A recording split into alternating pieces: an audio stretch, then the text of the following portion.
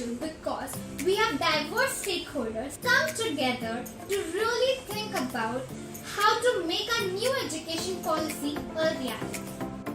We will listen to each other, learn from each other, and dream together. Here are the most important things you need to know about the conference. We have over 100 speakers over 5 days. Experts like Drayton, the head of Ashoka, and the one who coined the term social entrepreneur, Padma Shri winner Sunita Krishnan, Amitabh Kant, the CEO of Nedgine, and 100 more.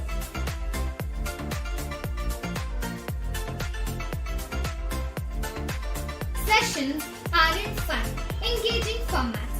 Catch up 15-minute session where experts share life wisdom. Drop into our masterclass where you will actually see teacher teaching online and debrief what is working in their classroom. And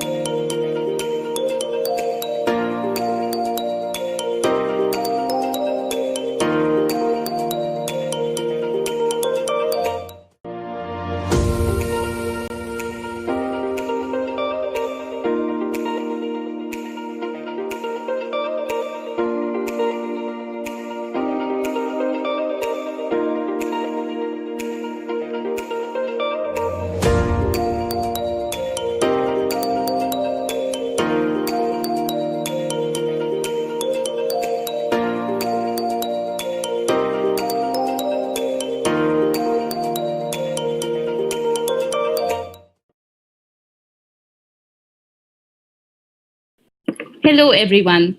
Thank you for joining us for day 5 of inspirED 2020. I welcome you all joining us from different regions of India and different parts of the world. It is the last day of the conference, but the excitement is far from over. To begin with, let's take a look at some highlights from the last 4 days. Over to you, Ashwath.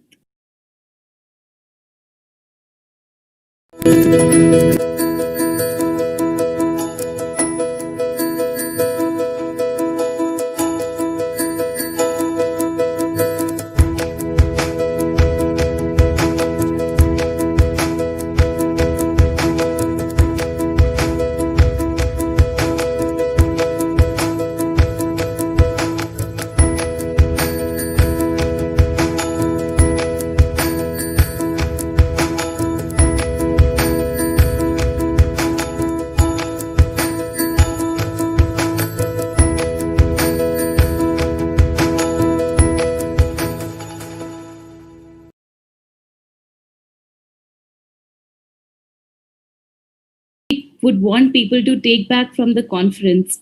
We felt that apart from the insightful sessions, we would also want people to be able to participate in making an excellent education a reality for all. And hence, we came up with this idea to collaborate with our partners to come up with white papers that everyone can read, learn from, and apply in their practice. A white paper is an in-depth report on a specific topic. It represents information about that topic in a concise format and is based on the expertise of the committee issuing the white paper. It will help you to understand complex educational issues, think about it from various points of views, aid you in coming up with solutions to various problems, and assist in making decisions about the same. The white papers published at inspirED 2020 are in service to schools, educational organizations, local and state government bodies towards implementation of the practices aligned to NEP 2020 priorities with support from the potential partners and authors of the respective white papers. I will now share my screen and take you through the feature of white papers on our website.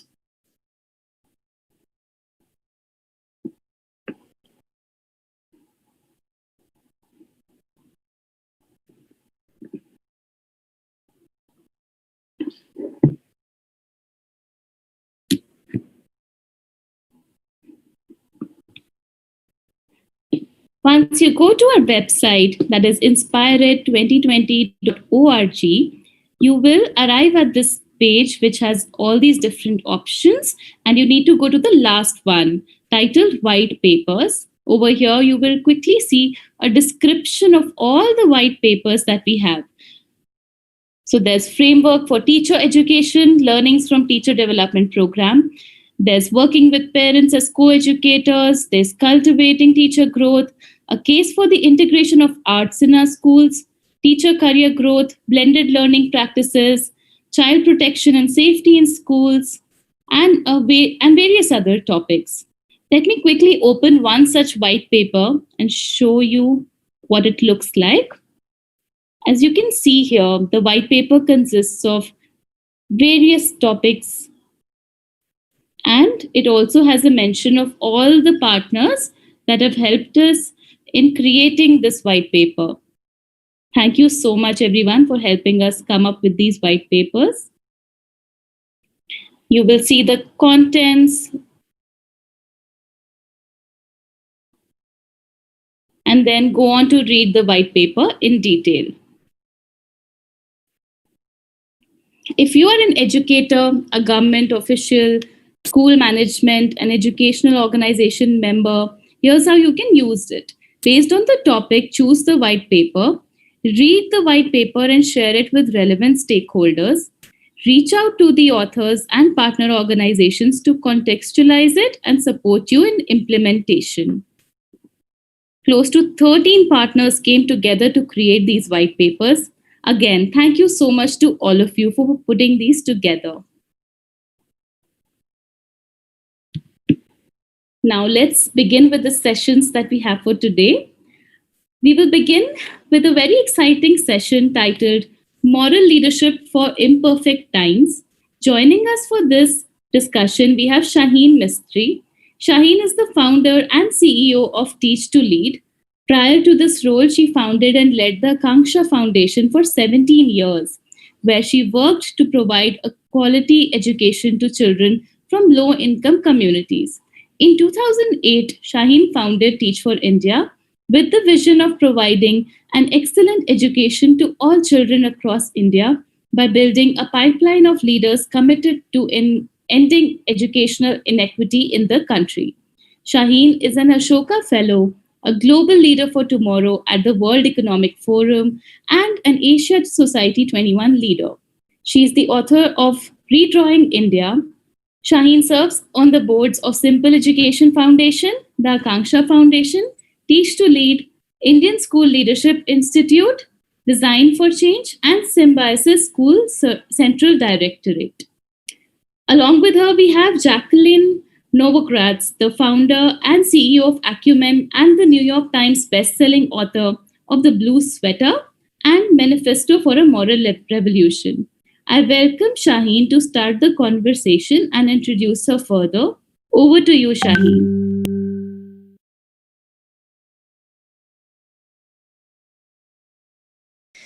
Hi, everybody. Welcome, Jacqueline. Thank you, Shaheen. It's so great to be here. It's so special to welcome you on the last day of our inspirED conference, which really is the day of action. We started in our first few days talking about the importance of listening. The conference is different because it's brought in many voices and filling my heart, many students into the conversation as well. But today is really the time to think about, like, how do we make it happen and how do we commit to making it happen? And I can't imagine a better person to be in conversation with you than that, Jacqueline, today. So welcome. A quick introduction. Jacqueline doesn't really need an introduction, but Jacqueline founded one of my most favorite organizations, Acumen, in 2001. I think, Jacqueline, what strikes me about Acumen is your vision to really take on, through social entrepreneurs, in your own words, the world's toughest problems to do with poverty. And I know through Acumen, millions and millions of lives have changed through health, through education, through clean energy. And I know for someone like you, you're probably focused all the time on what more can you do. But I hope you take time to stop and just feel just incredible about everything you've achieved so far. Couldn't be happier to have you with us. Jacqueline's just written another book called Manifesto for a Moral Revolution. Following her first book, The Blue Sweater, which of course was a New York Times bestseller. Jacqueline, so happy that you've been able to put some of your life's rich learnings into that second book as well. I'm going to read out the next part because I couldn't keep track of all your awards, but just to share just a few things for the audience in India who may not know. But Jacqueline is a top 100 global thinker, one of the 25 smartest people of the decade, 100 greatest living minds, and also received the Lifetime Achievement Award for Social Entrepreneurship by Forbes 400. So all of that aside, Jacqueline, such a special human being, and so happy to have you here for that.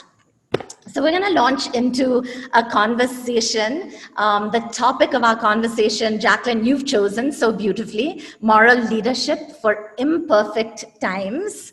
And so let's start with the first part of that, moral leadership. And I know that term probably conjures up very different things to different people. To you, what's your personal definition of moral leadership? Thanks so much, Shaheen. And it's so exciting to be with you. Just watching everything that you have built with Teach for India shows the power of social entrepreneurship. That's who you are. And of moral leadership, which I would define as focused on serving others and not yourself. So it's a real joy to be here. So often when we think of the word moral, we think of righteousness. We think of a set of rules prescribed from some higher authority.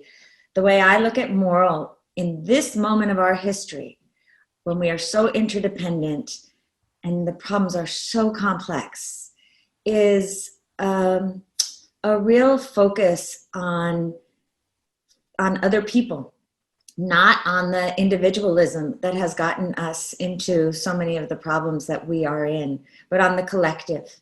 And what will it actually take to build a world that not only focuses on the collective we, but does so in a way that protects the poor, the vulnerable, and the sustainability of the earth.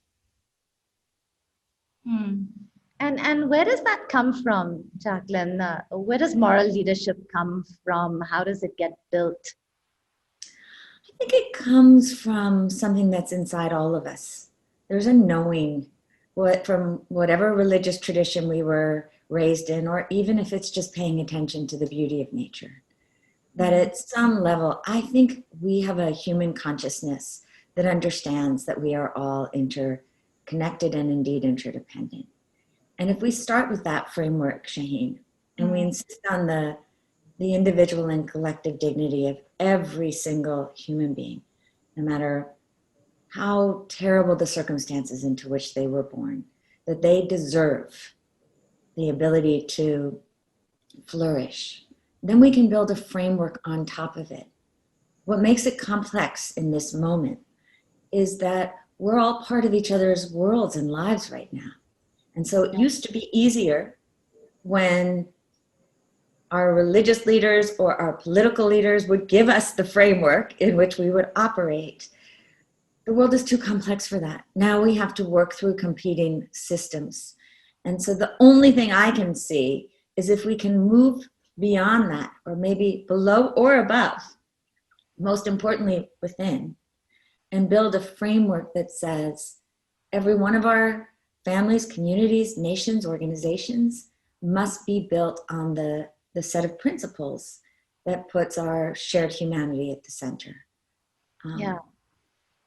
And for you personally, Jacqueline, how did you develop that for yourself? That real beautiful compassion for others, the ability to give beyond yourself, and the relentless drive to pursue that for so many years. Where did that come from? Shaheen, I think it started, being raised in a more religious family, a Catholic family that was more social justice oriented in terms of as Catholic families go, because they're all different. But mine, I was told over and over, to whom much is given, much is expected. And that was just a mantra of my youth. And then I was lucky to have in public school a teacher when I was 10 who really encouraged me to look at other women leaders.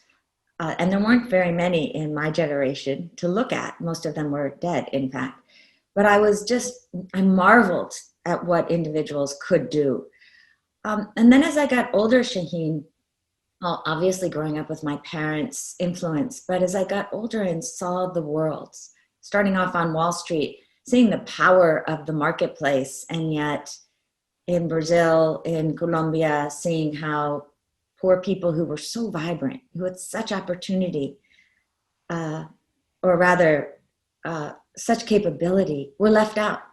And it made no sense to me if we were truly going to live in this world where everyone was equal. And that was the beginning, I think, of the journey for me. Yeah, I mean, resonates so deeply, Jacqueline. As a child, my parents kept bringing us back to India for our vacations.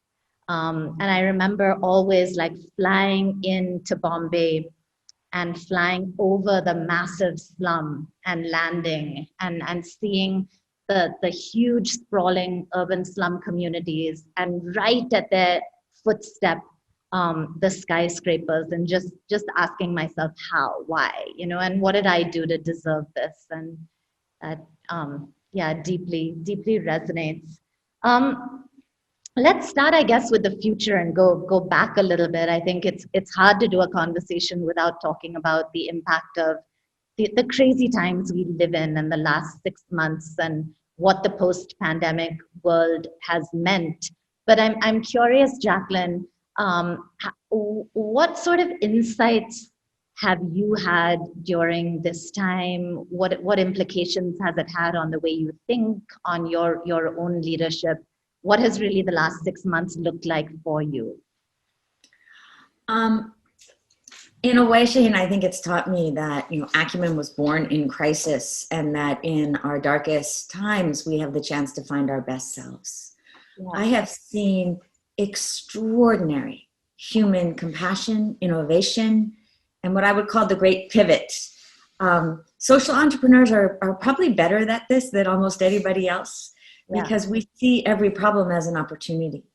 What has been thrilling to me in these past 6 months, despite the extraordinary loss and hardship that we've also experienced as a world, is to see some of the Acumen Fellows just change their business model overnight, is to see people in our community that have financial means provide us with emergency funds so that Acumen could make grants for the first time and help these organizations actually go through. And that actually helped us get more proximate, even though we were sitting in our homes, because we had to recognize the sheer inequality of how people were experiencing this pandemic. And I think that created a great and fierce urgency of this moment, and that we're all needed to get through it. Yeah, I love that, the fierce urgency of the moment. So beautiful. As someone who probably has had closer proximity to social entrepreneurs than anybody else, and you must have just seen the most extraordinary acts of human compassion, persistence, grit in the Acumen entrepreneurs. Can you maybe share a story of one that is close to your heart? I know it's an almost impossible question to pick one, but a story maybe for these times, someone that really stands out. Like you said, Shaheen, they're so amazing. But I'm going to send two, because one is really big, and I know there's so many young people on this call. But if we're thinking about the future, and the importance of holding on to relationship and community as we grow. It's a story of community. It's a story of capital. It's a story of bringing whatever resources are needed to bear on a problem. And it starts with a woman named Gayatri Vasudevan from Bangalore. She has a company called LaborNet, where they've trained now 1 million construction workers, beauty salon women, laborers, not just in vocational training, but in critical thinking, lifelong learning. And they were actually training 1 lakh people at the time of lockdown. So she called me and said, Jacqueline, we're going to have 100,000 people thousands of miles away from their homes.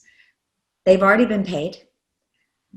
You know, I have to pivot. You should talk about a pivot. And Shaheen, I watched Gayatri just make the decision that she was going to find a way to shelter and feed all of these migrant workers until she could help them get to the next stage.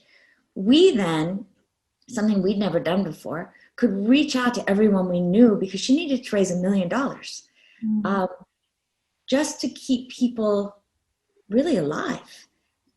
It had very little to do with the business and everything to do with the social enterprise because of the loyalty, the trust, and the learning that she was doing in that period. So that was probably the most just stunning shift. And now she started working with government to really change her overall model. I couldn't be prouder to know someone like her. So Hani Mohan, right in Mumbai, she had a company that manufactured sanitary napkins for low-income women. And when lockdown first happened in India, sanitary napkins were not considered an essential product. So wonder who, gender and the policymakers. But I saw Sohani as well just change. And she decided that, one, she had to go straight to the policymakers and get that shifted, which she did. Equally, she couldn't manufacture these when people were home, but she also couldn't bear losing the jobs. And so one of her colleagues worked at Mahindra and somehow got to Anant Mahindra, and this is about privilege, right? Access. Convinced him to give them one of their factories that were no longer operating. And of course, then the company got excited and they helped retool the machines so that the women could make masks. This was within the first 2 weeks of lockdown in India. And we just watched her shift. And the story for me there is we're having these conversations about markets are bad or government is responsible or we need only civil society. We need all of us. And the most successful social entrepreneurs in this period of the pandemic have moved quickly, not worried about the kind of capital, but used whatever capital was needed and partnered with government, with corporations, with civil society. And those are just two. We've made about 90 grants, 90 companies, and I've just watched business models shift in a way that I think could help us rethink how we deliver services to low-income people around the world. It's just amazing, and just themes of this mindset of opportunity and positivity and partnership and collaboration. And such extreme compassion, right? I just have to keep going. Whatever I aim to do, I need to do it even more in a time. I'm focused on my North Star. I'm not focused on me. I'm focused on my North Star, and I am going to do whatever it takes. And it is exactly what you say. It's what you do. Yeah. Jacqueline, if you zoom out from these two examples and really think about your journey, I'm going to ask you an impossible question to answer, which is really, you're addressing right now hundreds and thousands of people actually on this call that are really committed to changing education. And they are leaders in education or they're leaders from the outside who want to shape education. what have you learned about leadership and what it takes to build it from your incredibly rich journey? I warned you it was a hard question, but I would say it sounds obvious, Shaheen, but the first is just start and let the work teach you. So many of us want to lead, we want to give, and we are waiting for a real understanding of our purpose, or we live provisionally and we think, well, as soon as I get my MBA, then I'll start. And I would say just start. Let the work teach you. Use your curiosity, follow the thread. The second big lesson for me, particularly in the early years, and I don't say just start lightly. I know that some of the hardest conversations a young person has to have is with their parents when you're doing something that sounds crazy or hard for them because they want to keep you safe. And so just starting isn't easy. And so that I would say that's what really separates. Just start. And then stick with it. Make a commitment to something bigger than yourself and it will set you free. Because we think that when we're starting, and I don't know about you with Teach for India, but I felt like this with Acumen. I'm really going to give this 3 years and see what happens. And now I'm about to celebrate 20 years and I feel like I'm just getting started again. The second is if you rule out failure, you rule out success. That especially in the early years, it is inevitable that you will fail. What separates those who make change in the world and those who talk about it is really the courage to fall down, make mistakes, and most importantly, get up and keep going. And I would say the next one is to accompany each other. Accompaniment is a Jesuit term that means to walk beside. And we use it with our fellows. I mean, we use it with our companies, with our fellows. You know, how does Acumen actually accompany our entrepreneurs? But the truth is we have to accompany each other. We have to have a cohort of people around us who will hold us in the dark times, because this work is hard, but also to celebrate the good times. So much richness in these ideas, Jacqueline. You know, in today's world, there is so much stress on our well-being. And yet there are these larger than life problems that need to be solved. And as you said, the work is hard and it's difficult and it takes time, lots of time. Can you share like what you've personally done to stay on the path? Like what's really helped you really maintain this incredible, like just incredible energy for your work, for the vision of Acumen, and just for the vision of a better world? Thanks, Shaheen. For some reason it makes me emotional because this work is hard, and it's a life that is focused on doing the hard. And there are times when you think, why am I doing this?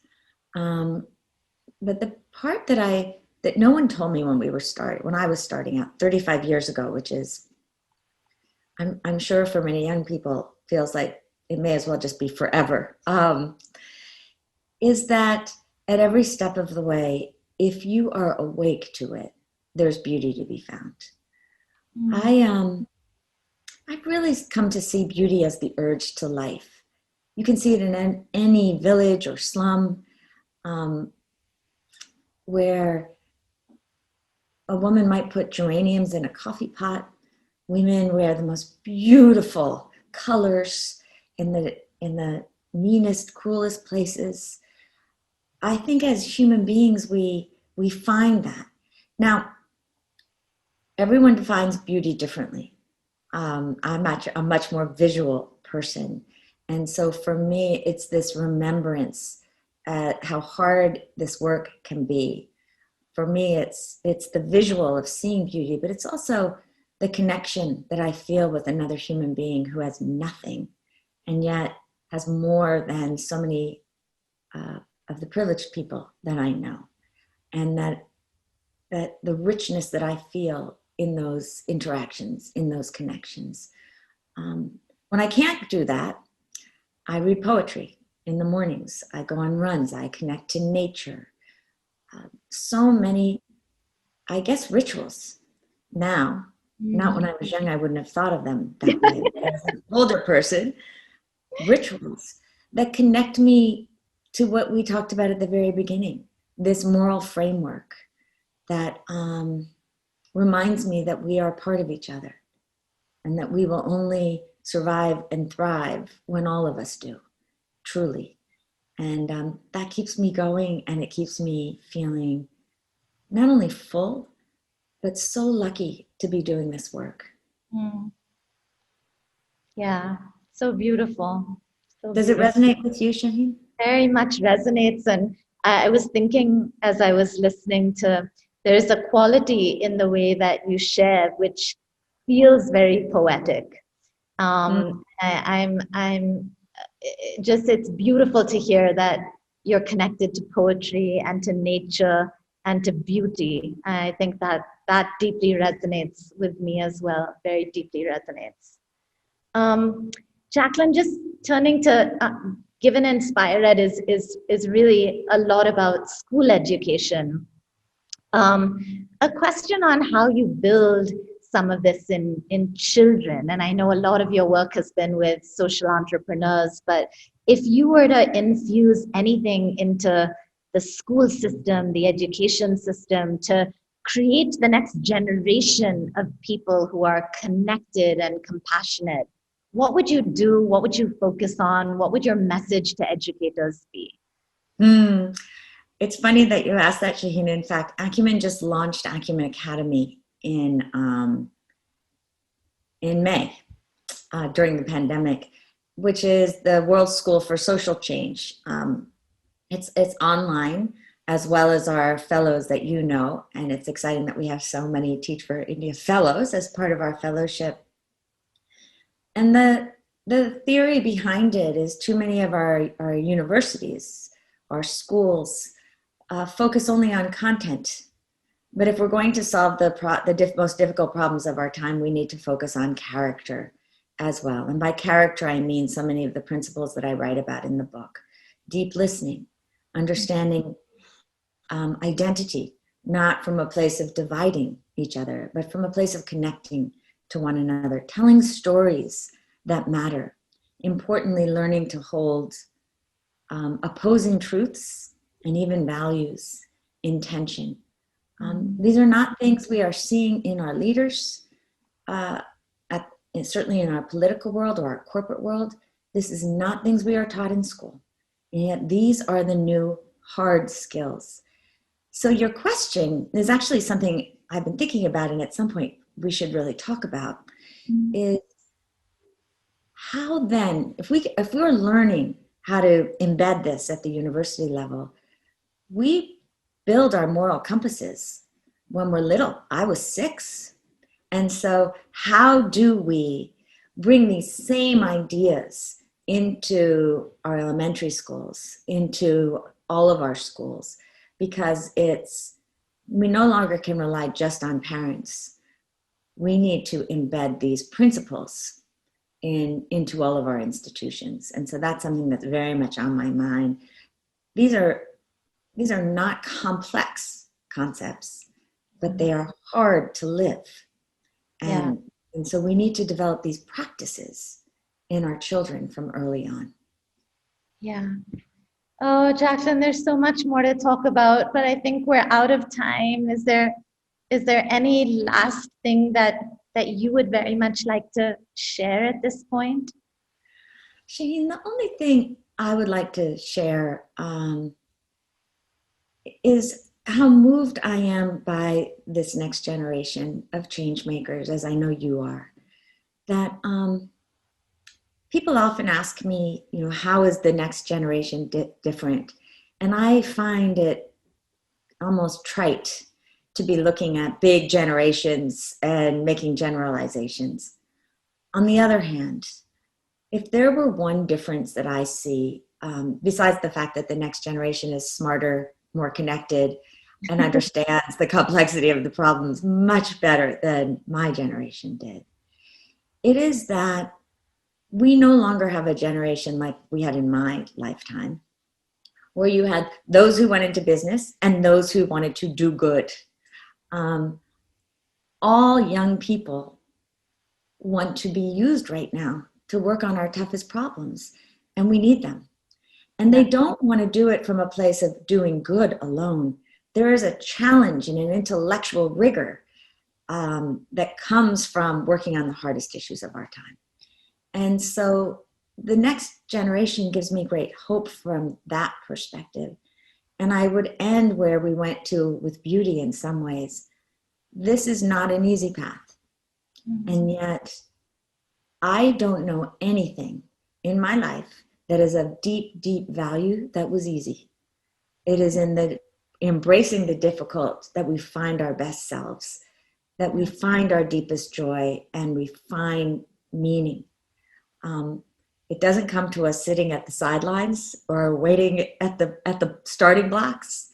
It comes by going step by step, building brick by brick, and asking the hard questions until finally we find ourselves in a place where we can actually move the world. Jacqueline, thank you so much. I scribbled like a page of notes while I was that I could remember. But I think this idea of, if you awake to it, you said there is beauty around, and you shared the urge to light. I thought those three words were incredibly powerful and beautiful. I'm feeling so full at the end of this conversation and at the end of this week of inspirED. Thank you so much, Jacqueline, for being with us. Shaheen, thank you for all you do, the courage, the compassion, the conviction, all the C's that you bring to the world, and huge thanks to every person listening. I wish we could be there in person, in a big room, but it's exciting that the technology allows us to be together wherever we are in the world, because we need every single one of us. Thank you, Shaheen. Thank you, Jacqueline.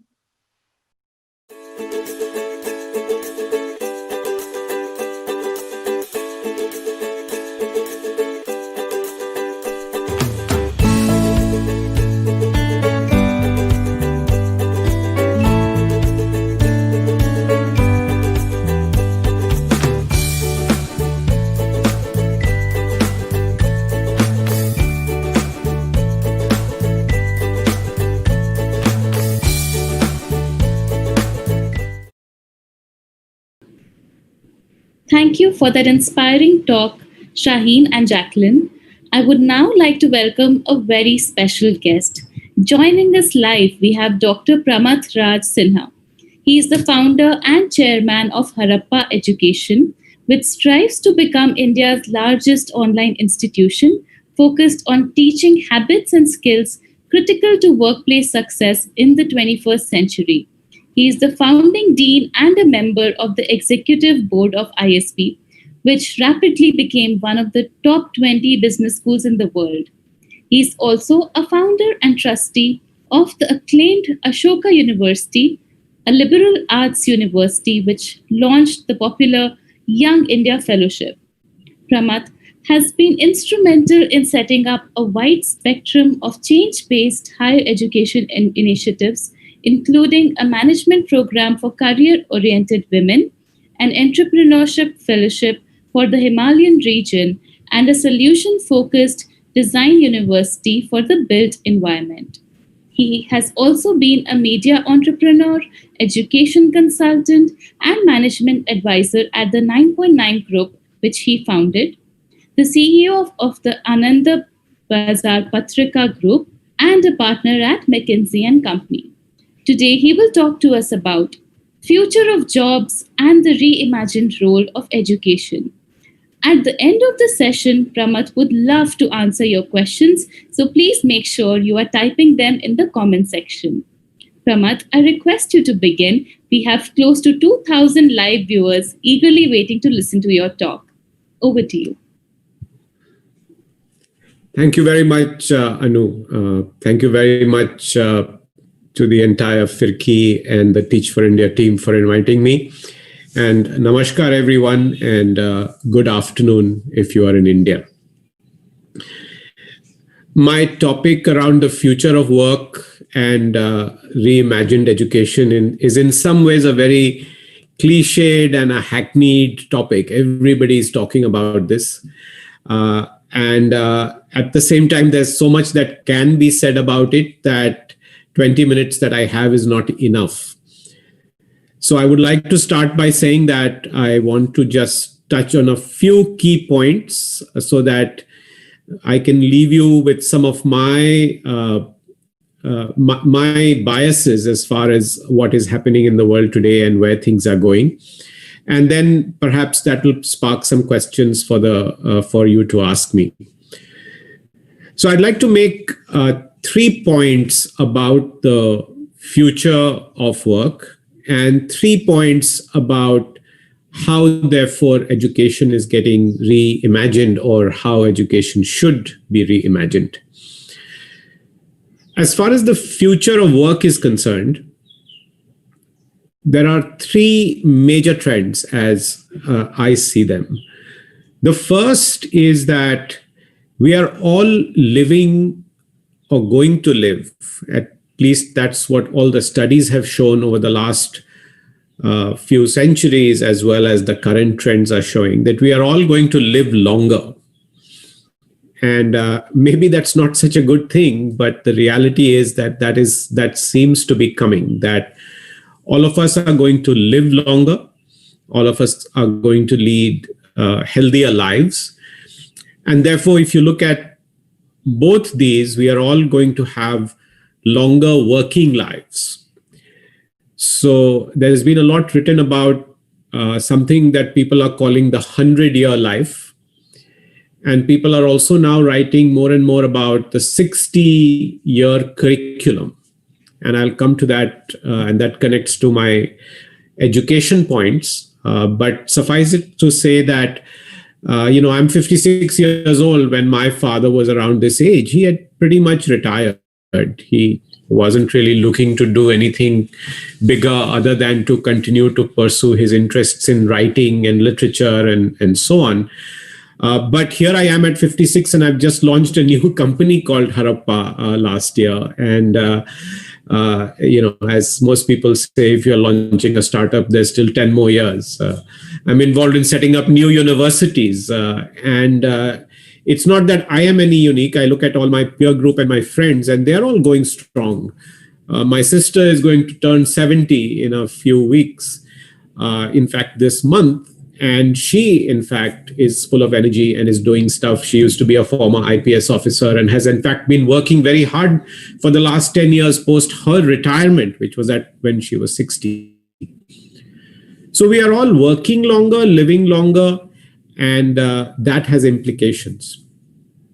Now, the second point I want to make around the future of work is that because of massive technological shifts that are going to take place, we as human beings are also, as we are working, we are also very smart and intelligent, and obviously human beings have a lot of ingenuity.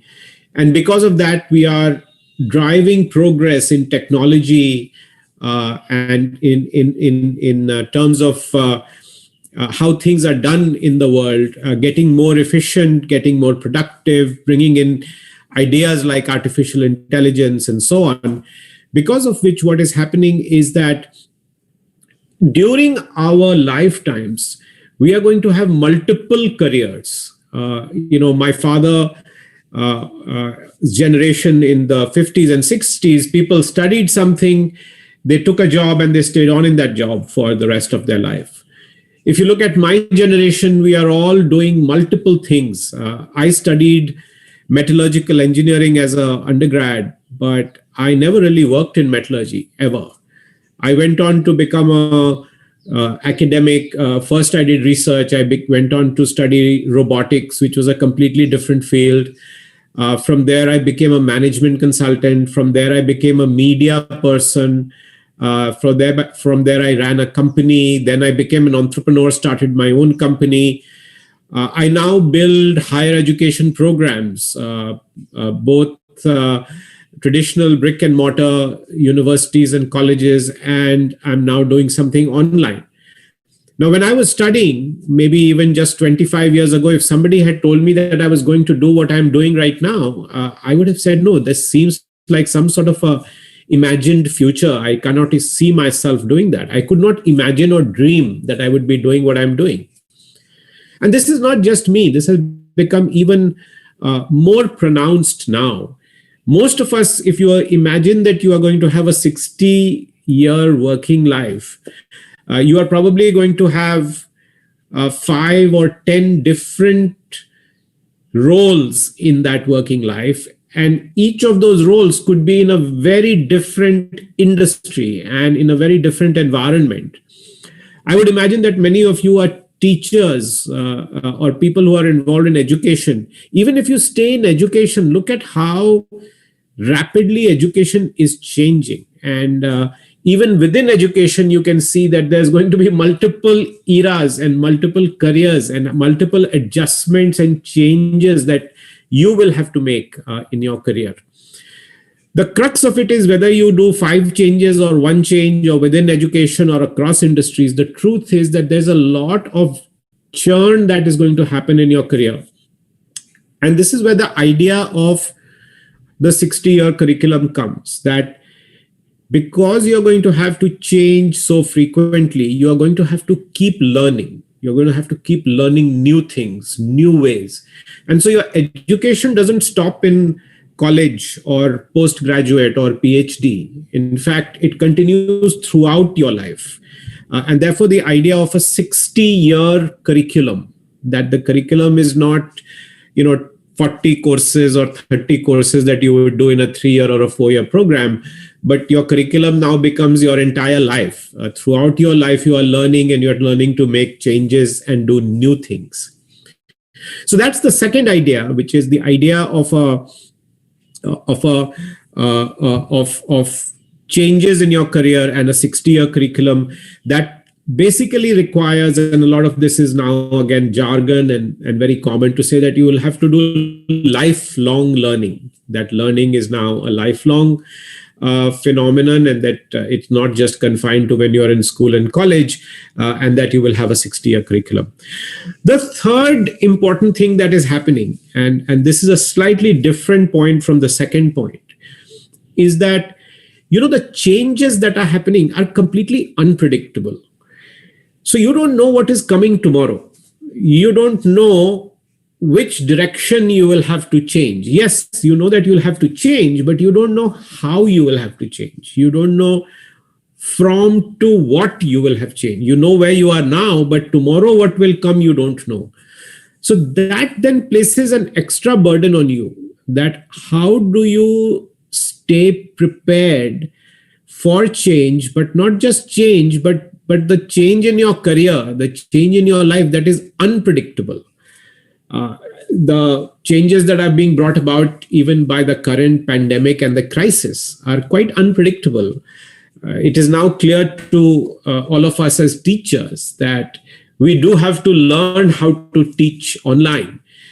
Many of us have not really had to do that before, and we are being forced to do that. So if you look at the future of work, those are the 3 points I want to highlight. And there's a lot of other points that people have highlighted, but to me, those are the 3 points I want to highlight. The point that you're living longer and your life, your work life becomes very long. The fact that within that work life, you're going to have multiple careers and multiple changes. And number 3, which is a slightly different point, that which shifts will come when is completely unpredictable. Now let's move on to what happens therefore, what are the implications for education? Now I have to say that I'm generally somebody who is more involved in higher education. So I'm not so involved in school education, but I think the remarks I'm going to make have implications both for school education and for higher education. Again, I'd like to make 3 points. The first point is that because there are going to be frequent shifts and you're going to have to learn a new skill or a new area or a new body of knowledge every so often, education has to train our young children to be agile and flexible and be able to make those shifts as they come their way quickly.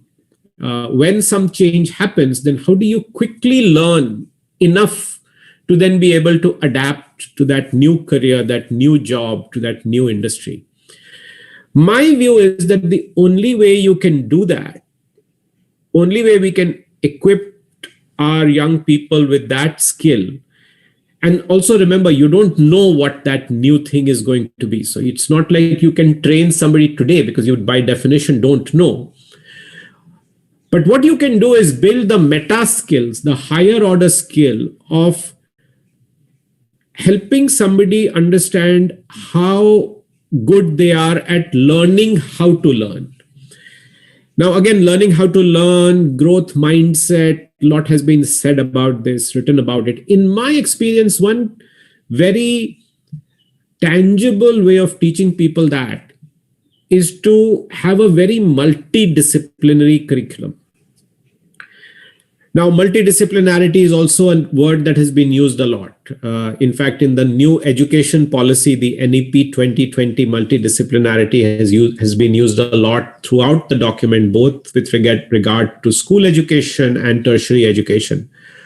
But in this case, I'm highlighting that as the ability for you to engage with very many different disciplines which are very different from each other. So, for example, you may be somebody who studies history and philosophy and literature, which is pure humanities, but also study psychology and political science because that is the social science. And you also study physics and maths and chemistry because that is the natural science. And maybe you also study some technology because in subjects like computer science or data science. And maybe you study some law, and maybe you study some management and some accounting. The idea is not to confuse you, but the idea is to be able to train your mind to switch between very different subjects and to understand that each one requires a very different awareness, a very different way to engage in the subject, and a certain agility, certain ability to jump from one subject to the other quickly, and also burrow deep inside a subject if it is required for a particular period of time. So I think bringing in multidisciplinarity so that people learn to be agile and flexible and are therefore prepared to learn new areas and new expertise when those are required in the future is the best training that we can give to our young people. I am not saying that therefore people should not have majors or they should not specialize. I think it's important to have that also. But I am advocating for both breadth and depth. And so, for example, at Ashoka University, that is what we try to do. We try to give students the opportunity to develop their breadth and also to develop depth. And the breadth is not developed just for the sake that they should have a broad knowledge, but because they should be able to get comfortable with very different areas and very diverse area, for that point that I made about having agility. The second point I want to make is that while the requirements keep changing constantly, there are some things that are fundamental and they are not going to change. And those are foundational skills like our cognitive skills, our social skills, our behavioral skills.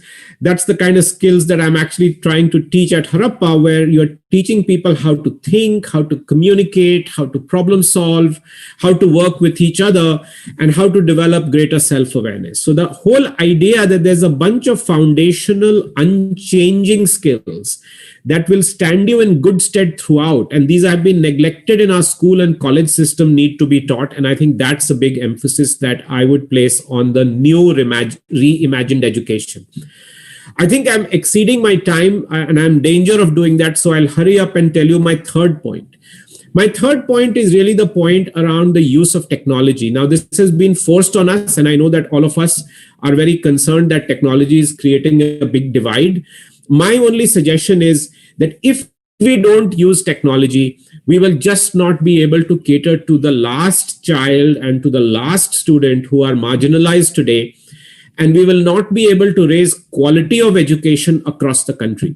We as a country have no choice. I'm not saying throughout the in-classroom education, I'm not saying we should not have traditional face-to-face education, but without using technology, we will not be able to reach all our young people in the country today and be able to offer everybody a high-quality education. Today, there is a divide, but it will get solved. We have not been able to solve for bringing a classroom and a teacher to every child. We should be able to bring a device and bandwidth to every child. At least they have something which is better than nothing. So I'll stop there. And Anu, I don't know if you have time for questions, but I'm happy to take questions. I saw some questions in the chat box. Yes, Dr. Pramath, we do have some questions. Our audience has been typing question after question. We're close to 100 questions. Education. But we will take a few. So I've pasted them on the chat box for you to view. But I think the main question that is emerging is, what advice would you give parents who don't allow their children to take risks? Yeah, so I think Radha's question around parents. My advice to parents would be that, listen, in any case, if you look at the evidence out there, everybody is very focused on what discipline should my child study, right? People call me all the time and saying, what should he study? What should she do? Right? Please talk to them and advise them on the major. My advice is, instead of picking a major, pick the best school and pick the best university or college. Don't worry too much about what they are majoring in. Make sure that they are going to get a good education. It's a little bit like the same idea that if you think about your own education, you don't remember the subject so much. You remember your teachers. You remember the teachers who really inspired you. You remember the teachers who got you to love a subject and then change your view of the world. Similarly, if you extrapolate that idea, it doesn't matter which subject and which department and which major and which specialization and which honors they chose. It's better to make sure that they go to a university or a college or a school where they have the best teaching and your child can be inspired. Inspiration leads to the children doing their best. And if they do their best, they gradually on their own discover what is it that they would like to do in life. Even if they don't, at least they have some idea and they can follow their passion and perform better rather than being forced to do something. One last question. What factor motivated you to do so many things and who is your inspiration? I don't know. I think I just get bored of doing the same thing I get. But no, jokes apart, I think all of us search for something that motivates you. Motivation, I like to say, or passion, like people say, doesn't grow on trees. You discover these things. So you try something new and then you like it. And you say, okay, I'm going to do this. Equally, I have tried other things and not liked them and thrown them away. But I do think that one of the things that has motivated me in education is because I benefited from a very good education. That changed my life. And I think that if I can do something to provide the same opportunity to others, I would be actually doing something that is meaningful in my own life. I think, Anu, that should give you enough time for me to finish, or should I take some more questions? I think we're good. We can close the session. Thank you, everyone, for watching. Thank you, Dr. Pramath. This has been so inspiring. I have so many takeaways. I'm sure the audience does as well. Thank you so much. Thank you for having me. Thank you very much.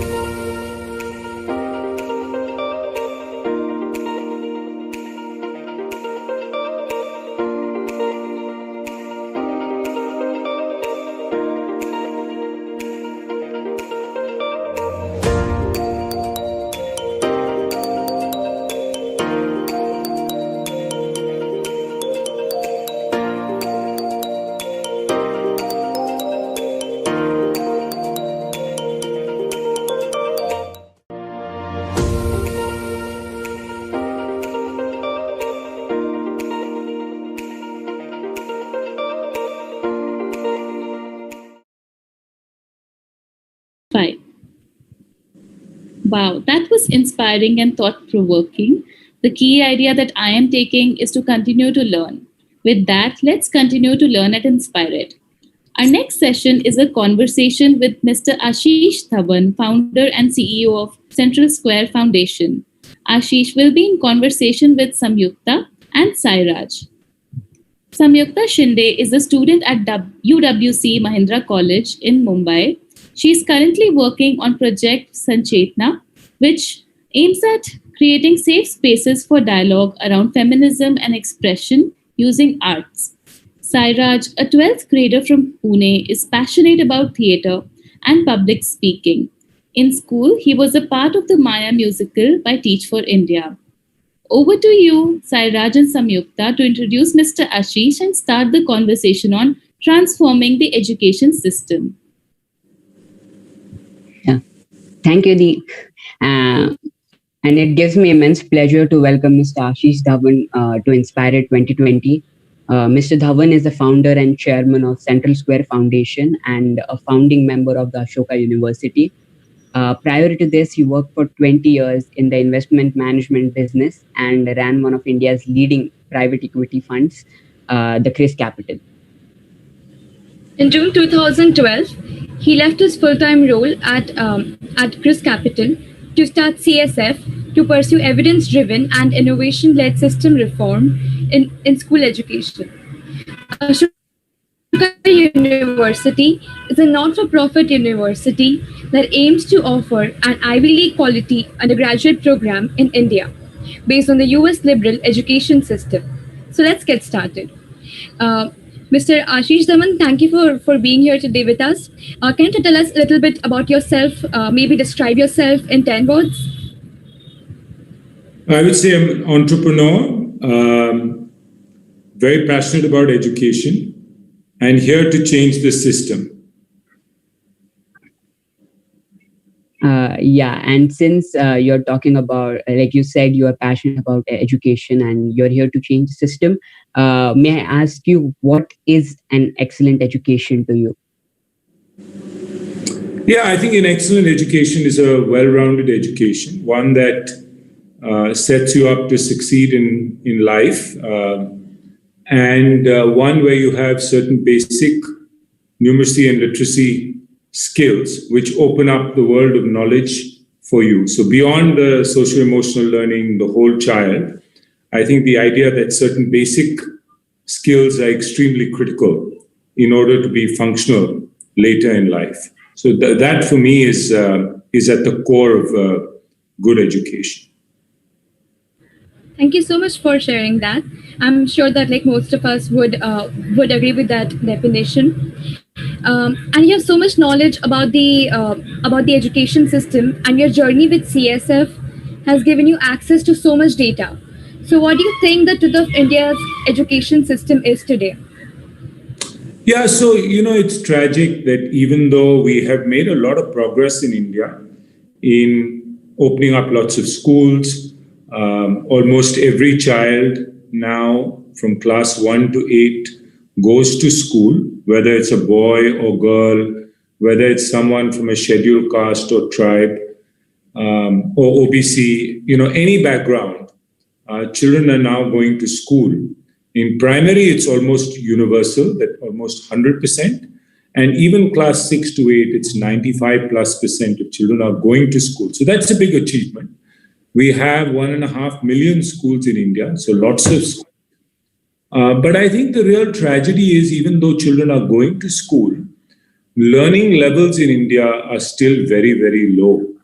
And so there's a metric called learning poverty, which the World Bank introduced. And basically it means that a child by class 5 or age 10 cannot read simple class 2 or class 3 text. And why that's important is if you can't read, you cannot progress further. You can't transact the curriculum, you can't read the books in class 5 or 6, etc. And India, by that measure, has 55% learning poverty, which means 55% of children can't read at age 10. Sri Lanka, which is our neighbor, is at 15%. In countries like China, also close to 15%. Vietnam, which is similar to India in economic development, is also sub 20%. So I think this is the biggest problem we have. We need, and you all, I'm sure, can attest to this, that if a child can't read, write, do basic mathematics, you can't progress any further. The world of knowledge, you are shut out from it. And so that's really what I feel we all need to work on in terms of solving. How do we take that 55% down to 15% by 2030? The good news is the Prime Minister has just launched a mission which will last for the next 5 years. I don't think we'll get it down to 15% to the Sri Lanka level or the China level. But my hope is by 2030, we can get it there. So that for me would be the single biggest thing that I would work on over the next decade.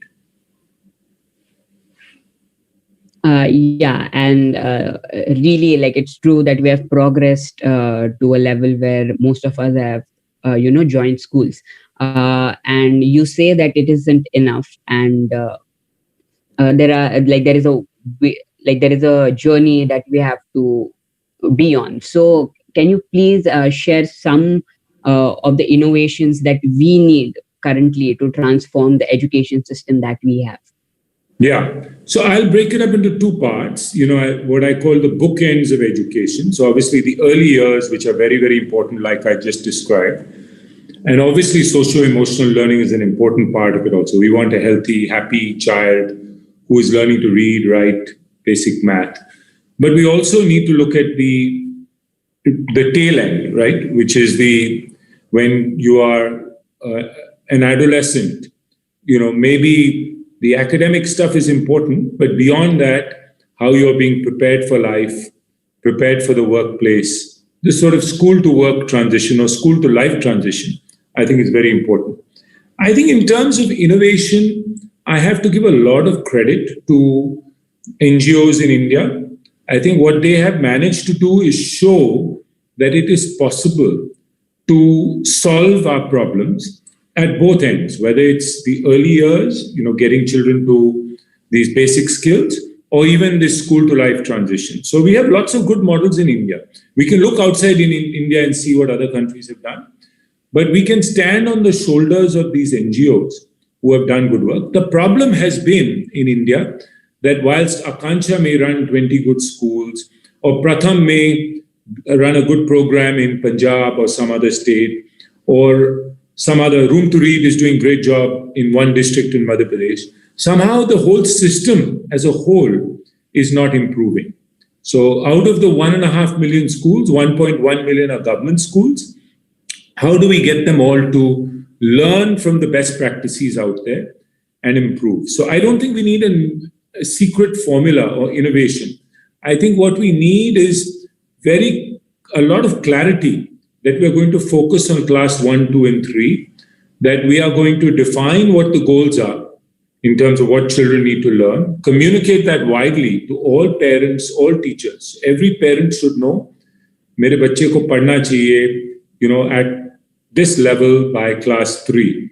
And it's easy for a parent then to test that or to check that and to hold a school or teacher accountable. I think you also need, from a teacher standpoint, a little bit of support. We need to invest more in our teachers, give them the right training, build their capacity, more time for reflection. We need to give them the right tools to succeed, more structured tools so that they can succeed in the classroom, and provide them with coaching and mentoring. I think that's very important. We need to reach out to parents and to students directly. Get parents more engaged with the system. Again, the good schools do it, but the average school does not. So, and also get the child more involved in the education system and in the process. I mean, you all instinctively know when something isn't working, you're bored in class, you're feeling that this education is irrelevant. How do you make it more interesting? And learn from the students. So you hear their voice, get feedback from them. I think that's very important. And then we need to monitor this regularly so that we know how we are progressing in terms of achieving this goal. So I think we need this overall framework. We need to inspire the system, but we need to have clear goals. We need to provide support, and we need to monitor and measure so that we are achieving this on a regular basis. So now that we have this mission coming, which the government is going to launch, it will create this energy. There's the opportunity to inspire and get things to happen. And so I hope that all of us in the country can come together and support this mission, and support not just government schools, but even private schools. We have 450,000 private schools. How can we support them, the principals, the owners, so that they can, so if as a country can we come together to say, class 1, 2, and 3 is part of this mission. We want to get every child in school to learn to read, write, do basic mathematics by class 3. And if we can achieve that, that would be our single biggest achievement. So I think more than innovation, we need to learn from what has already worked. We need to design things, a program design that works for the system, but just focus on execution and measure to see how we are achieving against that, and inspire. Motivate our teachers. Don't pull them down. Motivate them, inspire them, tell them that, look, this is a mission that's been created for them, and they play the most important role in our society. If we can take that approach, I'm sure that all of us together will be able to work to achieve these goals. Thank you for sharing that with us. So you spoke about the importance of the role that teachers and parents and students can play. So what do you think specifically? What are the roles that maybe these stakeholders are going to play when it comes to education in the coming 10 years or so? Yeah, so I think all the stakeholders play very important roles. I mean, obviously, let's take the teacher. The teacher it doesn't matter whether she's teaching under a tree or a classroom, although, of course, we would prefer a classroom with furniture. But she is the one who needs to be not just skilled, but highly motivated, and to have a genuine interest and belief that every child can learn, and to really care about the struggling learners. I think if we want our system to improve, if you look at other countries that have improved, they have paid a lot of attention to the bottom 50% of the class. Because what tends to happen in any class is the teacher loves the children who are doing well, the top 10, 20%, teaches to them and forgets about particularly the bottom 50%. So I think getting teachers to have more belief, giving them the tools, getting them to disproportionately focus on the bottom 50% is very important. And then we have these intermediate people who come to visit schools. Right now, they just collect data. They do boring administrative work in the government system. Train them to become more observers, to give feedback, coaches in some way, so that they can help the teachers, so that teachers have a support system. And amongst themselves, teachers have a support system as well. The parent, I think, already in some cases is sending the child to school, but there are some states like UP and all where I think we need to educate the parents that at a minimum, attendance is very important. Actually, attendance is quite low. You may not see it in Mumbai or some of the big cities. But in these rural places, we have to tell parents that school mein bharti karana is not enough. They need to go to school, and that the parents should be involved for 10, 15 minutes a day in the child's education. And the parents should demand not just that the child is going to school, teacher is showing up, that certain minimum goals are achieved. The parents should know that the child should be, a prime minister announced that children should be reading at the speed of 30 to 35 accurate words per minute by class 3. Every parent should be looking at that and saying, has my child managed to achieve that competency? And be demanding change from the bottom. And then children, I think, have a very important role. If we can get them excited, inspired, get them to be part of this mission, I think we underestimate the potential our children have and the role that they can play as a stakeholder. We always think of them as more passive vessels who are just sitting in the classroom. And so making them more active in the teaching learning process, I think, is going to be critical. And then getting all the other system actors, the NGOs, the funders, everybody aligned. So all the stakeholders have to be aligned around a common goal and have to work in mission mode. We have to all work 24/7 for the next 5-10 years to solve this problem in our country.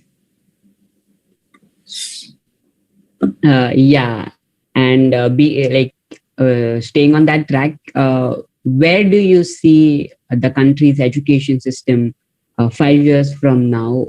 What is your hope for it, and where should our focus be? I told you before, I think our focus should be class 1, 2, and 3, and preschool, where we can fix preschool. In the government system, it's a little bit harder, but preschool. So age 3 to 8 should be our focus. And I think our goal should be that we energize the system so that this 55% learning poverty comes down to 30-35% in 5 years, and that our children, at a minimum, should be reading with comprehension by class 3 at a basic level and by class 5 at a slightly more advanced level. And basic addition, subtraction, division, multiplication, every child should know, because beyond that, they can't do it any further. And that they must be happy, and that they must develop as human beings and be prepared for life. So socio-emotional learning, have grit, all these character traits that will make them sort of happy, successful human beings, productive citizens of the country and the world. That's my hope for our system. Yeah. Thank you for your time. It's been great, learning from you. It was inspiring. And over to you, Didi. No, thank you both. You are the ones who are the change makers in our country. So I should have been asking you the questions versus the other way. Thank you so much, Ashish, Samyukta, and Thank you, Sairaj. sir. Thank you. Thank you.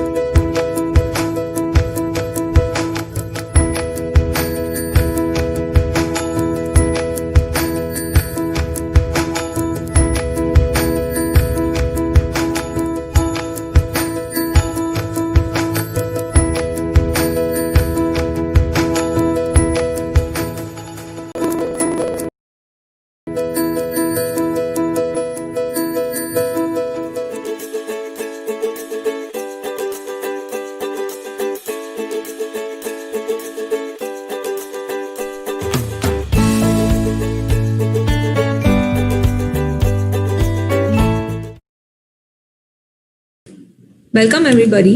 Thank you, Thank you, Mr. Ashish Dhawan, for that wonderful session and answering those questions eloquently. And thank you, Sairaj and Sanyukta, for asking those brilliant questions of Mr. Dhawan. We now have Dr. Annie Koshi with us for the session, Never Waste a Good Crisis. Dr. Annie Koshi, principal of St. Mary's School, is the alumna of various prestigious institutions across the world, including a PhD from IIT Delhi.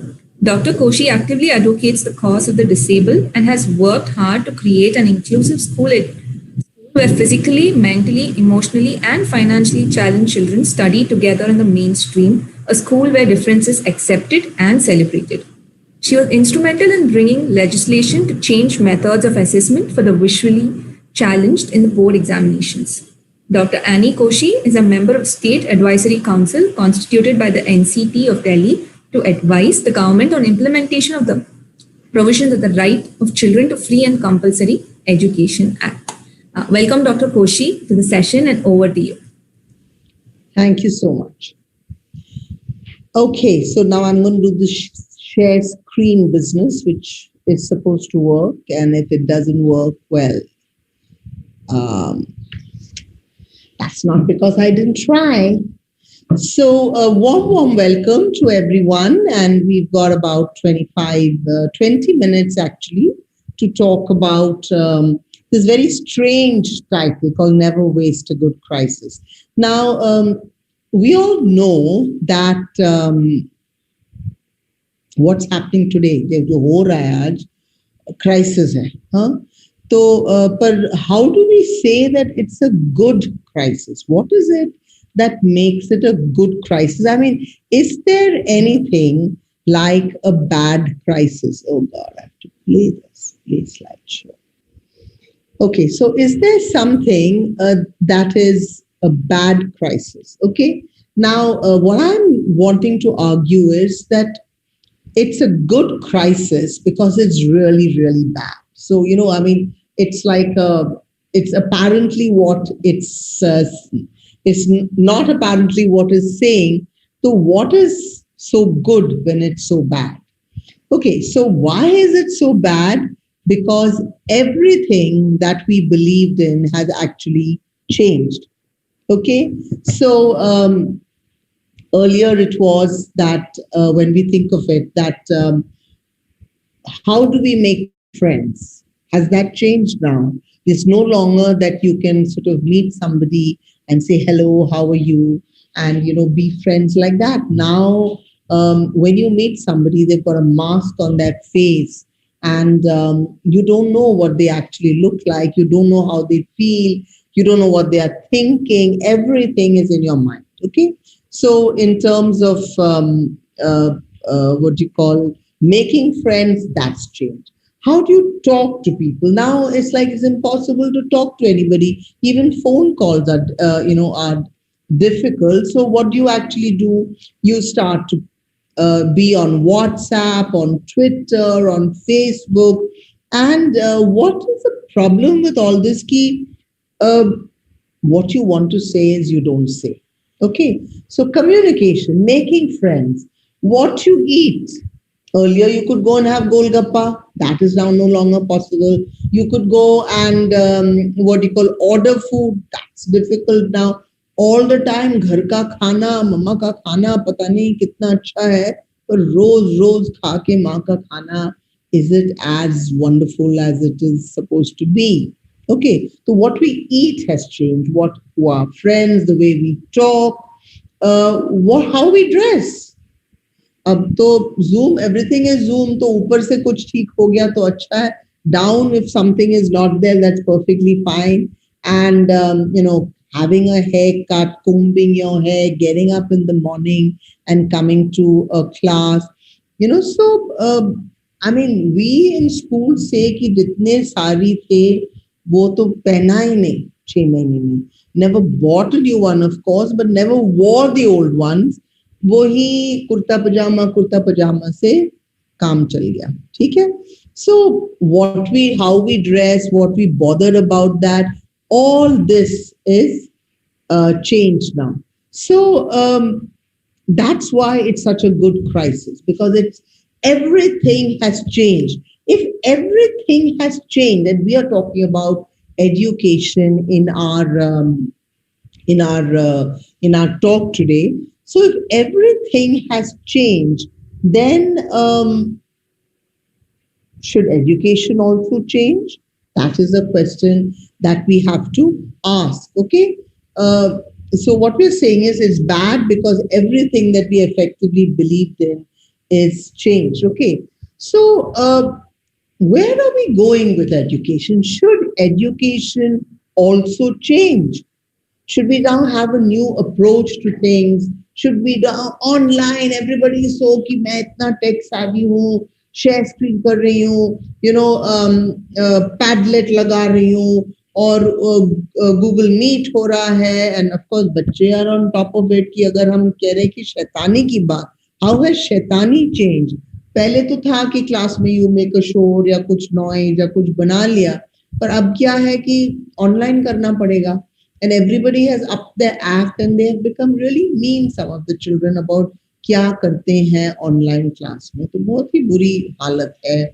Even शैतानी की, that's also changed. अब education.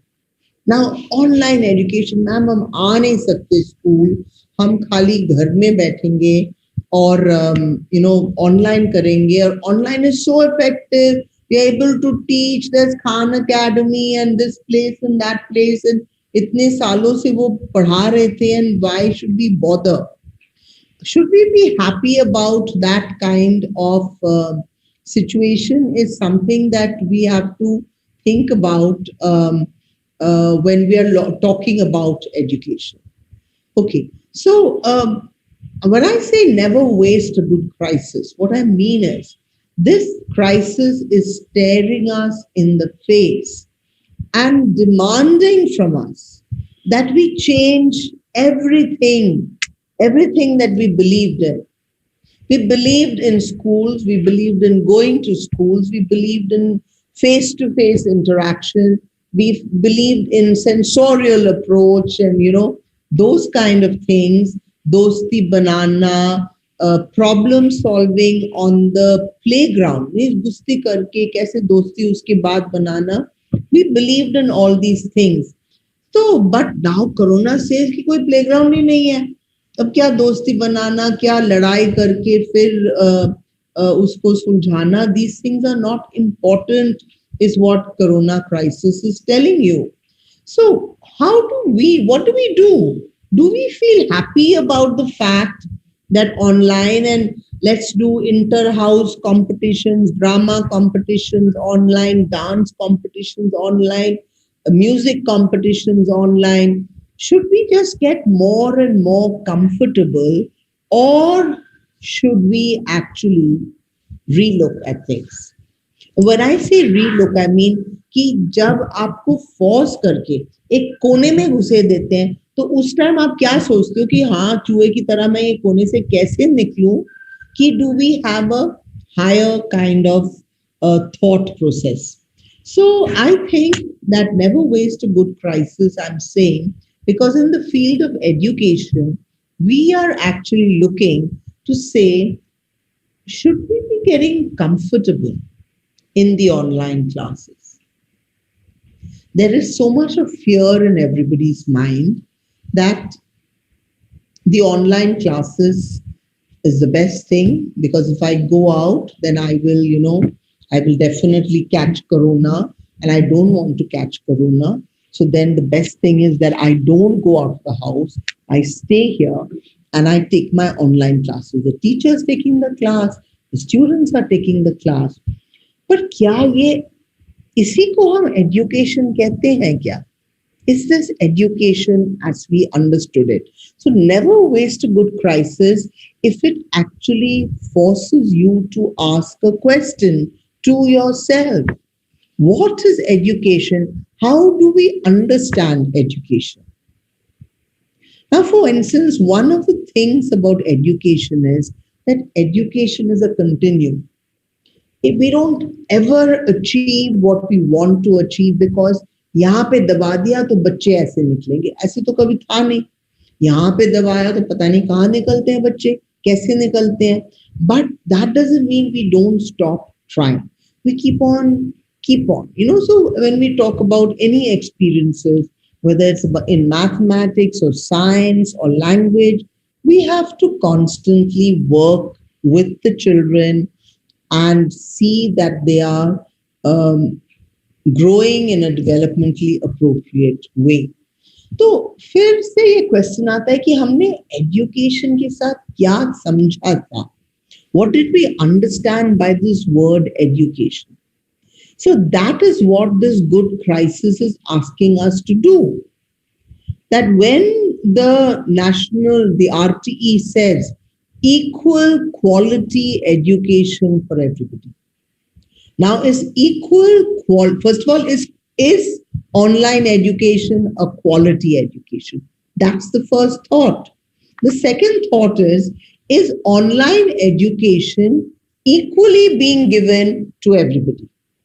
These are questions that we have to answer, and the crisis asks us to ask the question. So earlier we had thought that whatever we were doing, that is the quality education. We were fine-tuning it. So we are fine-tuning online, but we shouldn't get so happy about online that we forget that insan jo bana hai, he has been made for a face-to-face. He has been given hands and feet so that he can feel. He has been given a heart so that he can empathize and sympathize and love. He has been given a head so that he can think, he can analyze, he can understand, he learns how to blend heart and head. So when we talk about the various areas of learning, then we talk about the head, we talk about the heart, we talk about the senses. So we talk about the spiritual, all these areas that we talk about. तो हमें ये पूछना है कि ये online teaching में क्या हमें ये सब चीजें मिल रहे हैं कि नहीं मिल रहे हैं? तो वो क्वेश्चन मीन्स गुड क्राइसिस में ये होता है कि गुड क्वेश्चंस आपके ऊपर फेंके जाते हैं. क्या आप उस क्वेश्चंस को, आप उस प्रश्नों को, आप उसके उत्तर के लिए आप खोजते हो कि आप हाँ ऑनलाइन ठीक है करके उसको लिपट लेते हैं कि उसके ऊपर कुछ सोच, कुछ विचार हो, कुछ बहस हो और उसको थोड़ा सा हम फाइन ट्यून करने देखें? तो what is this education when it cannot, what is online education if it doesn't touch the heart? Means मैं अपने घर में बंद हूँ, बहुत ही सुंदर घर है, बाहर मेरे को घूमने के लिए जगह है, पर मैं क्यों निकलूं इसके बाहर? इसके बाहर क्या है? मैं कंप्यूटर में देख के मैं खुश हो जाऊं और बच्चों को कंप्यूटर में दिखा के खुश हो जाऊं. हाथरस रेप हुआ तो अक्सर जब हम स्कूल में थे तो कॉरिडोर में बात होती थी, प्लेग्राउंड में बात हो रही है, और अगर लड़का कोई लड़की को छेड़े स्कूल में तो हम बोलते कि तुम बेटे ऐसे करोगे अभी तो फिर बड़ा होके क्या करोगे? पर जब हम कंप्यूटर पे है, ऑनलाइन पे है, तो इस चीज पे बहस होती है, चर्चा होती है कि नहीं, कि हम इंसुलेट हो जाते हैं, क्या हमारे बच्चे इंसुलेट हो? तो is the heart ever involved? Is the senses ever involved in this online education? Are we to be happy with that online? So when I say never waste a good crisis, I'm saying that a good crisis will throw you some good questions that you have not asked yourself in the recent past, and you have been, going on with life without asking yourself that question, that what I'm doing, is it something that is relevant? Is it something that is good? Or am I, वही धुन में मैं चलती जा रही हूँ और सोच नहीं रही हूँ? So is the heart involved in online, right? Are the senses involved? And then when we talk about equal quality, who is getting the equal quality education? That's the next thing that we have to answer. Who is getting the equal quality education? So I'm just seeing, why is this not moving now? Yeah. So we said everything has changed, and the part about online education is that there's so much of speed going on. There is, I'm getting online, मैं Zoom पे 3:30 पे आ गई तो मैं बात कर रही हूँ, फिर मैं click off करूंगी, फिर मैं यहाँ जाके ये करूंगी. So there's this whole concept of movement. But are we actually running on the same spot? तो जो डिवाइड था पहले राइट टू एजुकेशन में, इक्वल क्वालिटी एजुकेशन का, तो अभी ये डिजिटल डिवाइड जो आ गया है हैव्स एंड हैव नॉट के बीच में, ताकि हम वही के वही रह गए.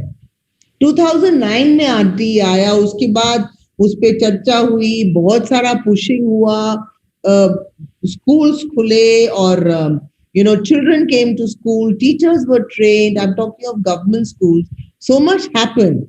And suddenly, now we are back at square one, where there's a divide, and those who don't have the money to buy their tablets and their laptops and their iPads are not able to really access education in the way that they've understood. Of course, there's lots of videos that are up, and lots of government organizations are offering online classes. तो जिसको पढ़ना है वो तो जाके पढ़ सकते हैं. पर मैं ये हेड हार्ट एंड हैंड वाला जो एजुकेशन है, दिमाग और दिल और हाथ के साथ जो जुड़ा हुआ एजुकेशन है, वो एजुकेशन कहाँ से हम लाएं, और कब तक ये डर हमें हमारे स्कूलों को बंद रखेगा, ताकि हमारे बच्चे, अब 6-7 महीना तो हो गया, पूरा साल चले जाएगा, और एक साल का जो असर है वो कौन उसको तय करेगा, right? So we seem to have got to the same place, and we seem to be running at the same spot, thinking that we are getting somewhere. We are feeling so happy that we are moving and getting somewhere, but we are not. We're actually in the same place. So it is when it is darkest, when we are loneliest, that we have to actually call on the light amongst inside us. जो हमारे अंदर जो दिया है उसको जलाने की जो बात होती है, इट इज जब सबसे अंधेरा होता है तो उसी टाइम ही तो हमारा दिया को हम आगे लाके जलाते हैं. और ये अगर हम एजुकेशन की बात कर रहे हैं तो फिर ये दिया क्या है, ये हमें सोचना है. तो I feel the light is that education, the quality education is not an online education. It is a face-to-face education, and we have to see how best we can come back to it rather than get very comfortable on the online. So, हाँ जरूर अगर दिसंबर जनवरी में बहुत ठंड हो रही है और दिल्ली गवर्नमेंट सोचता है कि स्कूल को बंद कर दो, उस टाइम हाँ अब छुट्टी नहीं होगी, ऑनलाइन क्लासेस होंगे. या बहुत ही गर्मी है, पानी कम है, गर्मी के मौसम में स्कूल्स बंद कर लो, पानी नहीं है, नहीं हम ऑनलाइन क्लासेस कर सकते हैं.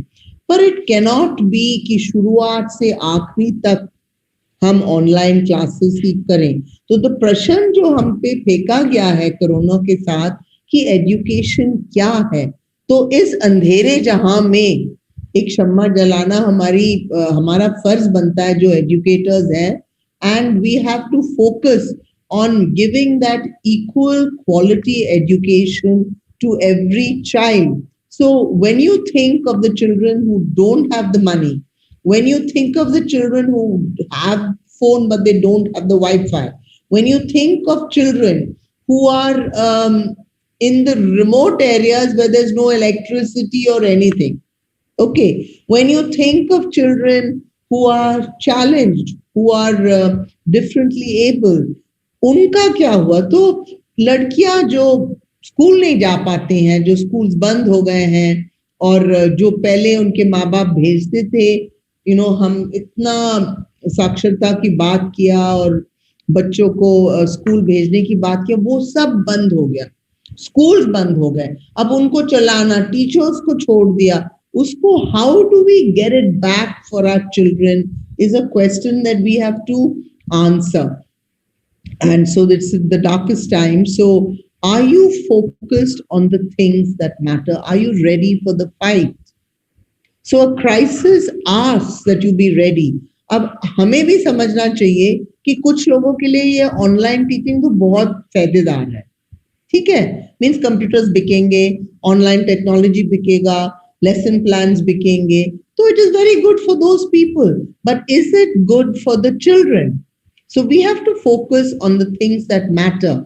और जैसे हमारी दुनिया चल रही है, एक साइड से हाथरस रेप है, दूसरे तरफ से स्टैचूज बनाने जा रहे हैं जहां में फार्मर्स हमारे भूखे मर रहे हैं और एम्प्लॉयमेंट गिर रहा है, ऐसी स्थिति में हमारा एजुकेशन अगर फोकस नहीं है, ये 5-6 महीने 1 साल अगर हमारे बच्चे की जिंदगी से चले गए, और मैं ये कह रही हूँ क्या जाएगा कि जो चर्चा होता है, एक दूसरे से मिलके जो चर्चा होता है कि तुम्हारे घर में क्या हो रहा है, मेरे घर में क्या हो रहा है, तुम्हारे पास आज टिफिन क्यों नहीं है, घर में किसने किसको पीटा, कौन पी के घर आके बच्चे को मारा, ये सब जो प्रश्न ब्रेक टाइम में, क्लास टाइम में जो आप कह सकते हो और अभी कह नहीं सकते.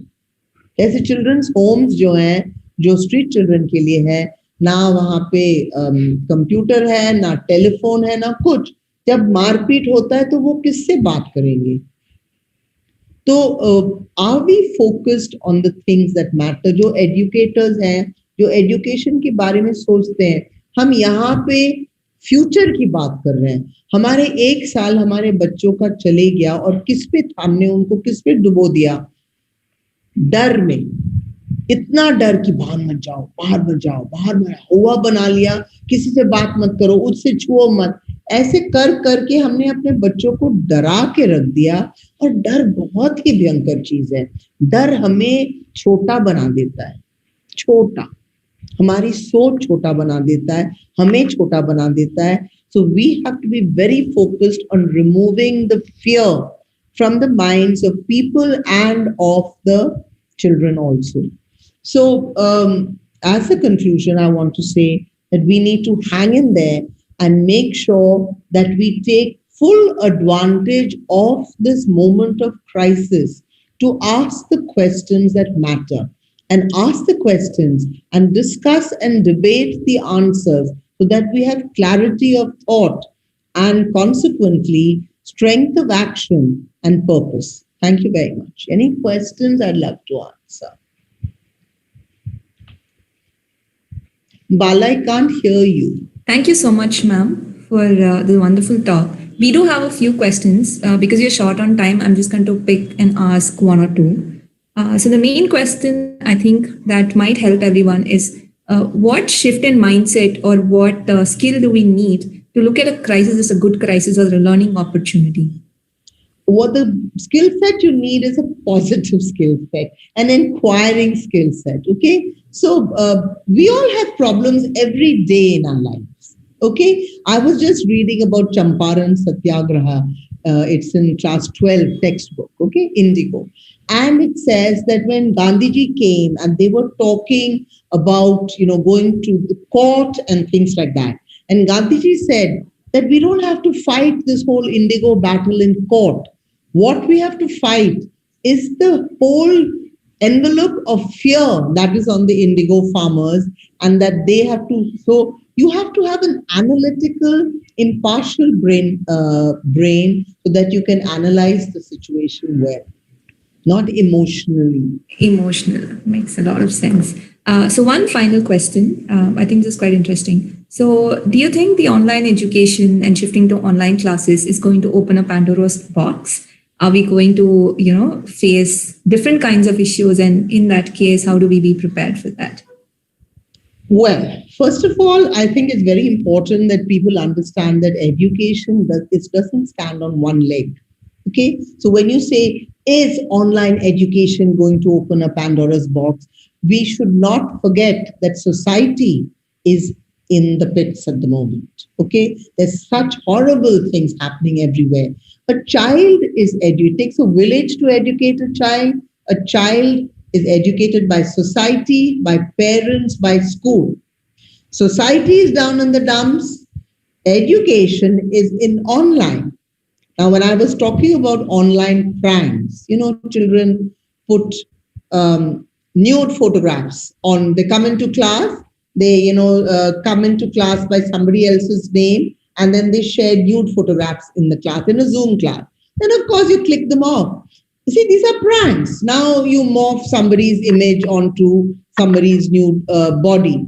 Then it's very upsetting. Now, so what I'm saying is, online education open a Pandora's box. Of course, you have opened the internet to the child, because first 4 hours or 5 hours you're on the net with the school, then you get homework to do and then you do it there. But obviously I'm not doing the homework, I'm chatting to my friends or making all kinds of strangers my friends. And everything is good if it is not misused. So online education is definitely a Pandora's box for our children, because more often than not, parents are not supervising it and it is being misused. It is not used, it is misused.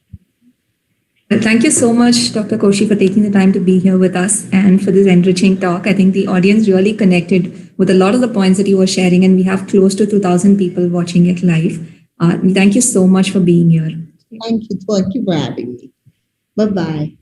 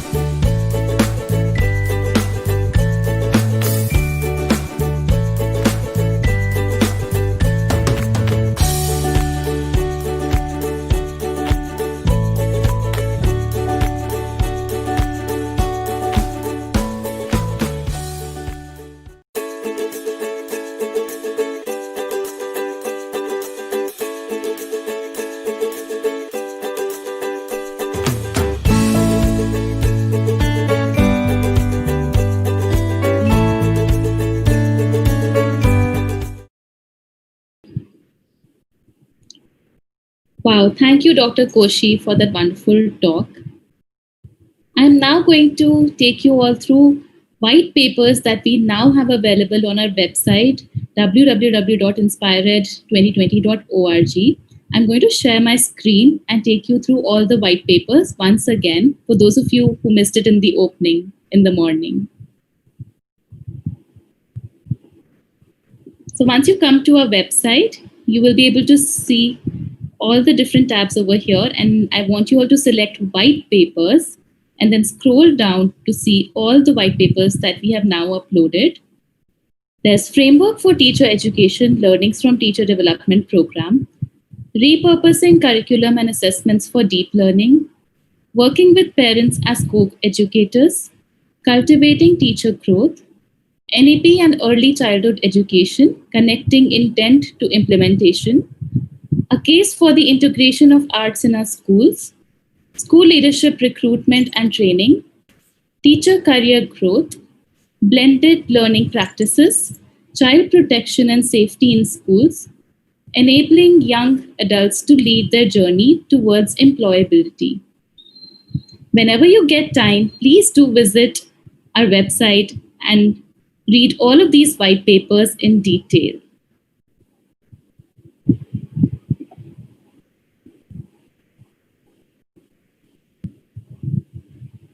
We now have a very interesting conversation on the title, Education in the New World.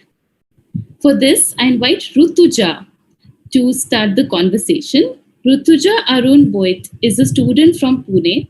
She studied in Apsara Academy and then did grade 11 and 12 in UWC, Thailand. Soon, she will be going to the US for her undergraduate degree. She has been a part of TFI since grade 4, and even now she continues to participate as a student leader. Along with her, we have Bill Drayton, the founder and CEO of Ashoka, which is he's a social entrepreneur with a long record of founding organizations and public service. I request Rutuja to continue to introduce him and start this conversation on the topic, Education in the New World.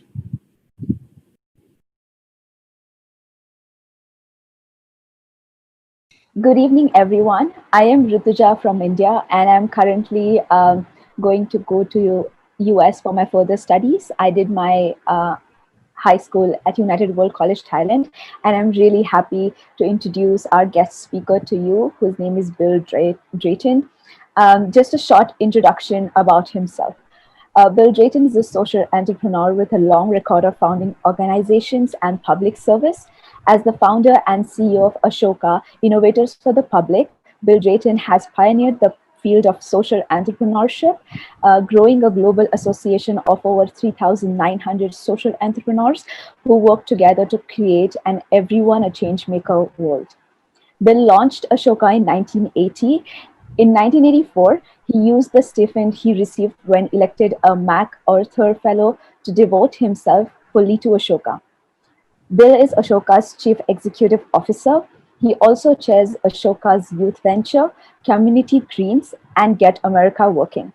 He has been selected one of America's best leaders by US News and World Report and Howard Center for Public Leadership. In 2011, Drayton won Spain's prestigious Prince of Asturias Award. Other awards include honorary doctorates from Yale, NYU, and more. It's really good to have you with all of us. And so, yeah, we'll just get started in the conversation. And I will, like, my first question to you is, what is an education to you, or what is like the main purpose of the education policy? Well, first of all, I'm just delighted to be with everyone this evening. This is exactly the group that's going to help India, and then more broadly, make the transition that we all have to make. So thank you in advance. And what's the purpose? Well, every young person knows intuitively that their job is to figure out how to be able to contribute in life. Mm-hmm. And we have one of those profound turning points now, and the answer to that question that's been there for many, many centuries is over. There's a new answer. And let me give you the framework. These are facts.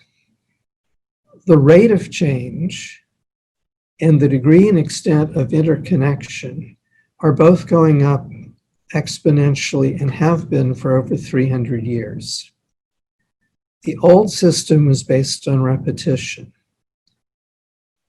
The new reality is that everything is changing and everything is interconnected, and those two facts are multiplying one another. You don't get to choose this. This is a fact. That fact means that every young person has to figure out how to be able to play in the new game. And the new game requires almost the opposite abilities of the old game. It's no longer efficiency and repetition. Assembly lines, law firms, etc. Now, everyone has to be able to contribute to and adapt to change and to work in thousands of constantly changing and interconnected teams.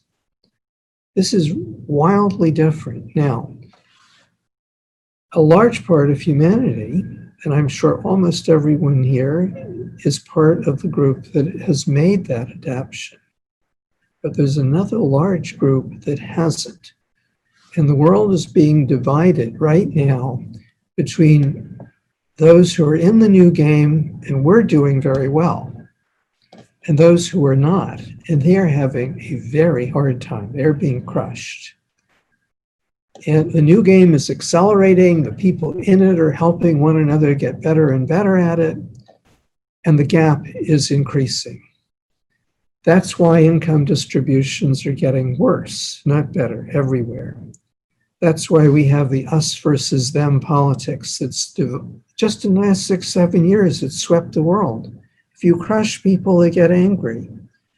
So what do we have to do? And what does this group of teachers, caring parents, etc., have to do. We have to make sure that we change the system so that everyone understands new game, critical for every young person to master the new abilities. And it's very easy to do, actually. Here's how. And ultimately, that's what the NEP has to accomplish. And I think we have to help it get there. So what does this look like? Let me give you a story. This is, Ashoka has for some time had a program focused on young people, Youth Venture and Ashoka Young Changemakers. And that's because about a third of the Ashoka Fellows are focused on kids, and 90 to 95% of them put kids in charge. Exactly what this new world requires. So we saw the pattern. And so if everyone here, if you can help the kids in the schools you care about, you can help your kids have this power, that's the game. So here's the story. I went to a lunch of about 350 Ashoka Young Youth Ventures. And a 6-person table, a very small young woman came down and sat to my right. She introduced herself. I'm 12. And then, so I asked her, well, what's your venture? And she said, this is 90% her words. My brother is autistic. And all through school, I would cry when he was mistreated.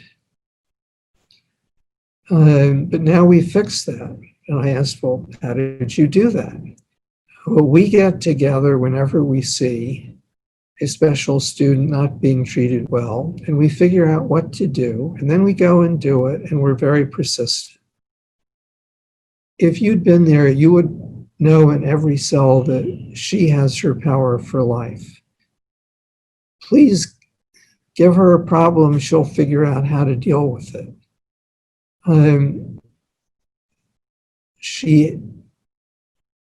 I asked her one other question. How many student groups are there in Shirley Middle School, which is where she is, which is a very poor rural school, nothing elite? Over 50. Well, that's wildly unusual. So when she walked into that school at 11, all the kids, and she had this problem, all the kids, you have a problem, think of a solution, build a team, go for it. And she did. And so by the end of her first year in middle school, she had her PhD in what the new game requires. She is a change maker. She knows it. She's helped so many other kids get on that path, and she's contributed to the culture of that school. Now, everyone here can identify the 1% of kids. It's way more than that. Kids have dreams. But we keep telling them, no, don't do it. Either through rules or barriers or just out and out not doing it, or attitudes of disempowerment. But if you say, yeah, it's really important, this is what you have to do to succeed in the new game. Have a dream, build a team, and make a real contribution that leaves your school or neighborhood or religious community, whatever it is, changed for the good. Now, this has always been a huge advantage. Kids who do this become the great entrepreneurs and leaders 2 decades later. And you can see that on LinkedIn. It's statistically very obvious. But now it's required of everyone. And if this Teach for India broad community can help people see that, help parents this is what you got to do if your daughter is going to have a good life. She's got to have this power. The power that this young woman has. Your daughter wants to have that. You can give that to her. If you're a teacher, spot kids who have dreams and help them overcome all the attitudes and other logistical barriers. You can do that. And then together, as we articulate this is like literacy 150 years ago. As the rate of change accelerated 150 years ago, we said, we need everybody to be literate. That was just as radical at that point. And you can disagree, and people always have disagreed about how to do it, but that goal is totally accepted. An Ashoka fellow did a survey of street kids in India. What do they want?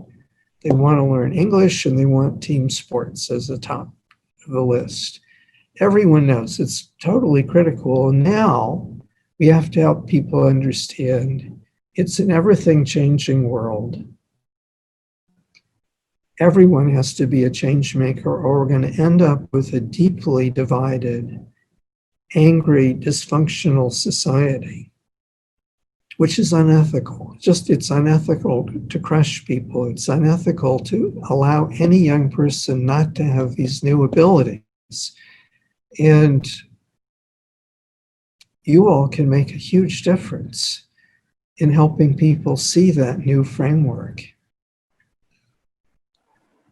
Thank you so much for that. It just, like, there are just so many, like I was literally making points when I was listening to you. And one thing that just came up in my mind and it resonates with me is because I've also been part of Teach for India for almost 6 years. Currently, as Teach for India, they've started this movement called Kids Education Revolution, which exactly points out to what you were talking about, like the togetherness. So there's this principle that Kids Education Revolution associates, which is about partnership and how teachers and students should work together in order to, get to a goal that they want to do. And personally, for me, I believe that because, like you said, like every child should have a dream. And the story that you spoke about, the girl, if you give her a problem, she can find the solutions. Something that stood out to me was Shaheen Mistri always says this. She says that problems equals opportunities. And that was the first thing that came up in my mind. And it was like, how can we change these problems into something that we can build in ourselves, where we are trying to achieve our dreams, to build a team and then contribute. So yeah, in short, those were like the main things that you spoke about and stood out to me. Just like a follow-up question to that, you did speak about, like how the students and teachers can come together and, make change. And at the end, you spoke about how this world is, if you don't come together, it may get divided with like anger and aggression. My next question to you is, talk to us about the power of empathy and love, what have you learned about empathy from a lifetime of work in that area, and how can we inculcate that into what you were talking about, the education policy? Well, the two things you were saying just fit together. Teams, that means people have to work together. Teams of teams of teams, that's the way the new world is structured. And they're constantly changing. You don't have one employer, one community, one religious things, maybe a sporting.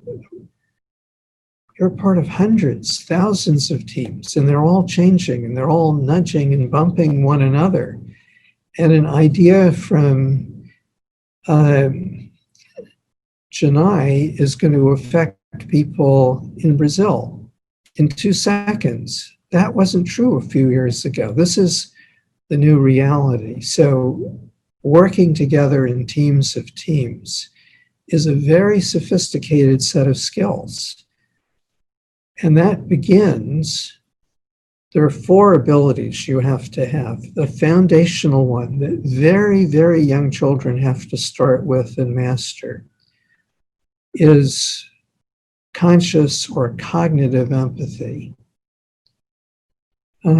So we all have mirror neurons. I do feel your pain. We also have the ability to think consciously. We have to learn how to bring those 2 things together into conscious or cognitive empathy. That's something you learn to do. And then you have to practice it.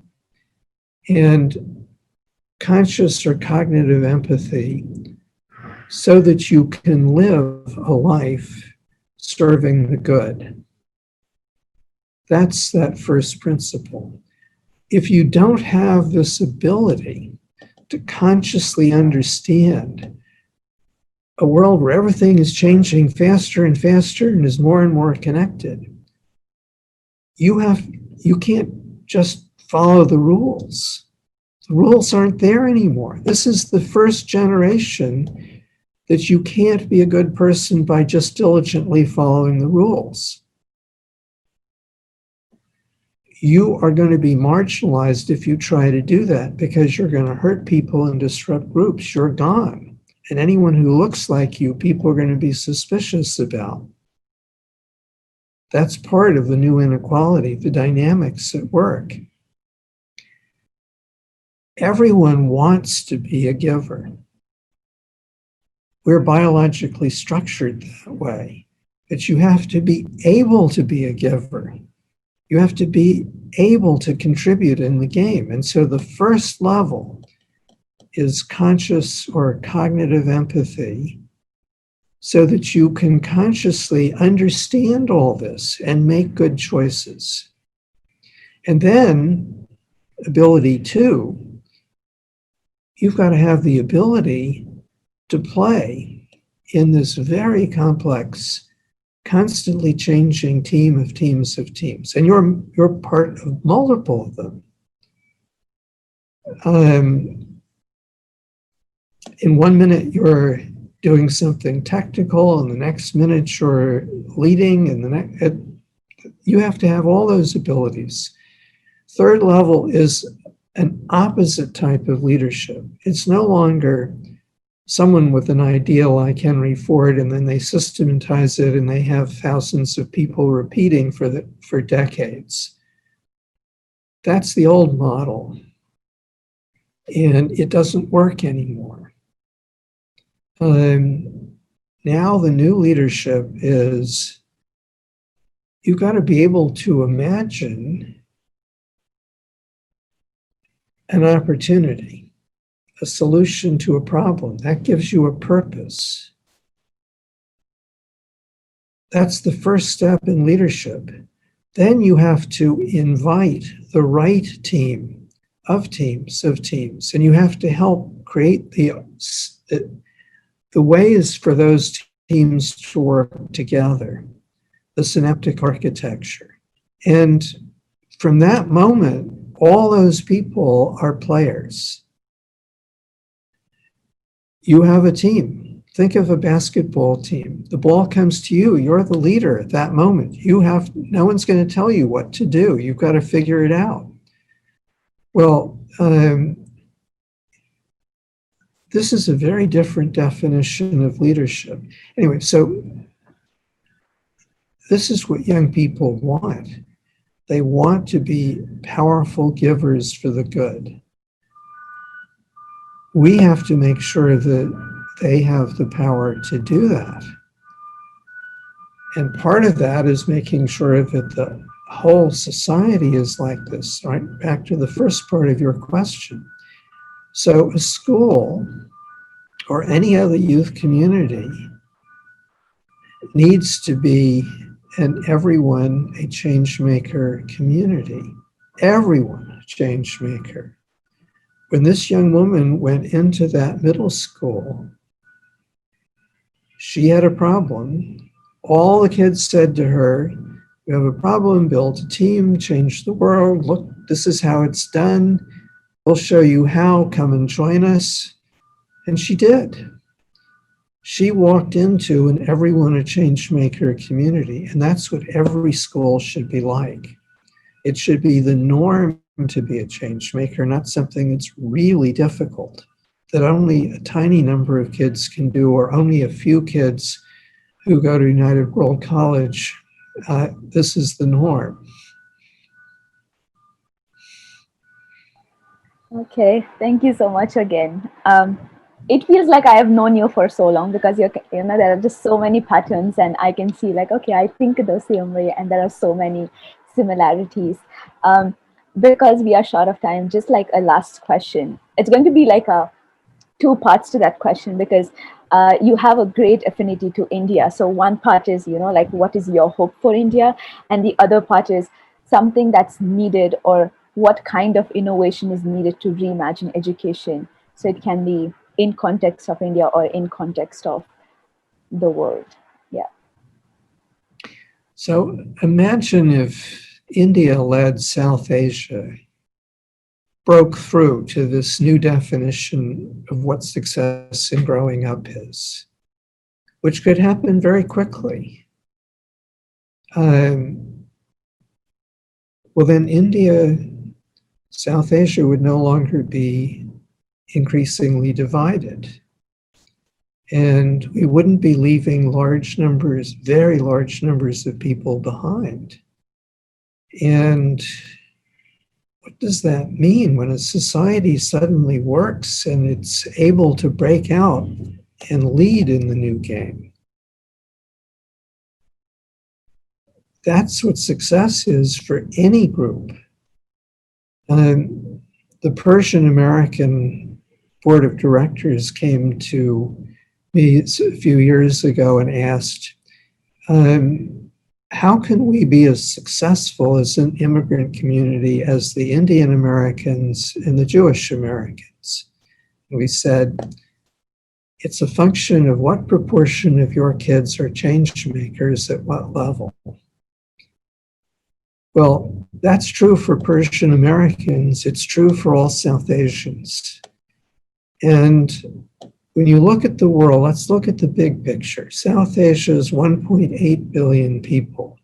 East Asia is 1.5. Africa is 1.3. Everything else is small change. Now, if this group of people, everyone who's here together now, got together and we helped India break out, that would change the world, as well as South Asia and India.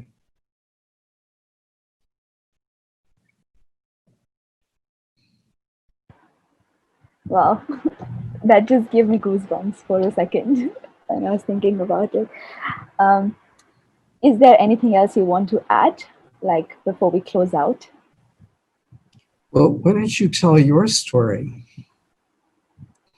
My story about like the leadership journey that I have had.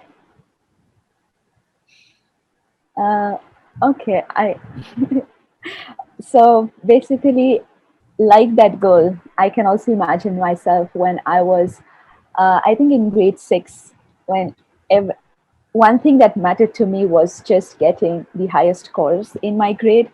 I was only focused on academics. Of course, I was interested in being part of sports and other activities, but my main focus was only academics. Then I was part of this musical called Maya, which was a Broadway musical that was hosted by Teach for India. And we were students from low-income schools who came together, and we wanted to put up a show. So in that journey, it was more about, okay, we came here for a show, but for me personally, it was more than that, because, like when we did not know, like our English weren't as fluent as I am speaking to you right now. So it was all like so scary, and I was timid and I didn't know what to do. I was like, I'm lost in the world. This is so new to me. And that was the time when I realized that there's something more than academics, and there's something more to education than just learning all the answers that my teacher asks me to do or solve the problems in like a maths textbook. And that was like the turning point when I got to realize that knowing myself was something that would take me to where I want to go, because by, like living up to expectations was something that I always did, but I never realized that, there's some dream that I also have for myself beyond scoring and beyond, like just being the smartest kid in my class.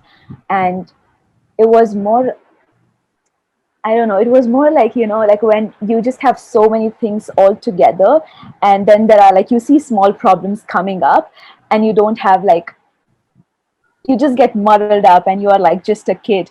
And then Teach for India comes in, where it's like, you have such great teachers who are there to support you and guide you. Doesn't matter it's about a school problem or anything that's happening. And slowly from then, I started in the theory, like believing in the theory of giving back. Like you said, like everyone wants to be a giver. I was in the same bucket. Like I wanted to do something to give back to my society. So every time I left a certain community of students or like my friends or college, I always wanted to do something in return. So some of my small actions that I can highlight to you right now is being part of the Kids Education Revolution. I hosted a project in my community where I took tuition classes for students who were struggling with English and maths. And I started with my brother. And so I had very small number of students, but the number did not matter to me. What mattered was, are they learning and are they taking away something from this, like classes? And yeah, like that, every time I come back, like when I was in Thailand, every time I came back in summer, I used to go back to my government school and help students there with their reading and, like just have conversations and help teachers. So that is my way of giving back to my community, because I feel satisfied when I am trying to do something for the others and get smiles on people's faces. So yeah, and now I'm going to head to the US. I'm very scared. I don't know how, like it's just going to be a new chapter of my life, but I'll just close out by saying that because I was part of Teach for India and because the idea of education just changed so much for me, I now know that going to the US won't just be, I want to become, like a doctor or an engineer, but it's more like I want to do something for my community and come back to my community and serve them and make this world a better place. So yeah, thank you for asking. I really appreciate that. Well, it's a beautiful story, and it starts with Teach for America, pulling you out of the memorization and repetition and authoritarian, all that stuff. And start stretching. And when that happens, everyone in Teach for America and any teacher, there are kids there who have a dream. They're repressed. You're not allowed to do this. The youth culture makes it difficult. It's not just the adults. Yeah, true. But if you, as a Teach for America person or the teacher or a caring parent, can spot someone who has the potential to have a dream and encourage it, and then help them figure out how to why don't you get your friends together and try it? Yeah, you can do it. And here's why it's important. If you really want to contribute in life, this is more important. And it's okay to drop an extra hour of memorization or whatever it is. And you get a couple of kids in a school to do that. They build a team, each of them. And they have clients. And suddenly you have 20, 30% of the kids being powerful and liking it. And that's how you tip the whole culture of the school to be an everyone a change maker school. And just as in your story, it starts with a Teach for India person or a teacher who understands what the new game is and therefore understands that everyone has to have visibility, and that starts with every child, every young person, without exception, everyone. Yeah. Okay. Thank you so so much for your time again. It was really good to talk to you, and I hope we'll talk soon. Yeah. Well, thank you, and see you here soon. Yes.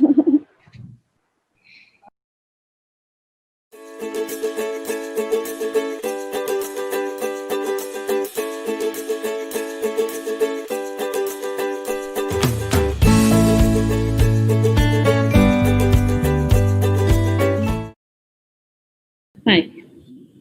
Thank you so much, Rutuja and Bill. The audience is all praises in the comment section. We now have Vishal Talreja, co-founder and trustee of Dream a Dream, which he created along with 11 other people. Dream a Dream is a registered charitable trust empowering children and young people from vulnerable backgrounds to overcome adversity and flourish in the 21st century using a creative life skills approach. Vishal is an Ashoka Fellow, an Eisenhower Fellow, a Salzburg Global Fellow, and a board member at BYE Global.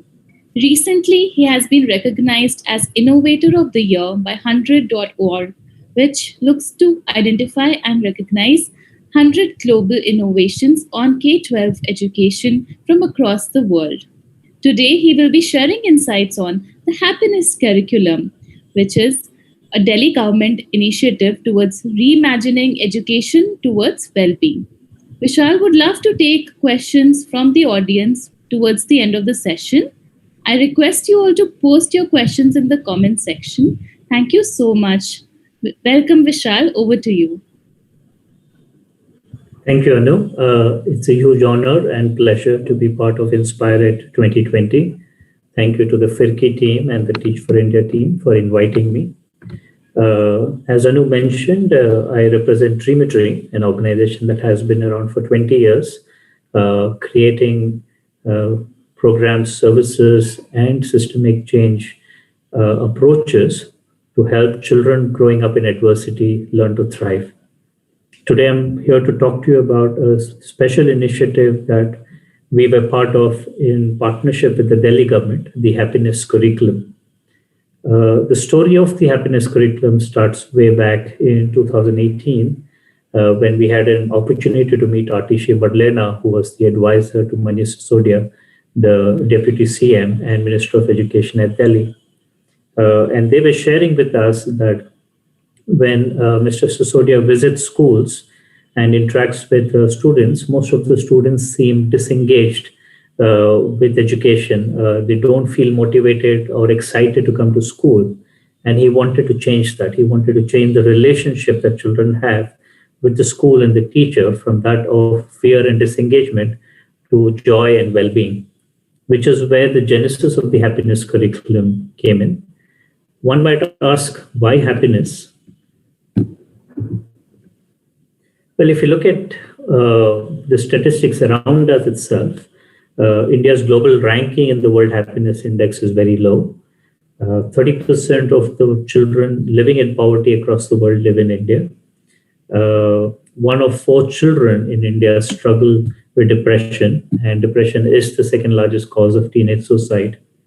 And 47 million children in India drop out of school by grade 10. These indicators point out there's something fundamentally wrong with our education system. That over the last few decades, education has become so focused on academics and achieving academic excellence that we've forgotten that education is also about character building. It's about our own well-being. It's about helping us, as Manishji says, helping us learn to be happy ourselves and learn to make others happy. So these ideas were really the genesis of the happiness curriculum for Delhi government. As we started talking with teachers and students and trying to understand more about what role can the happiness curriculum play, these are the objectives that we came about. One is primarily to help children and young people develop a sense of self-awareness and mindfulness, help them develop the skills that they need to engage with life itself, like critical thinking, inquiry, help them develop the life skills that they need to deal with stress and conflict in their life, in situations around them. help them learn to build a sense of self-identity, confidence, and ability to communicate and express themselves and express their emotions. Help them develop empathy for themselves and for people around them and for nature, and help them develop a sense of social awareness and values that will help them engage with society itself. So keeping these objectives in mind, we went about to develop the happiness curriculum. It was a joint effort where about 5 NGOs were invited in, including Dream a Dream. We had a host of 16 mentor teachers from the Directorate of Education in Delhi, counselors, and people from a department called the Cell for Human Values and Transformative Learning that the Delhi government had. This team went about and thinking about this vision of happiness and well-being that we wanted to promote in schools and how we could bring that alive through a curriculum. The methodology was that it has to be engaging, experiential, it has to be joyful, it has to be something that kids are looking forward to, which is why we then brought in mindfulness practices, joyful exercises, indoor games, storytelling as a very strong pedagogical approach, role plays, and the way to then help children develop the sense of self-awareness and values and life skills that we believe children need was through active inquiry, asking the right kind of questions, having reflective conversations, and mindfulness practices. One of the key pieces that we needed to think through was that the curriculum needed to be connected to children's real lives. It cannot be something that's disconnected to their real lives, especially children who are first-generation schoolgoers, which is nearly 80% of the kids who go into government school systems across Delhi. Ensuring that the learning happens through engagement and joy and experiential practices and not through rote learning. A key aspect, that direction that we got from the directorate was that we do not want to have a summative assessment of this curriculum. We don't want to convert it into a subject. We want this to be an experience for the children and the teachers.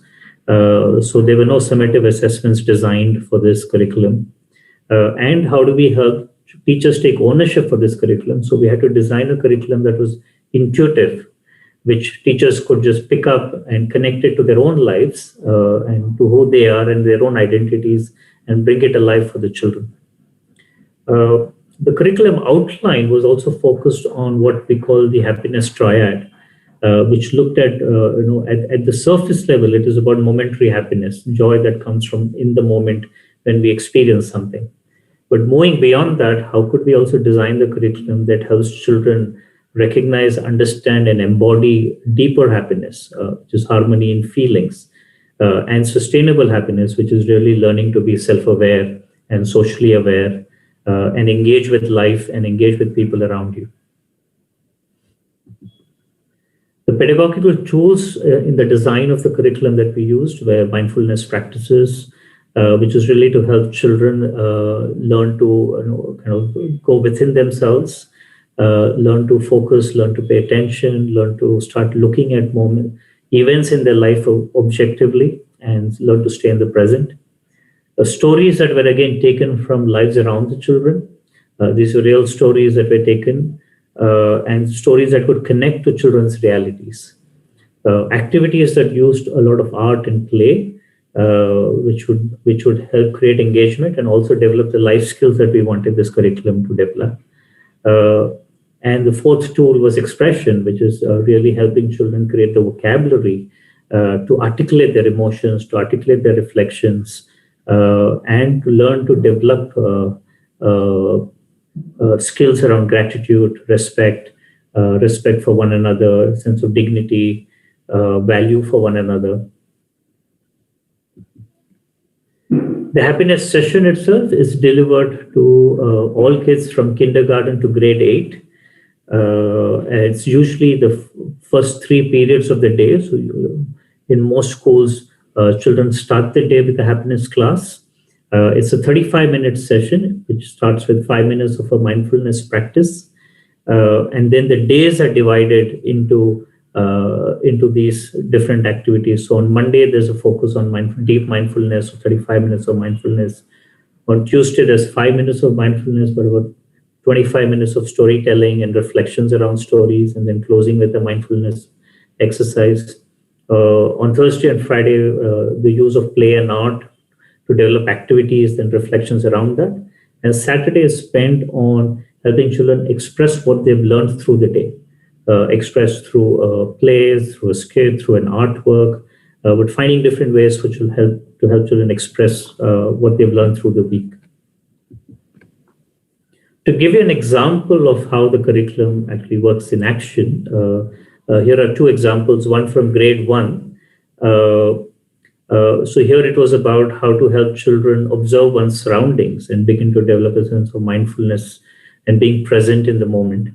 So the activities around breathing exercises and through a process of meditation, helping children kind of learn to listen to voices around them, experience voices around them, experiences voices that are around them, but they usually don't listen to, they don't hear. So build in a sense of awareness of the self and social awareness. And then through a reflection process, helping children then develop that practice of mindfulness. In grade 6, an activity around developing empathy, respect, and gratitude is again a discussion around, could be a real life experience of where one has probably felt that it didn't receive empathy or didn't receive respect or gratitude, but how did that make them feel? And then through those reflective questions, helping children then develop an understanding of what is empathy, what is respect, what is gratitude. The project itself was kicked off in February 2008. The curriculum was launched in April 2018. So it's been now running for 2 years. Like I said, it's for all kids from kindergarten to grade 8, which is in all 1,024 schools across the Delhi government. About 21,000 teachers transact and deliver this curriculum on a daily basis to about 800,000 students. We did conduct an external evaluation by Brookings Institution, who have also helped us now develop tools to measure the impact of this curriculum on students and teachers. These are some of the testimonials or stories that we have heard. This is a young student who talks about how she found courage and confidence through the happiness classes to be able to make someone become aware of how they were causing pollution, and helped her then change behavior of that individual.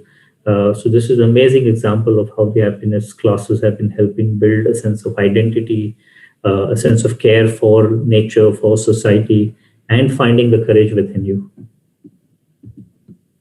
This is a testimonial from a teacher who specifically talks about a student in her class who had multiple sclerosis, and how the happiness curriculum again helped build confidence in this child to come forward and share their experiences and kind of engage with the class and make friends.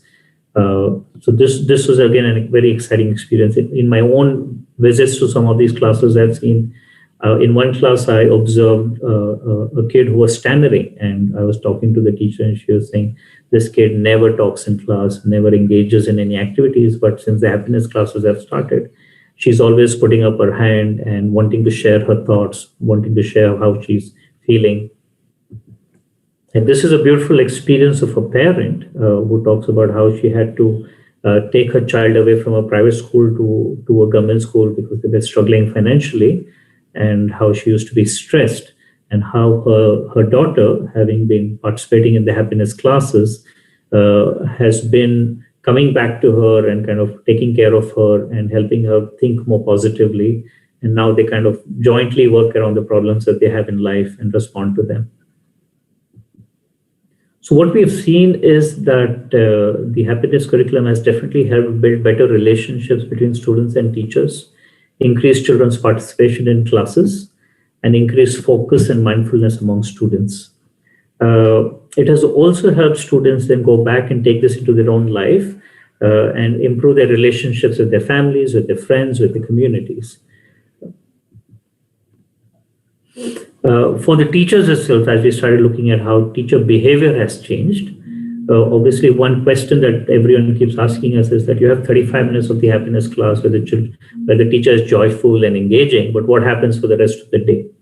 And we are beginning to see a very definite behavior shift in teachers where they take this idea across the school day and engage with children in all the other subjects also with a sense of engagement and joy now. Teachers also learning to value the well-being of children over academic success. They're changing their approaches to teaching, bringing in more art and play, and it has also increased collaboration between teachers. Brookings Institution also did a curriculum analysis to look at whether the curriculum itself is meeting the objectives, and we saw that in most of the areas, the curriculum is meeting the objectives that we set out to achieve, which is around improving self-awareness, social awareness, helping develop life skills, improving relationships and communication skills, and mindfulness practices. That's it. I'll probably take a pause here and take if there are any questions. Yes, Vishal, we can take some questions now. We have a lot of interesting questions on YouTube.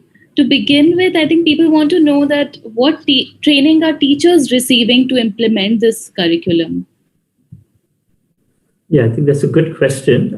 Like I said, because we knew we had to launch this curriculum at a large scale in 1,000-odd schools and 21,000 teachers, we designed the curriculum to be intuitive. Having said that, Delhi government very uniquely has a cadre of mentor teachers, about 200 mentor teachers, who are teachers who have been taken off teaching jobs to now support schools in some of these new initiatives. So we have trained 200 mentor teachers on pedagogical approaches around understanding child behavior, child psychology, developing the skills, facilitative skills that are needed to, say, be authentic in the classroom, be a better listener, build trust and safety in the classroom. And these mentor teachers then visit one school every day of the week, sit in on the happiness class sessions, observe the teachers, and it's not so much giving feedback, but provide support to the teachers about how they can integrate the happiness curriculum. All the schools also have happiness coordinators. These are specific teachers, in addition to other roles, also are core to the happiness curriculum. They deliver the happiness curriculum in the school.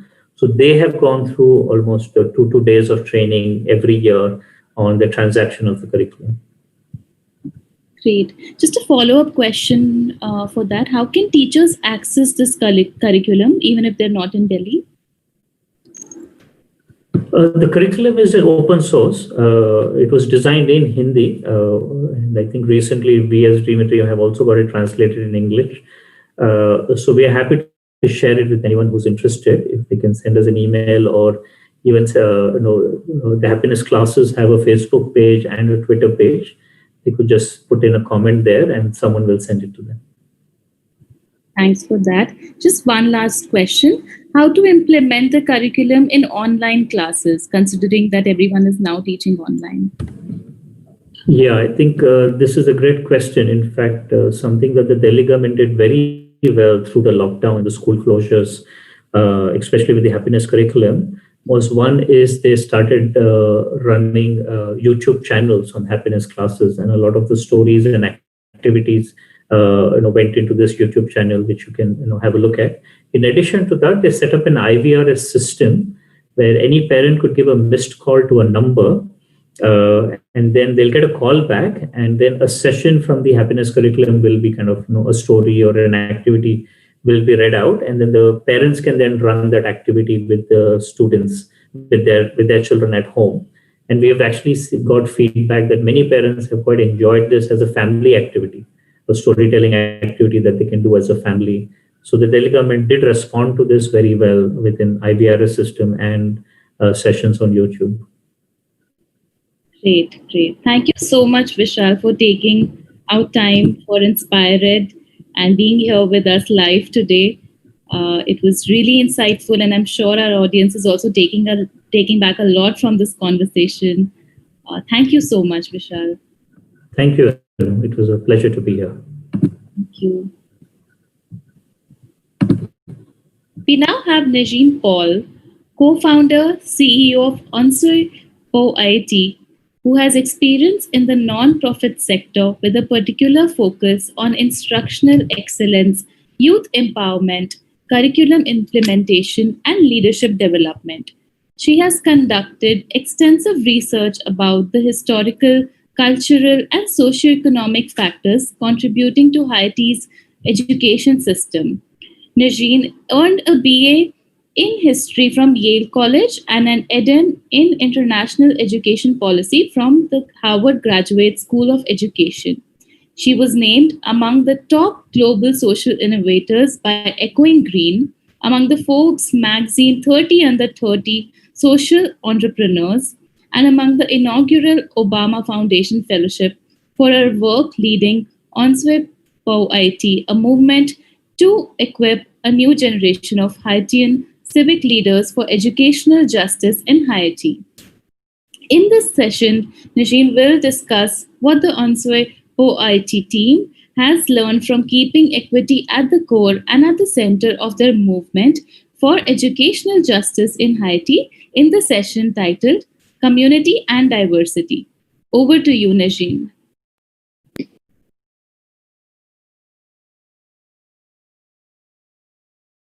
Hello, everyone. My name is Nedgine Paul Deroly. I am co-founder and CEO of inspirED in Haiti. And it is a true honor and a pleasure to have been invited to speak about some of what we're learning with our communities and what we're learning as part of the movement building process in Haiti. As you can tell, this topic is part of the Act Together strand or track. And some of what we believe to be at the heart of a community and diversity conversation is about asking and considering the who question.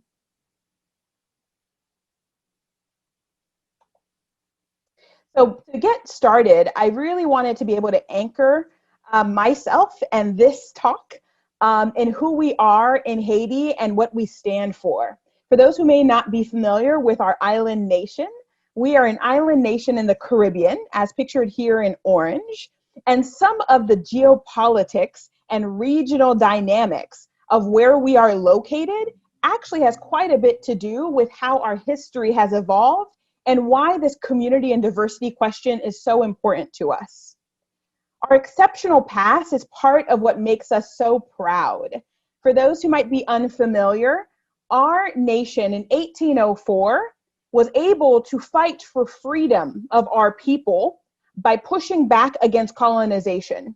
In 1804, we proclaimed our independence and became the first Black republic of the world. Another fun fact is that Haiti is the only republic to come out of a successful slave revolt.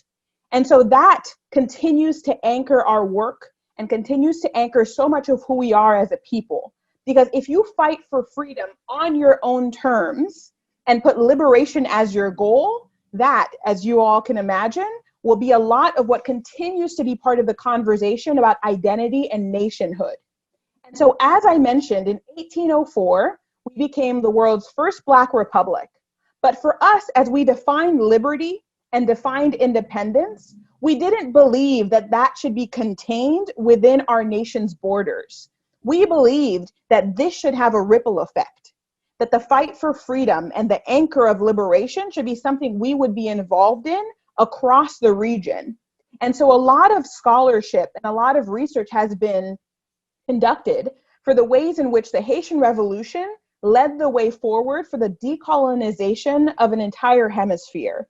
We're so proud for the ways that it didn't just remain as an academic or as an imaginary practice, but that Haiti and Haitians were involved both culturally, economically, and even physically in the fight for liberty and freedom across the region. Then you fast forward a few years, and as we are creating our first constitution as a free republic, one of the things that strikes me and so many other educators is that we proclaim that education is a human right. And that is super revolutionary for 1804. Imagine early 19th century putting a stake in the ground and saying that education should be free and available for all. And I should point out here that as we were defining education early in our nation's history, one of the things that we knew is that education is not what happens in a classroom, right? Even that term is something that would come out many years later.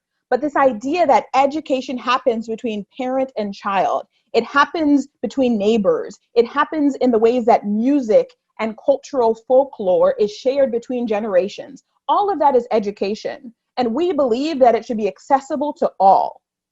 The other piece as education evolved in our history is that we started to recognize that classrooms and education could be the blast off of conscience, identity, and agency. Blast off, meaning the launching pad, the starting point for where conscience, identity, and agency are fostered and deepened. And one of the things that we started to recognize is that the point of diversity, community building, and unity are pieces of what makes Haitian identity so strong. For those who may not be familiar with our flag, the motto of our nation on our flag is actually unity makes our strength. Because the way we fought for our revolution, the way we built our nation in our earliest and most prosperous years, were literally a product of diversity and community building. And so what we realized with education is that it should be fostered as early as the classroom, as early as when children are starting to understand who they are in relationship with others. And so over time, education became something that would connect the dots between community, between culture, between identity, and a sense of civic engagement and citizenship. Those were all the different dots that were connected through education. Unfortunately, fast forward a few generations, and we start to see education become infiltrated by other types of norms. We start to see people drive with ego and drive with I instead of we, with me instead of we. And so then education, if you start to study it, how it evolves in Haiti over time, starts to lead to more disconnect rather than connection. We start to see that it is fostering egocentric and personal choices rather than a sense of mutual prosperity and mutual fulfillment. And so at inspirED, our movement is about 6 years old now, we realized that that would have to be the heart of some of the work that we did in education. Yes, the academics would be important. Yes, we would have to figure out how to fix some of the infrastructure challenges of education, but we also had to address this point, this identity piece and this piece related to community and diversity. And so at inspirED, we decided that our whole movement would be rooted in collective action, that we would work with communities to create a network of civic leaders and build an equitable education system together. And that's why I was so grateful to be able to represent our mighty team in Haiti, to be able to share a bit about why this track of act together means so much to our work to decolonize and to reinvigorate an education system that should be rooted on equity and equal educational opportunity for all. And so as we were thinking about this presentation and how best to share what we continue to learn about working together, acting together, and building community, this question about the who started coming up, right? We started to ask ourselves, why is it that this who question often gets relegated to an inferior position?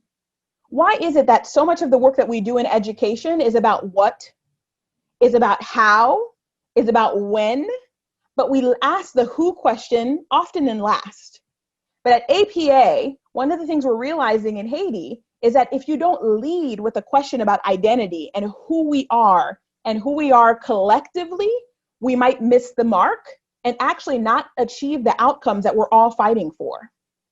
And so at the center of this who question for us in Haiti is centering the solution bearers. And that's who we call all of us who are fighting together, but primarily the community members who can band together and themselves bring about the solutions that we know are at the heart of education equity.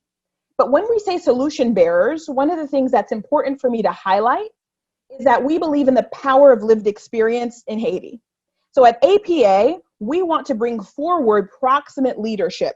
One way to define proximate leadership are those who've been most close to, most proximate to the issues that we want to address. At APA, we want to dismantle educational inequity. And so we want to bring forward the existing leadership of people who have experienced educational inequity, who have fought to make it out of school, who have fought to figure out how to make it to primary, secondary, and finally to get the opportunities that they deserve in their lives. And so part of this who question for me that I want to share with you all, because there's no one answer, right? Everyone watching and engaging in this conversation, I hope you start asking yourself this who question as well.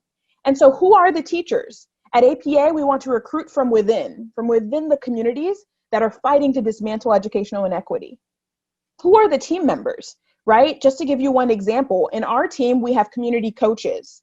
And we would be naive to think that some of those coaches don't come with their own lens, with their own perspective that may have been influenced by a heavily colonial and antiquated and traditional way of teaching and learning.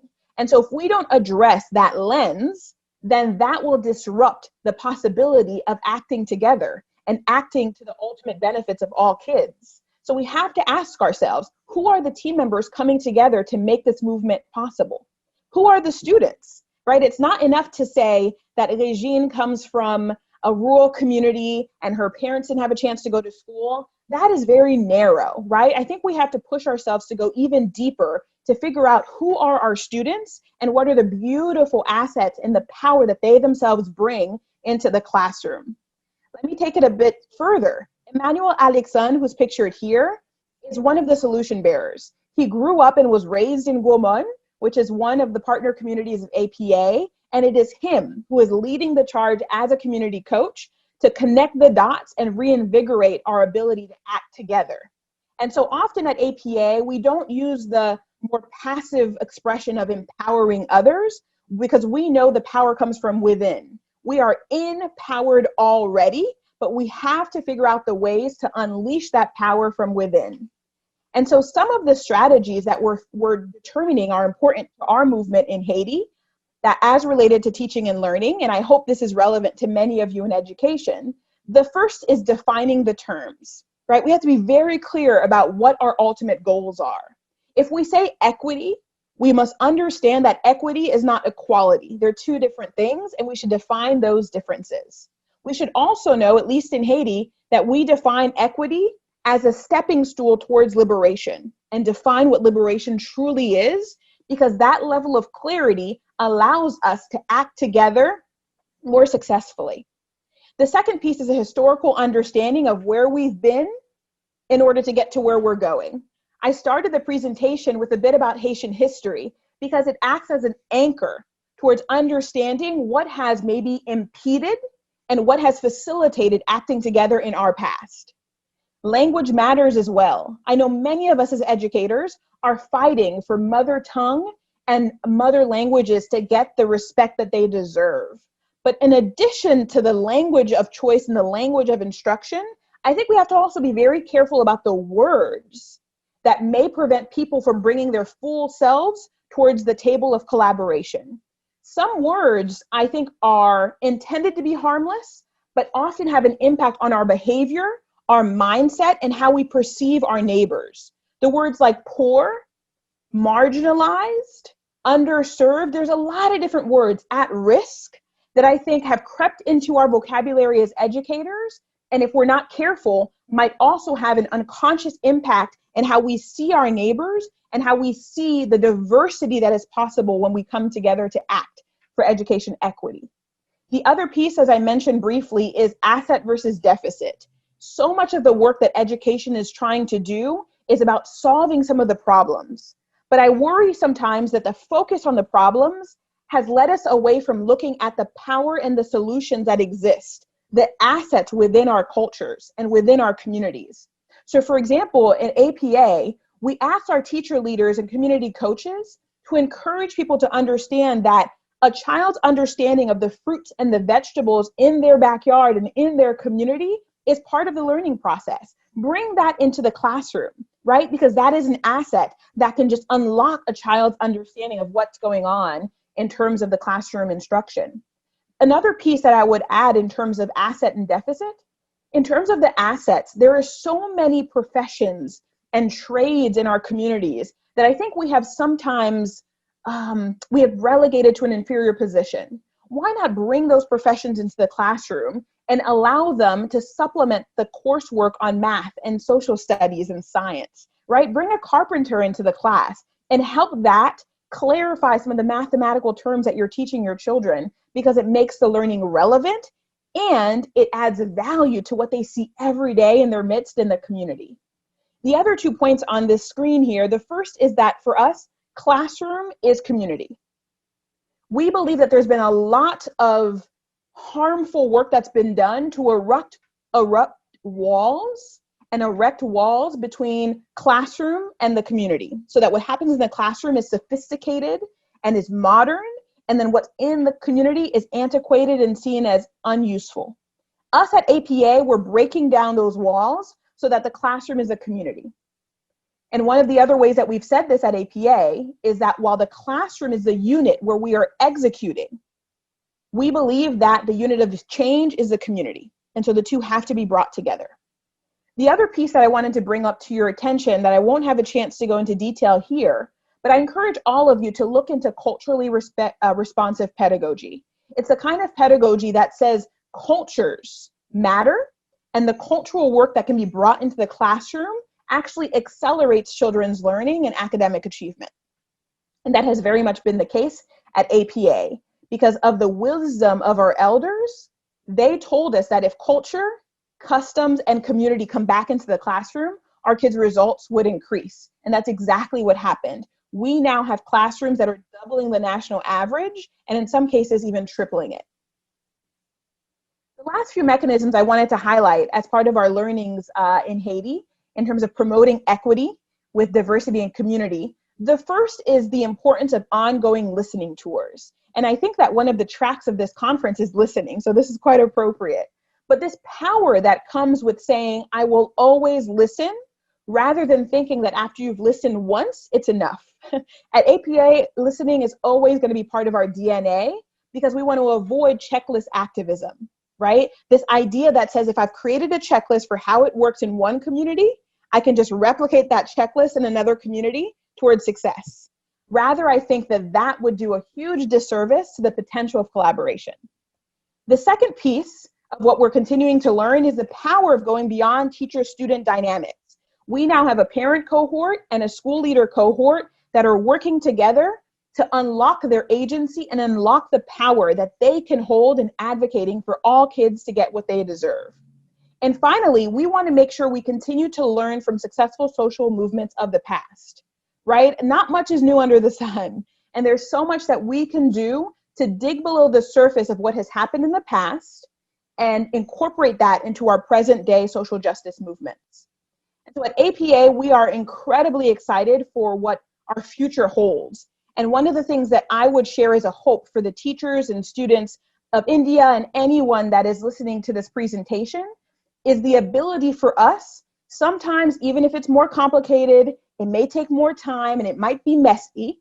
I hope that we take the plunge and push ourselves to work together, to listen to each other, and to unlock the assets that already exist within the communities, to kind of peel back the layers of some of what our preconceived notions have told us about community, but rather look for what is hidden, right? Beyond the gems of our communities and our histories and our past, in order to unlock what kids are fighting to be able to do and to be able to unlock the genius of all of our kids. Thank you again for this opportunity.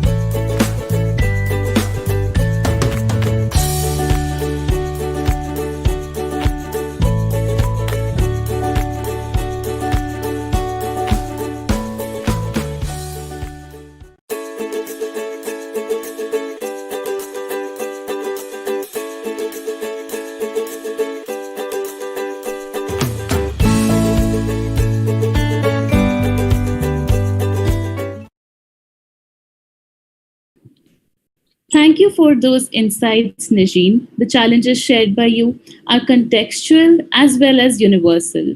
We now welcome Anurag Kundu, Chairperson, Delhi Commission for Protection of Child Rights, Government of Delhi, with us. Prior to joining Delhi Commission for Protection of Child Rights, as chairperson, Anurag has been involved in the work of implementation of Right to Education Act for several years. He has previously served as member, Delhi Commission for Protection of Child Rights, where he headed the education division. He has been part of several education reforms of the government of Delhi and authored multiple policy decisions. He has published a research study detailing the status of implementation of Section 12(1)(c) of the Right to Education Act that reserves 25% seats in private schools for children belonging to economically weaker sections and socially disadvantaged groups. He also published a research study to assess the extent and effectiveness of mainstreaming of out-of-school children in Delhi. In 2016, he filed and won public interest litigation in Delhi High Court for robust implementation of the Section 12(1)(c) of Right to Education Act in private schools, regulated by 3 corporations of Delhi, and thus benefiting nearly 12,000 children annually and setting precedents for similar litigations in different states. Previously, he has completed 2 years fellowship with Teach for India prior to joining them as consultant. Thereafter, he worked with Indus Action for the implementation of Right to Education Act. He is a computer engineer by degree and hence leverages technology effectively in his work. Today, he will be talking to us on the topic, Building Early Warning System for Identifying and Predicting Child Adversity for Timely Intervention. Over to you, Anurag. Thanks, Anu. Am I just double check? Am I audible and visible? Yes. All right. I'll just quickly share my screen and just give me a heads up if my screen is visible.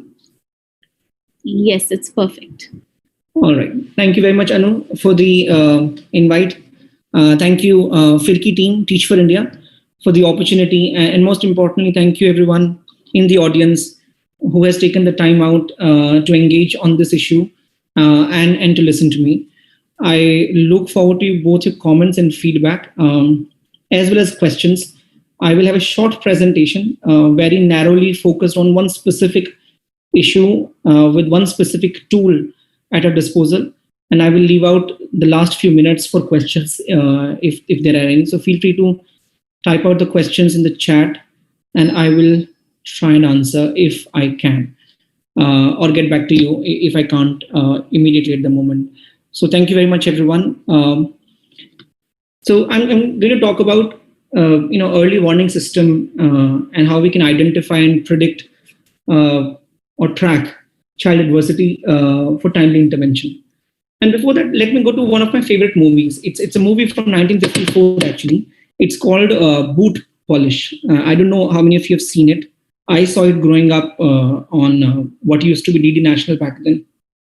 On a Friday night, there used to be movies, so I saw this movie there.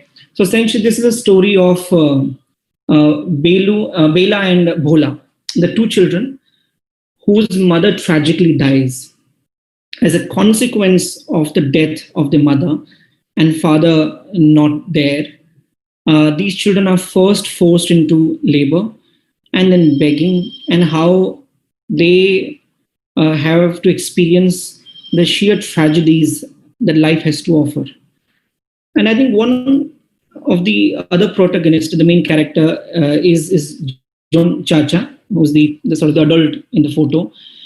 And I distinctly remember one particular dialogue from the movie. And in this particular movie, there is a conversation between the 2 children and the adult, wherein tired by the tragedies of their life, John Chacha tries to inspire them, and he says, "Someday this night will end.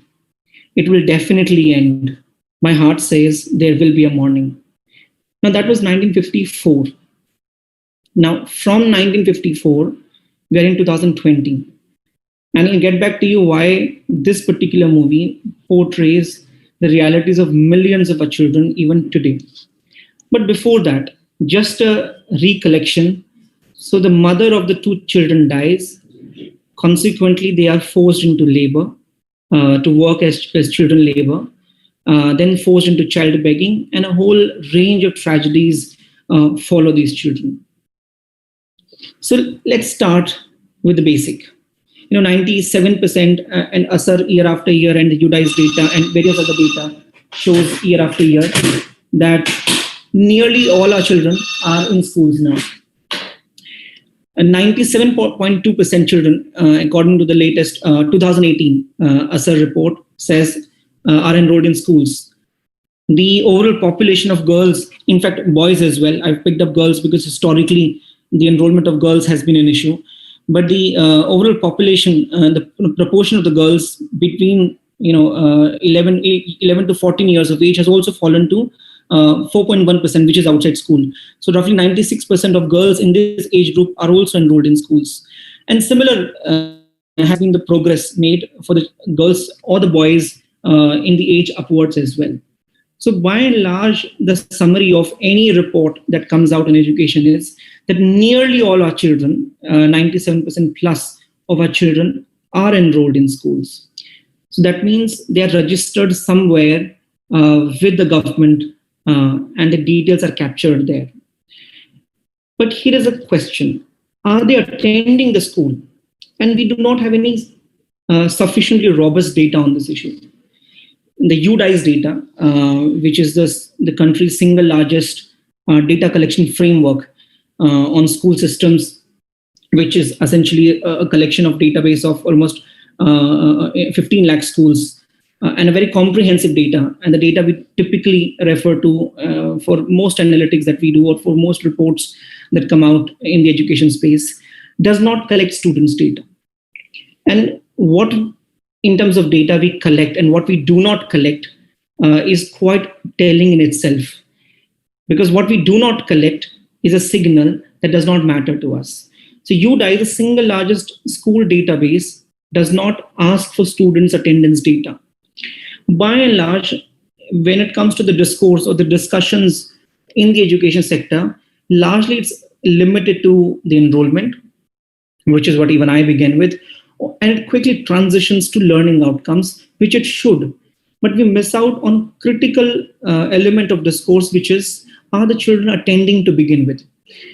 So then the question is, why are we overlooking such a crucial data that we can easily capture and is anyway recorded at a school level of every child?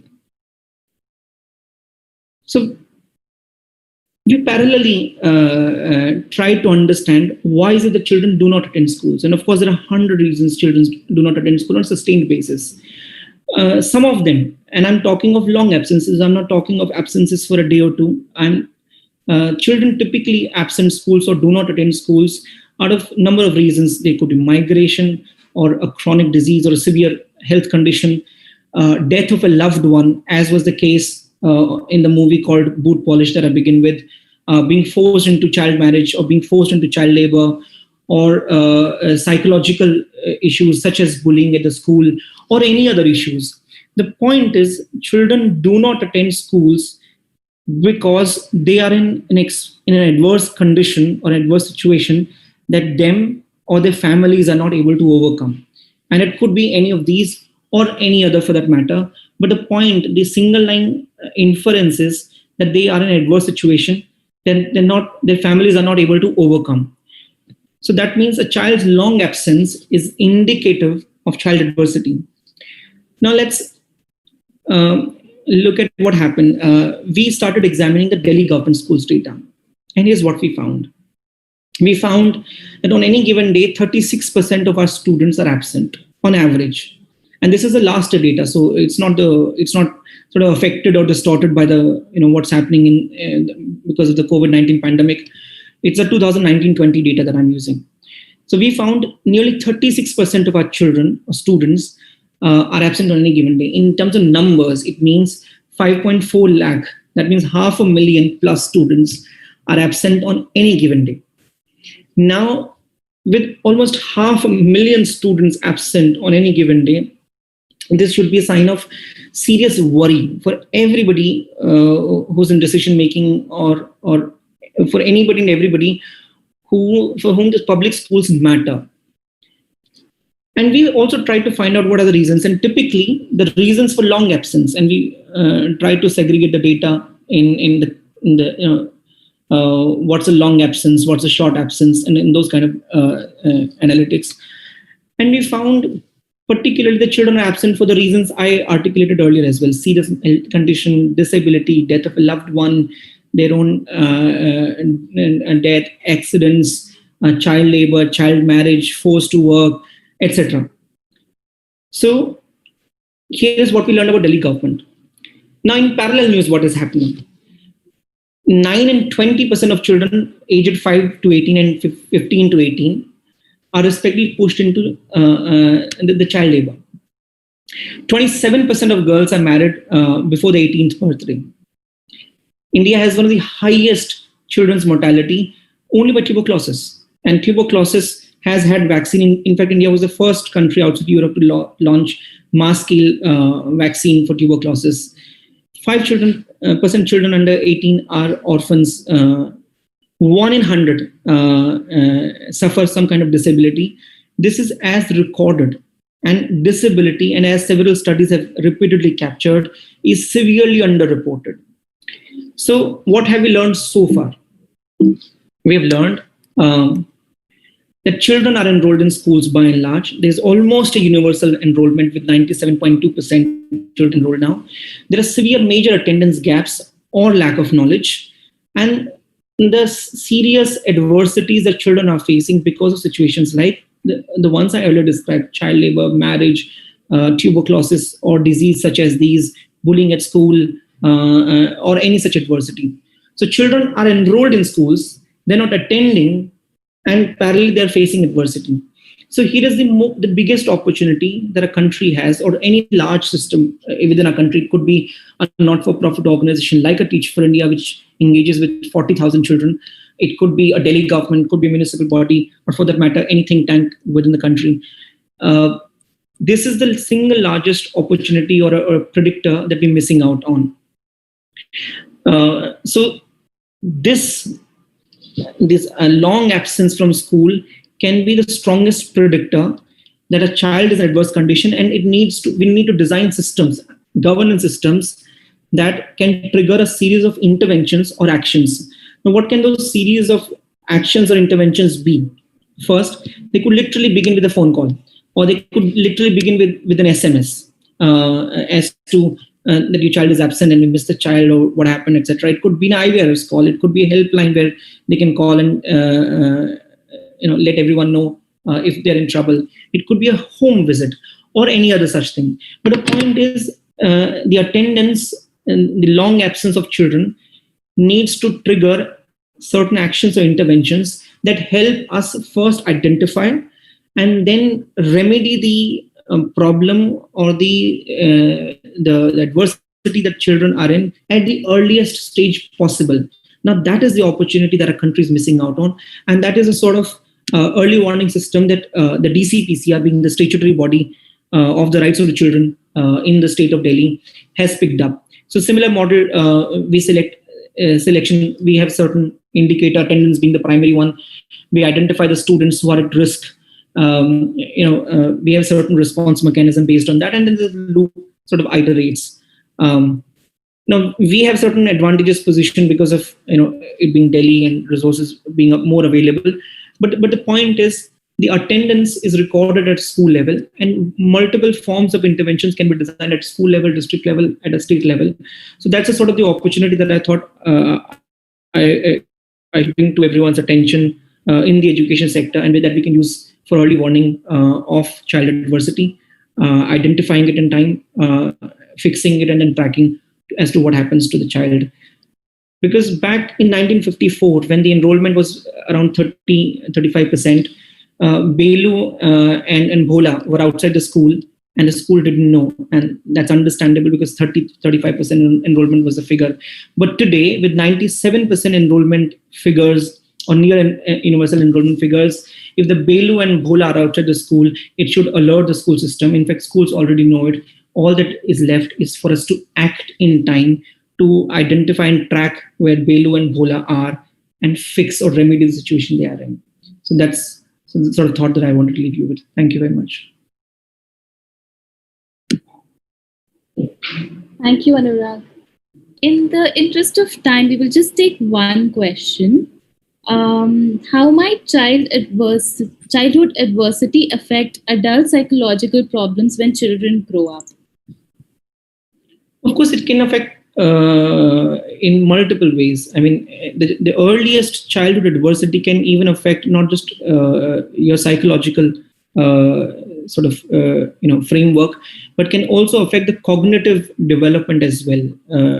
Early experiences, in fact, how the children receive care in the early years can really build their image of self, their image of the society, and how they engage with it. So there is a serious long-term adversarial impact on the children of particularly the early years, both about themselves and how they see themselves and how they see the world around them. So of course and which is why identifying and intervening early becomes all the more crucial, and unfortunately all the more missed out in terms of opportunity cost by our country. Thank you so much, Anurag, for taking out time for inspirED and sharing these valuable insights. My pleasure. Thank you very much, everyone. We now have a panel discussion on India and I, an interesting conversation on values in education, particularly aligned to our new educational policy, constitutional values of liberty, equality, fraternity, and justice. In this panel, we have Anurag, founder trustee of Teach for India, Amitabh Kant, CEO of Niti Aayog, Shaheen Mistri, CEO of Teach to Lead, and Aaran Patel, Teach for India alumnus. Over to you, Shaheen, to begin this discussion.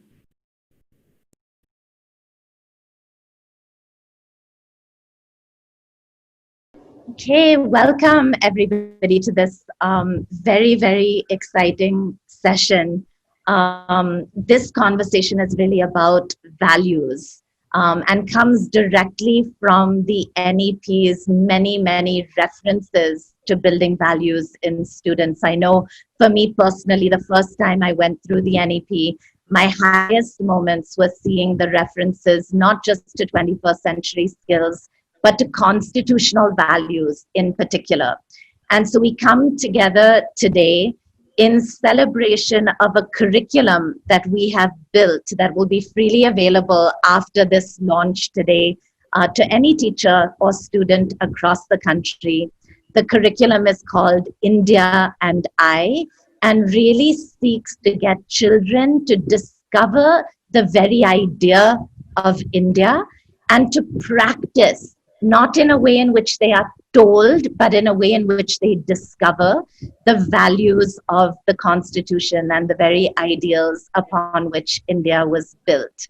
And so as we thought about launching that curriculum, we thought about three very special people that all in very different and unique ways have built India and continue to do that. And so with that, let me do a quick introduction. Amitabh Kant needs no introduction at all. A huge champion of India and especially of uplifting the poorest parts of India. Very, very happy to have you with us today.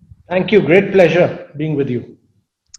And second, I will move to Aaran, who's a very dear friend, did the Teach for India Fellowship and actually practiced the values of the Constitution with students himself, and now is doing a master's in public policy at the Harvard Kennedy School, and is a great champion of democracy and a great champion of the environment in education as well. Aaran, so lovely to have you with us.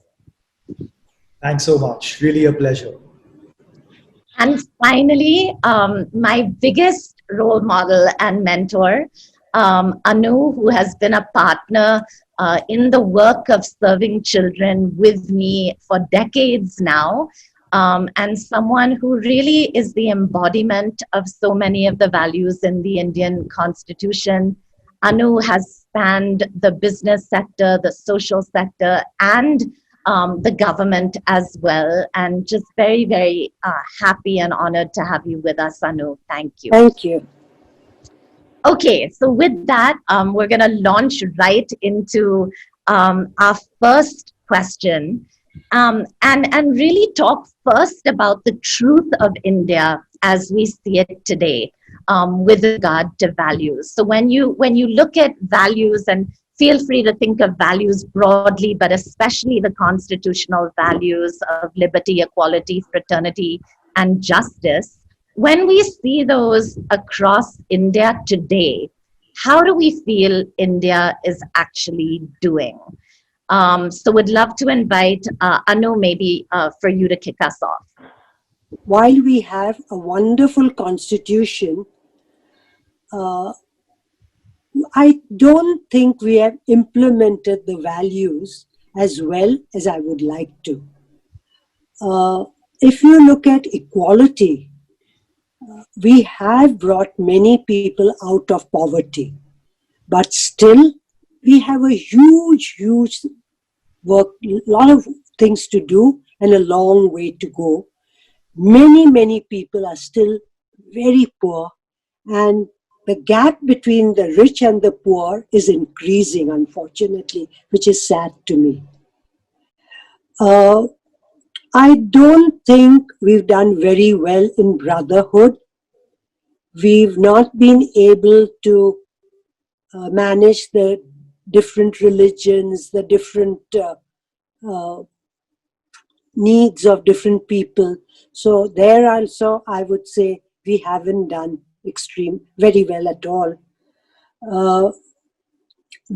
On paper, we have liberty, but very often, if you cross what the people in power think you have crossed, there are consequences, which I would say in a democratic country, I would fight for my right to disagree with someone. I may totally disagree, but still respect that person because I believe in having differences. And justice, the way we see thousands and lakhs of people languishing in our jails without even their case coming to court, is not fair.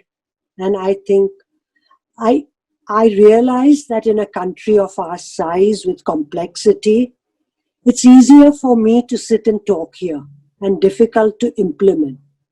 But I still think, to be honest, we are far from our constitutional values.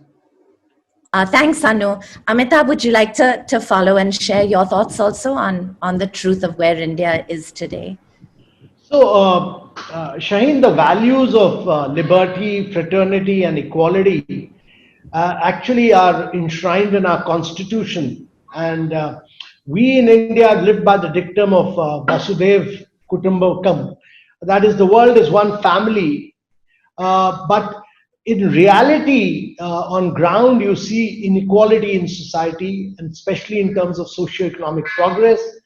And as a civil servant, I think we need to take constant proactive measures to ensure that everyone gets an equal opportunity to succeed in life.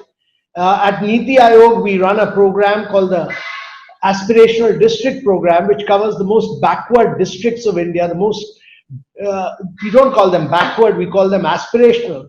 We track their performance on 49 different indicators, learning outcomes, health outcomes, skill development, financial inclusion, and we make them compete on a real-time basis. So we track their data on a real-time basis, and we ensure that this ranking is put out in public domain. And my personal view is that when you make states compete, when you do it on real-time data, and when you're putting it out in public domain, you'll see a lot of improvement in their performance. And we've seen a huge improvement in these 112 aspirational districts of the country. And that is what the Constitution is all about. You can't have the values of liberty, fraternity, and equality without economic growth and progress and lifting people above poverty line. And that is what we are doing. Though over the years, let me say that the latest multidimensional poverty index has shown that we've lifted a very vast segment of our population above the poverty line. The recent COVID-19 will have a huge impact on learning outcomes, on health outcomes, and actually may put people again back into the poverty. And therefore, we need to constantly work on this. And this is very critical. But more than that, you know, as a part of our education system, as a part of our growing up, as a part of our mental process, these values of liberty, fraternity, and equality must be inbuilt into our mental process so that every Indian realizes that it's not about growing individually, but about making the country grow with individuals who believe in these values. Each one of us must be committed and must be a great believer in these values. Yeah, absolutely. And I'm going to come back to you in a minute with the how. You know, how do we actually build these and how do we build that kind of commitment? But before that, I want to go over to Aaran, Aaran, you now have such a unique vantage point of having been on the ground working with children in poverty and now at Harvard University. I mean, a real spectrum. What's your take as you look at India today from a vantage point that you have? So I think Anu and Mr. Kant have framed the issue very compellingly.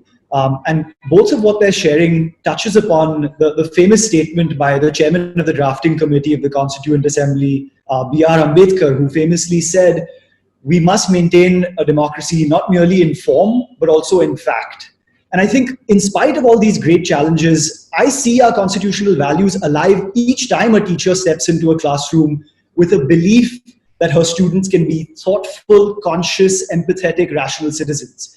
Each time civil society jumps in and either aids the government or fills in gaps, particularly as we've seen during the pandemic. Each time a lawyer takes up a case of the vulnerable, the disenfranchised, pro bono, and represents their interests. Each time a bureaucrat or civil servant stands up for the values that he or she believes in. And I think also ultimately when, as Anu was sharing earlier, out of love for one's country and out of belief for what India can be, when individuals dissent or engage in peaceful protest to adhere to the values that I think they want to see in the public sphere, I see those values alive today.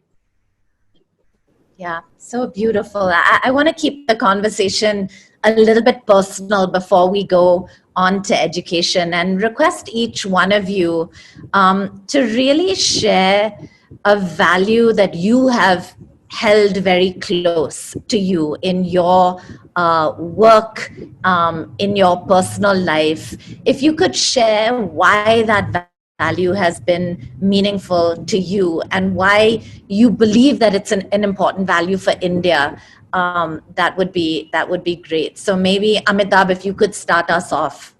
I'm a great believer in constant debate, discussion, and dissent, because that's where issues get framed when you get a viewpoint which is different from yours. So must allow people of different viewpoints to express their opinion, and that's the only way which will encourage development of scientific temperament and not any prejudices. And therefore debate, constant debate, discussion, and dissent on any issue relating to development, we should allow it in a very free and open manner.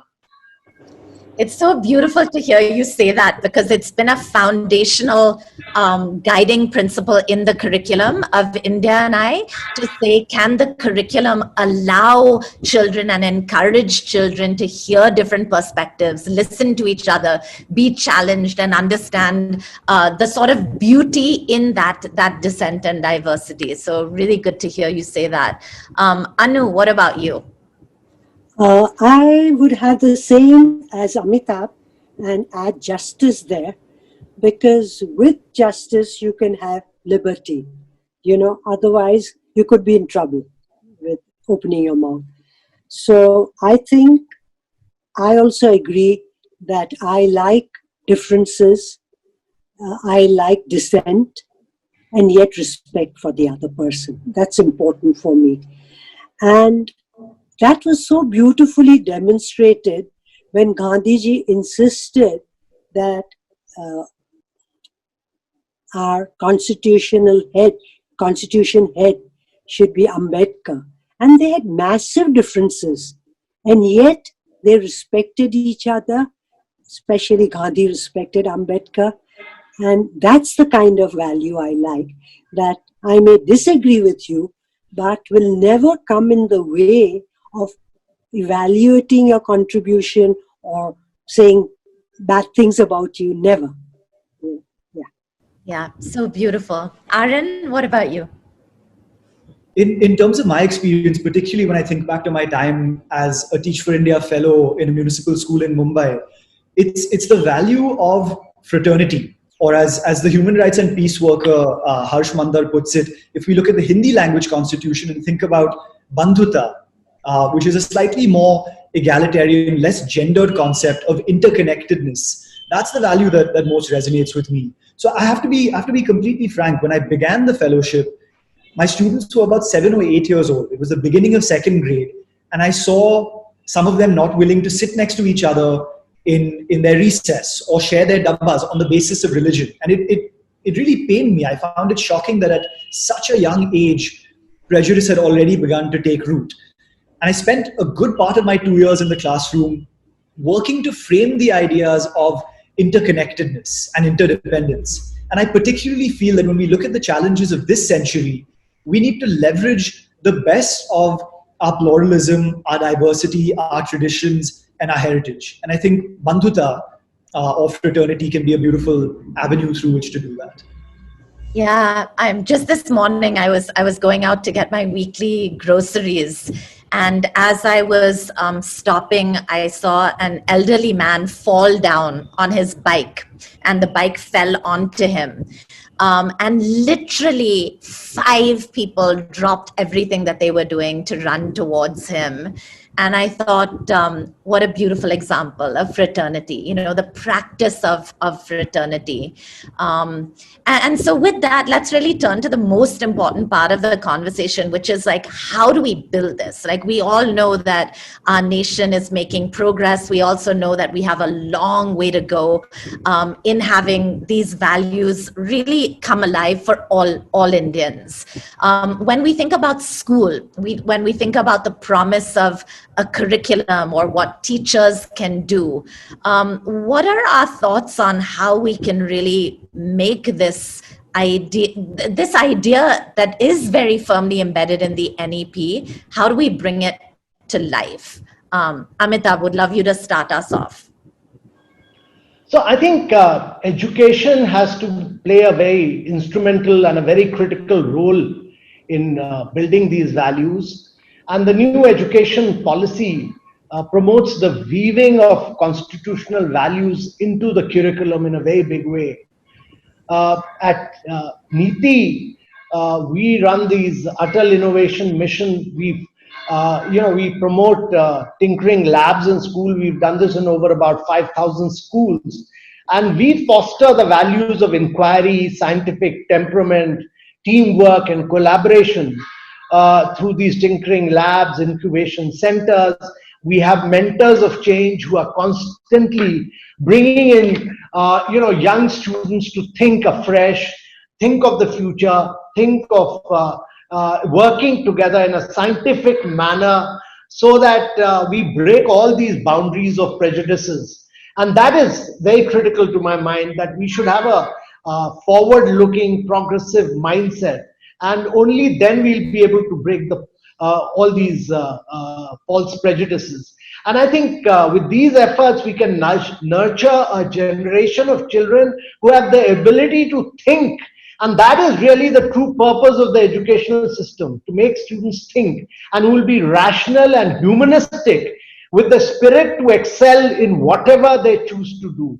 You can choose anything you want to do. You can be an artist, you can be a sculptor, you can be a sculpturist, you can be a painter, whatever, photographer, but you must become the best in that. And your passion must be to do that. But your ability to think rationally must remain in whatever, and be humanistic, and treat everyone else in the society as it is. There's so much of inequality, and therefore play a key and a critical role in whatever manner you can do to reduce that. And Amitabh, just to follow up, those ideas are so beautiful.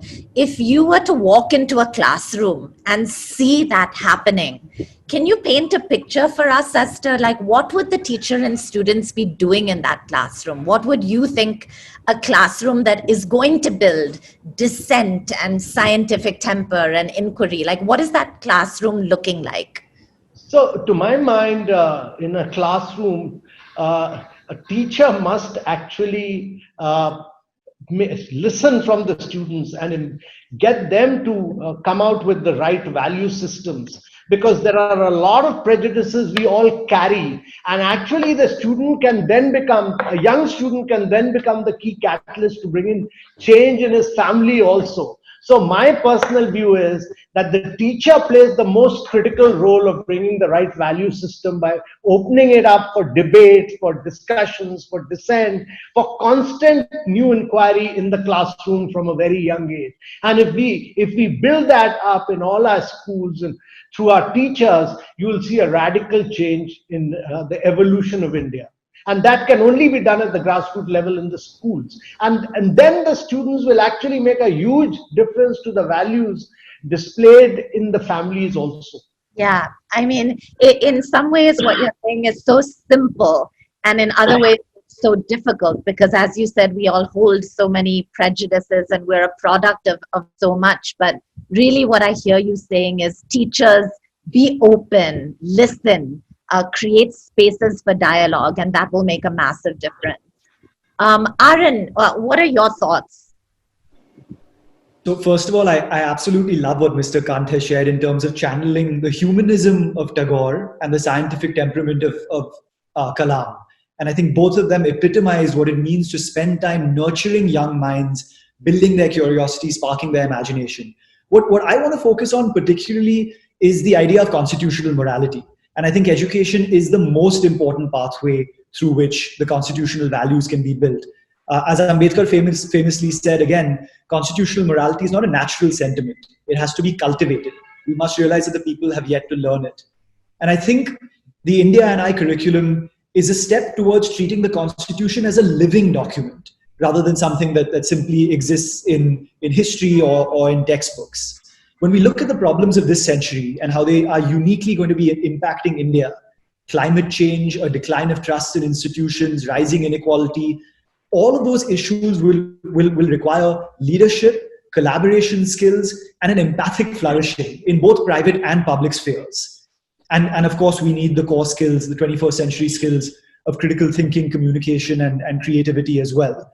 So I think in order to foster democracy in the public sphere, that must begin in our classrooms and in our homes. And I think the kind of pedagogy that Mr. Kant was speaking about in terms of an equal relationship, one which has its foundations in listening and cultivating curiosity is a really important way to do that.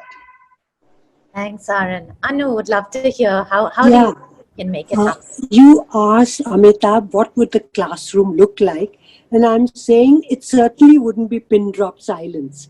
There'd be a bit of a chaos. There'd be differences, and a teacher will not expect that anybody should be without prejudice. I think all of us have prejudice. So let them talk. Let her start by saying what are her prejudices, so the kids don't feel guilty or small for having them. They feel to be human is to have it, but we can get over them, or at least be aware of them. And if this continues, what kind of India will we have in future? So what will be the consequences? So she makes them aware of it. She is a role model. I mean, not all the time. If she makes a mistake, she says sorry. That itself is so important, to know that we all will fail at times. And if the kids can disagree with her without her being very upset, or not having the yes children, yes men, yes, what do you call, yes men or whatever, as our favorites, but the naughty ones, I think that is practicing the values. Yeah, so beautiful. One last question. I know we're coming to the end of our time, but would love to end with either a small example from each of you or a role model who you feel really exemplifies this idea of India that you want to see. So any final example words to our audience? What is an example of a person or just a specific situation that comes to mind? Anu, you want to start us off this time? Sure. I would say my husband, Drayton, for equality. Many men talk about gender equality, but in reality, especially at home, they're quite different.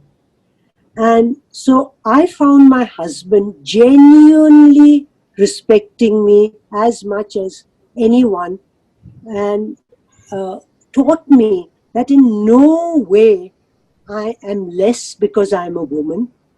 And once I publicly disagreed with him, and my father was most upset that you humiliated him. And he says, what are you talking? She disagreed. That's not humiliation. I haven't married a rubber stamp. That gave me so much inner strength to go on and do things which I want.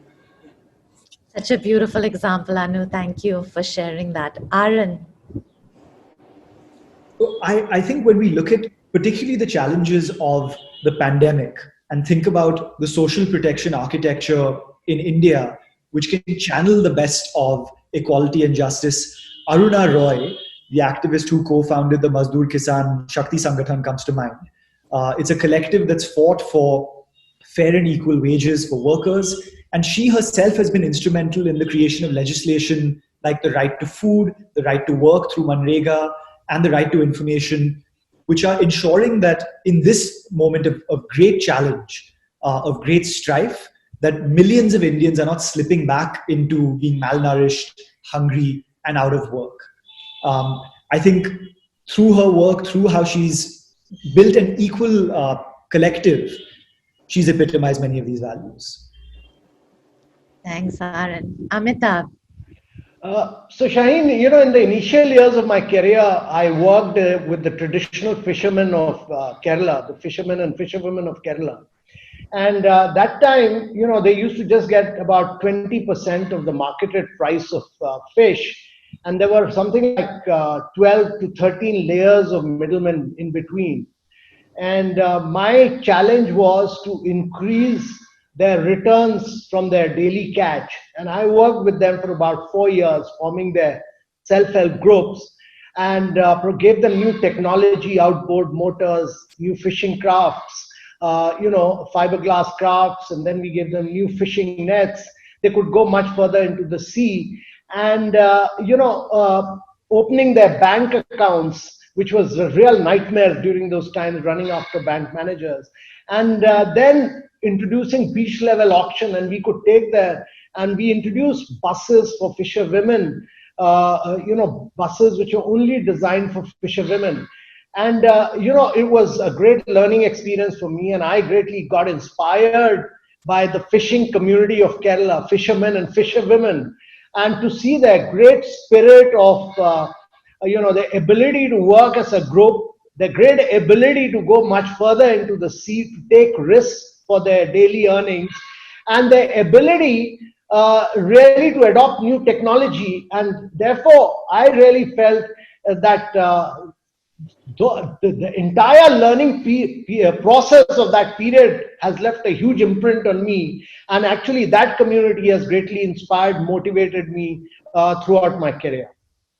Beautiful example. I love the words great spirit. And with that, my hope is that we can really move the NEP and the idea and the vision of constitutional values in the NEP to reality. And really, really hoping that we can spread the India curriculum as one way to be able to do that. With that, a very, very big thank you. I just realized you all are A's. So to my 3 A's, Anu, Amitabh, and Aaran, thank you so much for being with us. Thank you for everything you do to live and embody the values of the Constitution yourselves. And do take the spirit and idea of India and and let's together try to spread it as widely as we can. Thank you so much. Thank you. Thank you. Thank you. Thanks so much. Hi, I'm Priyanka. I'm 21 years old. I'm currently a senior at Franklin and Marshall College in the US, where I study psychology, theater, and Italian. Hello, everyone. I'm Nalika Briganza. I was a 2012 Teach for India Fellow, and I currently serve our program through the program director role that I play across our 7 regions. In 2013, I was a part of a Teach for India program called Maya. Maya was a musical about a princess.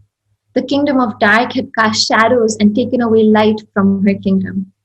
And Maya, a young, shy princess, had to go on a journey to bring back light to her kingdom. On her way, Maya finds a cure for a sickness by climbing the tallest mountains. She saves animals in a burning forest with her compassion, and she solves 3 puzzling riddles with her wisdom. As I think of India and the journey that lies ahead of us, I think of how we all have to do what Maya did. We have to undertake a journey to bring back light to this country. And to do that, like Maya, we have to look around and cure fires and diseases with our courage and compassion. We have to solve difficult riddles and questions that our country is asking us right now. India is home to 1.3 billion people. That is 17.7% of people that live on this planet. And I think being a home to so many people, we have a responsibility and a duty to make sure that every person who lives on this land feels equal, feels respected, feels loved, and is able to live their life with dignity. We're miles away from realizing an India where that is true. The darkness that we have to come out of comes in the form of poverty, inequality of opportunities, gender inequality, violence against women, violence against people of different castes and religions. And out of all of this darkness, we have to find a path of equality, justice, liberty, and fraternity. The values that our ancestors laid the foundation of our country on. I believe that these values are the torches that our ancestors have left behind for us to find a way to an India that is full of light. And the India and I curriculum is a way to give these torches to young people across the country so we walk towards a better and brighter India. Nalika Didi was one of 50 people that came together to develop this curriculum. I would like to invite her to give us an overview of the curriculum and what it tries to do. Thank you so much, Priyanka, for bringing voice so meaningfully to what the India and I curriculum aims to do. The children of India are growing up in a rapidly changing and increasingly complex world. Beneath that volatility, we recognize is the immense potential and spirit that each child holds. Never before has the need to develop future citizens of India been more important. We need young people who are growing up with a desire and a commitment to ensure that India is a country that flourishes and works for every single one of its people. Our curriculum has been designed on this premise. Through the curriculum, learners will explore 5 thematic units that collectively span every domain of life: self, family and school, community, nation, and world. They'll better understand citizenship and service by first understanding what it means to be an integral part of their family and community. To help students further unpack the ideals of India, students will encounter a running theme that spans India's constitutional values. With each unit and through the big ideas, students will explore seemingly abstract concepts of liberty, justice, equality, and fraternity. They'll discover what it means for every citizen of India to fully live into those values, and they'll ultimately unpack what a nation that is holding those values together can do to build a better India. Finally, as companions along the way, students will encounter our 8 C's: courage, creativity, compassion, curiosity, consciousness, collaboration, and critical thinking. The generative questions that students will explore are limitless. How can I play a role in building a better India?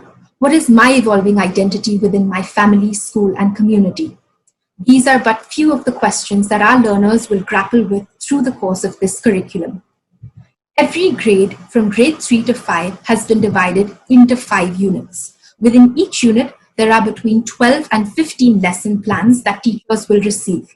And at the end of each unit, students will showcase their evolving thoughts through a performance task. The curriculum provides detailed lesson plans, PPTs, and learning packets that may be tweaked by teachers to cater to their content. Planned in a way that they would be suitable for both virtual as well as in-person instruction. At this point, I would like to take a moment to pause and acknowledge the diverse group of teachers and reviewers across the country who've put hours and hours of reading, research, and hours of planning into bringing this curriculum to life. As I think of how we take this curriculum forward, I hope that one day we're all able to say, I am the I in India. You and I are we, the people of India. As we, the people of India, put our hands to our chest and remind ourselves of the tryst that is India, our hearts beating to beat the violence, anger, inequality, and hatred that is in India. We walk towards equality. We walk towards justice. We walk towards liberty. We walk towards fraternity. We walk towards a dream that is India. I am the I in India. You and I are the way to this dream that is India.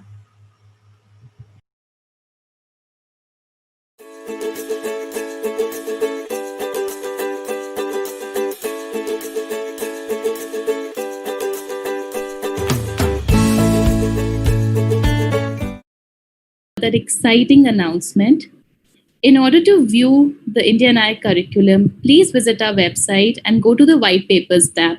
Once you're on the tab, please scroll down and you will be able to know more about the Indian Eye curriculum. If you would like to pilot this with your students and join a group of teachers pioneering this curriculum, please write to devisha.narikuli@teachforindia.org, after which you will get access to all the lesson plans and resources. Thank you.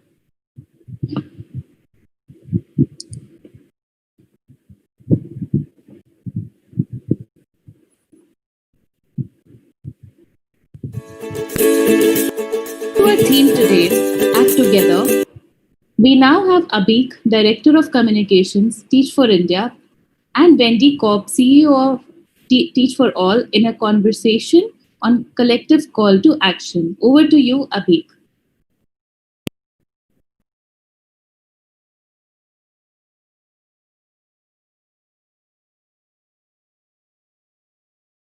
Welcome everyone joining us on this live and all across our social media platforms. Thank you so much for joining the last day of this wonderful, inspiring inspirED conference.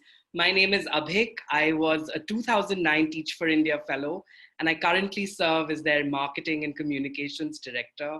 I'm so thrilled that on the last day of this wonderful conference, which we hope has sparked many ideas on how a reimagined world, country, and education can look like, we're really thrilled to have Wendy Kopp, the CEO of Teach for All and the founder of Teach for America, join us this evening and help us understand what it truly means to act together, both locally and globally, to ensure that we're on the right track to a world where all children can get an excellent education. Thank you so much for joining us, Wendy. How are you doing? Thank you so much for having me. I'm doing really as well as possible and sending lots of good wishes to everyone across the Teach for India community. Thank you. And before we start, Wendy, what we'd love for you to, inspire us with before we begin is tell us a little story or an inspiration or an anecdote which has helped you over the past 6 months. And I think this will really help our community and our viewers keep their determination and sense of purpose up as we go through these unprecedented times. It's so hard to think of just one. In all honesty, I feel like what's kept me going through all of this is just seeing so many examples of teachers and alumni educators and students and others just leaning in to help ensure their kids keep learning. I think about this teacher, Emmanuel Kamuli from Teach for Uganda, who made a very challenging decision to stay in the community, the remote rural community where he was teaching, where, there's no technology at all, like no one has a phone. And he went to the mayor and said, will you help everyone know I'm here? And if they come to pick up a learning pack every day and bring it back every day, I'm here to teach them. And he's kept learning going for dozens of kids in that community. I think about the teacher Rabia Chaudhry, who, figured out a way to ensure that each of her kids had access to a phone and data, and essentially created for her 100 girls who she taught and teaches in Pakistan a way to literally create a WhatsApp school where she thinks her kids are learning more than they were before, because this WhatsApp school enables you to differentiate for the needs of the kids, and it enables the kids to, I could just go on and on and on about all the different examples. The Teach for India teachers have been so inspiring in what they did to lean in and make sure the basic needs of their kids and families were met, and now to try to ensure that they all have access to a device to actually keep learning in a high quality way. And then the last thing I'll just say is the extent to which I've just seen people support each other across borders and inspire each other and learn from each other has just been, it's been incredible. Like I think about, right before schools were going to shut down in Nigeria, the alumni of Teach for Nigeria, or teaching fellows actually went to the state government and said, can we have access to the radio station? Because it's the only way we'll be able to reach kids once schools shut down. And, the alumni of Enseña Chile saw that story, because Teach for All communicated it in some way, and said, that's it. And then they formed this group of 60 Enseña Chile alumni who have now taken over 200 plus radio stations in Chile, for the first time able to reach 3,000 communities in the very remote parts of Chile, to reach students and families. And they're saying they'll never go back. And now there's a whole community of practice across Teach for All of all the people who are the radio station, lesson plan providers, who are all thinking together about how do we actually do this well. I mean, I could keep you going forever, but it's just like the degree to which people have leaned in to support their students, and even to train other teachers. I mean, thousands of other teachers outside of our network are being trained by, teachers and alumni from our network. I mean, literally 12,000 teachers in Africa and thousands in Peru and many others. So I just think about the impact that you all and your colleagues across the network are having in this era. And that's really what has kept me going. That's incredible. Thank you for taking us on a little bit of a tour around the world. And it's so true. There's so much that connects us more than divides us. Wendy, tell us, in your experience of founding Teach for America and then leading Teach for All in the 56 partner network countries, what have you learned and understood and experienced about collective action towards solving this very gritty and complex problem of education inequity? I've learned so much. I mean, I think back to where I was in my thinking when I first started in this journey in the early years. I mean, and I've been at this now for 30 some years, but initially I remember hearing from the people who, for example, were saying, we need to advocate for policy change. And I was thinking, from our experience in the very early days of Teach for America, you can change whatever policies you want. From what we're seeing, we need to just focus on more amazing teachers and school leaders and people at the district level who know how to implement anything. And as we progressed, we realized that's true, but those people within the system can move so much faster when there are political leaders who are also advocating for the changes we need. And then a few years later, so we became completely obsessed with like educators at every level of the education system and political leaders. And then we realized those people in policy and advocacy couldn't actually sustain themselves without a tremendous amount of community support. So then we realized actually this is all about fostering the kind of student leadership and parent leadership and advocacy. And then you'd run into, it's just like this never ending thing where you start realizing actually we need a lot of leadership around the whole ecosystem if we're going to get where we're trying to go. But then we realized in some communities, and I think this is true not only across now, of course, the US communities where Teach for America is working, but I'm seeing it all around the world where, there are many communities where there are many leaders taking these issues on from all these different directions, but where they're not necessarily working together. So you have a lot of individual leadership, but you don't truly have collective leadership. And what I've seen is that where you see the fastest progress, you have a situation where all those individual leaders are stepping up from their individual pursuits and are finding the space to build relationships and have some very difficult discussions and debates because, we all come at this from different perspectives, and ultimately work kind of in partnership with students and families to kind of co-create a vision for here's where we want to go, and to work together to figure out how can we all row in the same direction to get to that vision rather than just working almost at cross purposes sometimes.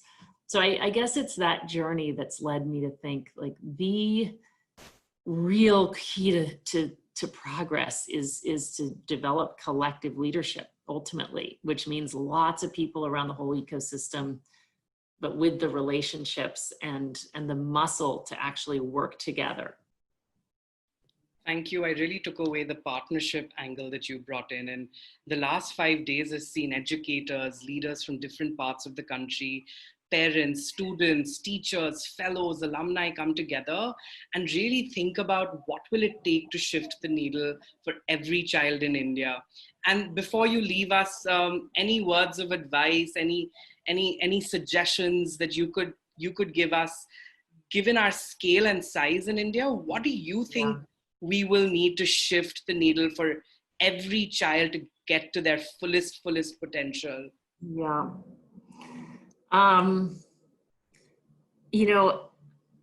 I think that maybe you've even seen some of this there in India, but I think again, back to the beginning of this journey, where first we started seeing growing numbers of classrooms where we were seeing that something transformational is possible. Like it is possible to provide kids with the kind of education that really puts them on a different trajectory. And I know I've seen classrooms like that in India, but sometimes there's skepticism about, can you do that on a level of a whole school?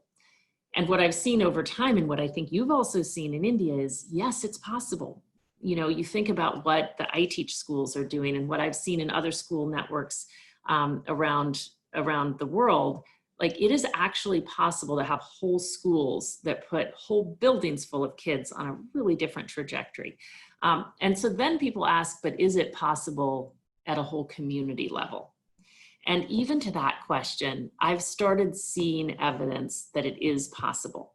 Like I've seen whole communities that people had given up on, where you're seeing really meaningful progress in terms of growing numbers of kids on a path to graduating from secondary education, from post-secondary education, finding their ways to meaningful careers. And so what we've come together, I mean, across Teach for All, as some of you know, we came together maybe 5 years ago almost now to say, like, what are we all working on together? Like, what are we trying to accomplish by 25 years from now? And the vision that we set was to say, we will get to the point where we have whole communities in every part of the world showing us what's possible. Whole communities where we see all children can have the education, support, and opportunity to shape a better future for themselves and all of us. So when I think about like looking out at the Teach for India community, you all have led on so much over these last 10 years. I mean, the level of influence Teach for India has had on our global community in terms of fueling people's sense of possibility in terms of showing the power of student leadership and helping people understand the nature of kind of student partnership between students and adults that will actually take us forward. Like, you've changed the conversation across our global network, and I'm just betting on you all to show us what's possible as it relates to reaching this vision. Like, I know that some of those communities will be there in India, showing us truly at a whole community level it's possible. And I think to get there, it is all about collective leadership. And I know you all have it among yourselves, among the students, their parents, you yourselves. So I think it's so much about stepping back with each other and making the space to reflect on really what are we trying to accomplish, and continuing to come together and pull up from individual pursuits to say, what more do we need to do to reach that end? Thank you, Wendy. The sense of possibility is what keeps us all connected, I feel, and the compassion and love we bring to the work we do, because I think, like you said, we really believe that it's possible to do for building full of children, communities full of children, and we must do it because the next few years is going to be so critical for each of our children growing up in poverty to see what a good education, an excellent one, can move their life's potential. And thank you for starting this wonderful work and joining us, and this little nugget of inspiration that you were able to provide. Thank you. Thank you so much. Thank you for having me. And I'm just really quickly thinking back even to your initial question about what's kept me going in this moment. And I think partly it's like the inspiration from all of you, and partly it's just knowing that, this era has, of course, magnified and amplified the challenges that the students and communities we work in face, but it's also knowing that a crisis really does create new opportunities, and I'm seeing the new possibilities everywhere I look.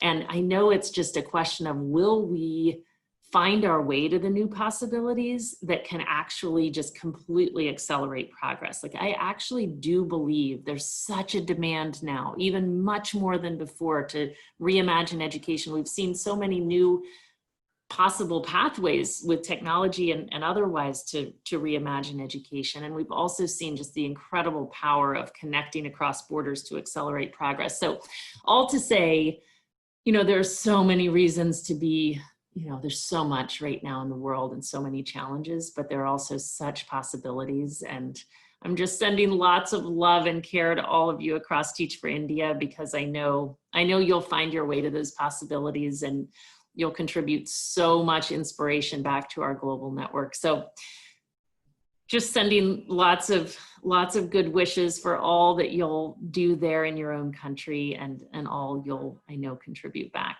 to the world. Thank you very, very much, and stay safe yourself. Thank you. You too. Bye. Bye.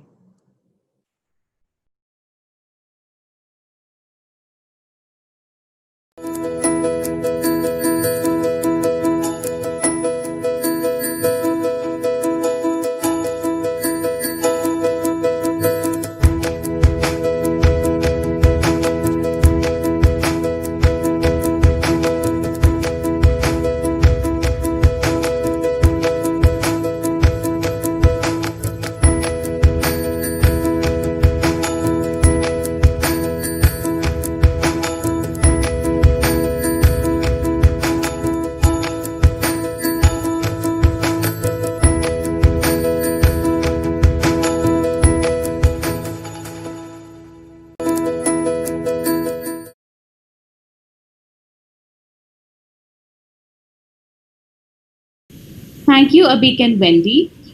We now have a panel to launch the white papers. This panel is moderated by Nisaba Godrej. Nisaba is the chairperson and managing director of Godrej Consumer Products Limited. She has been a key architect of GCPL strategy and transformation in the last decade. She is also the chairperson of Teach for India and sits on the board of Godrej Agrovet, Mahindra & Mahindra and VIP Industries.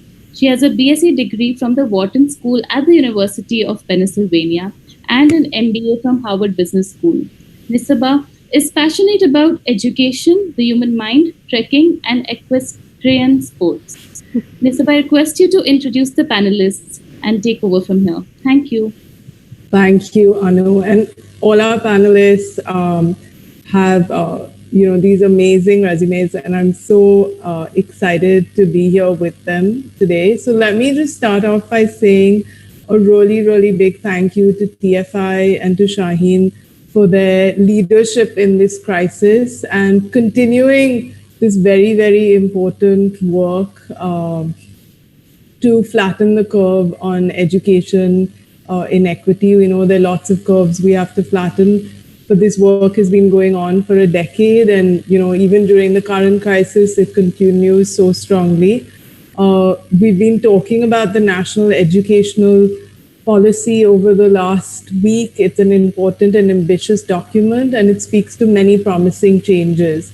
It talks about attaining foundational literacy, ensuring a holistic education, building 21st century skills, constitutional values, and many more great and good things for our children. Yet it's also silent on some additional pieces, such as the role of student voice, transforming education, the role of parents, the role of digital access, and child rights and protection. So I'm very happy to be here today with these wonderful panelists launching 3 white papers. This is TFI's attempt to further support schools and the government. And we believe that these are not only topics that are close to our heart and align with the work we do, but the implementation of these practices are very well aligned with the national education policy's priorities. Of these, we've chosen 3 topics. And the first one is blended learning, a digital equalizer. The second one is building 21st century skills and student leadership. And the third one is child protection and safety in school. To help us understand each of these better, we have 2 of the authors here with us. We have Sandeep Rai, who is the Chief of City Operations at Teach for India, the author of Grey Sunshine, and an all-around awesome guy. He has authored the white paper. He's absolutely awesome personal experience. And he has authored the white paper on blended learning, a digital equalizer. While I don't know our other panelists well, they're also very awesome. So we have Kiran Sethi with us.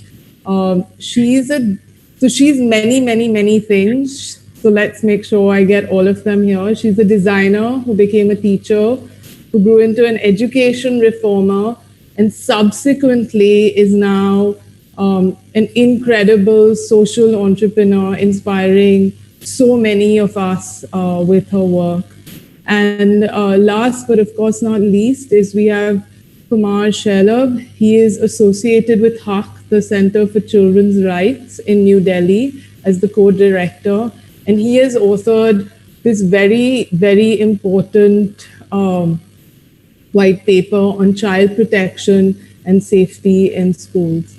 So I'm going to start off with the first question. And so to all of you, what is in India where blended learning, child protection, 21st century skills, and student leadership have been, what does it look like if it's been successfully implemented?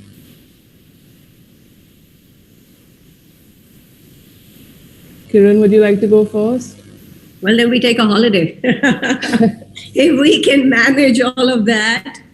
I think it's a very loaded question, if I have to say. And there's so many nuances to that. So it's not an easy question to answer. I mean, if we get it right, then we honor the constitutional preamble. I mean, we the people of India, right? I mean, if we get it right, then all of that vision that lends itself to who we are as a people will be honored, will have a real chance, will have a real chance of being manifested in reality. Having said that, India is such an incredibly diverse sort of country with so many different needs. I don't think it'll ever be a simple, what will it look like? It'll look like many things. It'll look like, I think, teacher education that will have a new belief system. I wanted to actually respond to the thing of the 21st century skills, and there is so much work around, the 8 C's that I see the TFI share. I'm increasingly getting more convinced that while the skills is easier to teach, it's belief systems that are far more difficult. So we might have 21st century skills, but we're in the hands of 20th century mindset, we're not going to do a very good job. And I think our belief systems, we're not even aware. So many of us are not even aware of the biases we have, which don't serve our children well. I mean, as simple as the eternal conversation between engineering and the arts, right? I mean, the fact that we might just say that I am rich and therefore I am successful, or that, play is not serious. So we harbor these belief systems which come in the way of the skills. So our belief systems have, I think, to have the first address. We have to be able to be self-aware. We have to understand that our belief systems are formed by 3 ways. One is the way we're born, our genes, etc., etc. But the other 2 are in our hands. The one is what we say, see, and do every single day. And that's the role where education can play a marvelous, marvelous role. And the third is role modeling. All of neuroscience says that we will mimic what we see. And if we don't address that most urgent need of being self-aware about who we are and understand that we have conflicting belief systems, we will not do a very good job about whether it's blended or not. It doesn't really matter. If I'm going to keep telling a child that you are young, you are a girl, and you will have only this, it doesn't matter. I'll make you curious. I'll make you creative. I'll make you collaborate. I'll make you communicate well. But it's not going to serve to get a child to thrive, and then therefore a nation to thrive, and therefore a world to thrive. So that's really where I'm kind of in understanding which serves which first. Are we supposed to be self-aware with our belief systems, and then we serve the skills? I'm possibly veering more towards that. So that's why and that's why India is so complex. The belief systems that reside even in every state and every 5 kilometers will determine a lot of how we do with our skills. So, well, that's my consistent sort of, I wake up every day to say, I have to be self-aware. Where am I? Where am I today? What do I understand about my child? Then voice and choice will be a natural sort of subset of that. So I'm a big fan right now of figuring out what are my belief systems and where are my biases. So that's really where I'm at. Fantastic, thanks. Kumar, what is in India where, what you're talking about in your white paper on child protection, what does it look like? As a country, we have a long way to go when we talk of child protection. And especially now link it with the current education system. We have a kind of gender parity in our schools.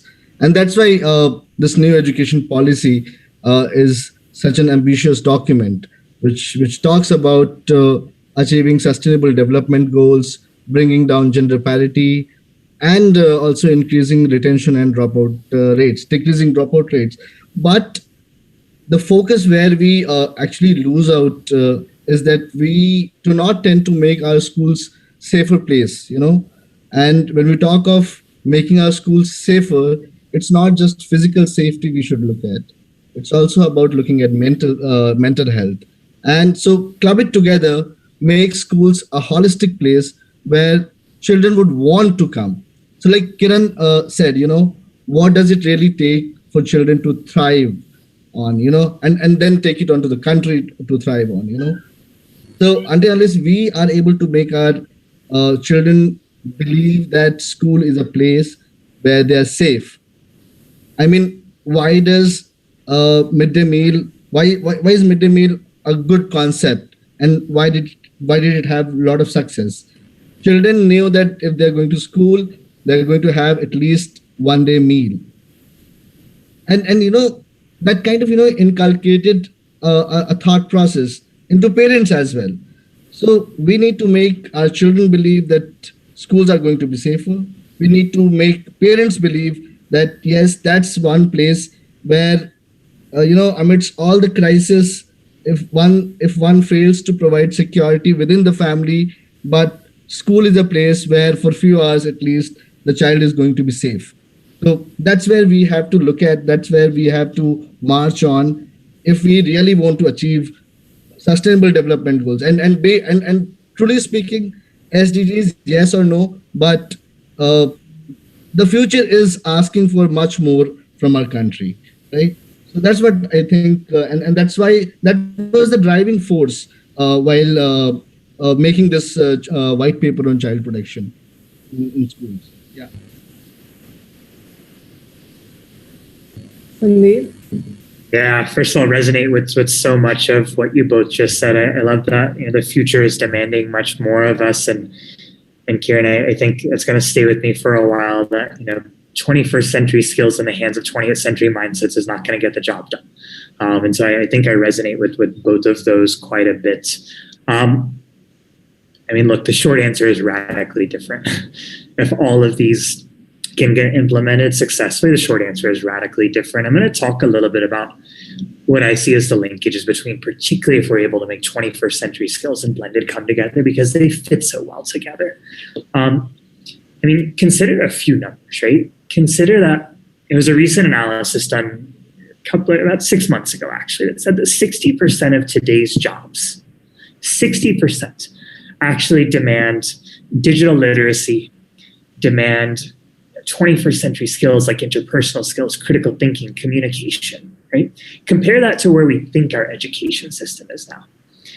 Ashish Dhawan was just speaking as a keynote a few hours ago, right? He actually quoted a number where he said 55% of kids in India suffer from learning level poverty, which means that by the time they get to 5th standard, they're not even able to catch up or comprehend anymore because they don't have the basics, right? Take another one, which is, out of the 260 million school-going kids in India, about 94% of them are arguing over and over again, hey, we believe deeply that technology can help us, but consider where our schools currently are. And I think when you take all of those together, the truth is that if we can make these work, it has the potential to flip those numbers around, right? And if it can flip those numbers around, it can actually create a country that's radically different. And that's one where kids are able to use technology, not just for the sake of using technology, but to actually personalize learning for themselves.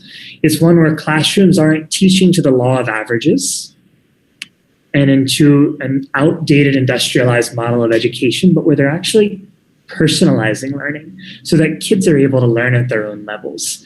And when you think about what that's able to do for the future of India, for the world's fastest growing young population, which we hold, it has the potential to be radical, but we have to cross some pretty important hurdles, which I think both of you just mentioned in order for us to get there.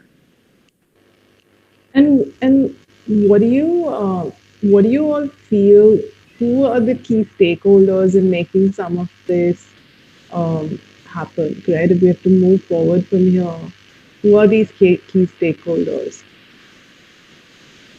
I think the most obvious ones would be the adults who are caretakers of our children on a daily basis. I mean, that's your first. There are those that meet our children often, etc. So I think a lot of it would come from just the way. I keep saying, and coming back to what both Kumar and Sandeep said, the idea of a mindset, that's why the belief system thing makes such a big thing for me to say that the current generation of teachers have a belief system that there are certain biases that exist and are filters by which we look at our children. That our respect means that children will listen. Respect in India is considered that you will be compliant. And we celebrate and honor compliance over conversation, right? And how do you shift that? And then you cannot say voice and choice and all of that. So I think there's a conflict in that. And so the awareness of where my biases are, we don't do a good job of that. We equip them with strategies, but not of self-awareness.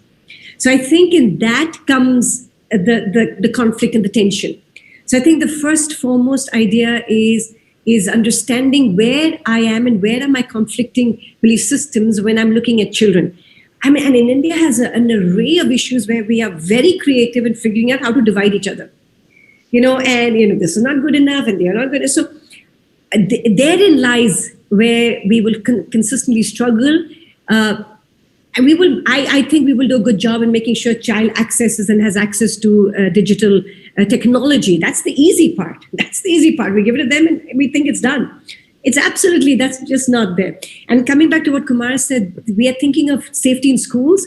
The very fact that we are into a blended reality, I was shocked to know that there was from 13 to 17-year-olds, the highest traffic was to porn sites over Netflix, Twitter, and Amazon. Now think about that as guardrails. Where are the guardrails for our children online? So it's very flippant to think that blended is going to serve our children emotionally and spiritually. Cognitively, I think we'll still do a better job. But I think it's asking all of us to figure out what do we want for our children today so that they will be able to thrive tomorrow. And it's an urgent and really, really important thing. But I think teachers and role models, etc. I'm constantly going back to role models. How are we worth role modeling? How do we become worthy of being mimicked? So I think for me, that's really where I would start. I would start there, and everything else. Media. We have fantastic media doing its great jobs. I think there also. We never talk about education and mindsets. Anyway, so I would like to start with just the most immediate people who meet our children every single day. And Kiran, what I hear you saying is that it's almost like conscious parenting and conscious educators who have the self-awareness to realize that, the children don't belong to them. They're just, like that very famous poem, that, you're just here to set them free. So on the mindset piece, very, very powerful point. Kumar, Sandeep? I would say that, looking education from a very rights-based perspective, I would say government or the state is the primary duty bearer. It's high time that education must be seen not just with the lens of welfare, because it is not. It is a matter of right. It's fundamental right, and who has to make that right available for children? It's the state's responsibility, right? Then parents, teachers, authorities, other authorities, they become the secondary duty bearers. So while parenting, teachers, authorities, they play a very crucial aspect in providing or making education or achieving this dream of education in full sense and in full spirit. Government's, state's role is much more significant. I'll just give an example. The new education policy talks about increasing financing for education to 6% of GDP. Right now, this is not something new. We have had committees over the time have been saying that we need to spend 6% of GDP on education. But now the government has acknowledged that, and that's a positive of the whole document. But how? Over the years, spending for education has been fluctuating. It has never crossed more than 3%. So there, the role of government becomes much more crucial. And it's only about political will, which we can look for. If that kicks in positively and majorly, because all the states are facing election, and election is such a regular phenomena these days. Every second year or every year you have election somewhere. So until unless education becomes a part of political will, we will still be struggling and having such discussion. And I completely resonate with what Kiran said about having a value system, having a belief system. Otherwise, we will be just forcing schemes after schemes on teachers and educators. So we need to design programs which challenges the value system and belief system. And apart from that, we really need to invest in infrastructure and the systems available for making education a reality, not just a dream. Yeah, I don't want to add too much to this, but I think everybody.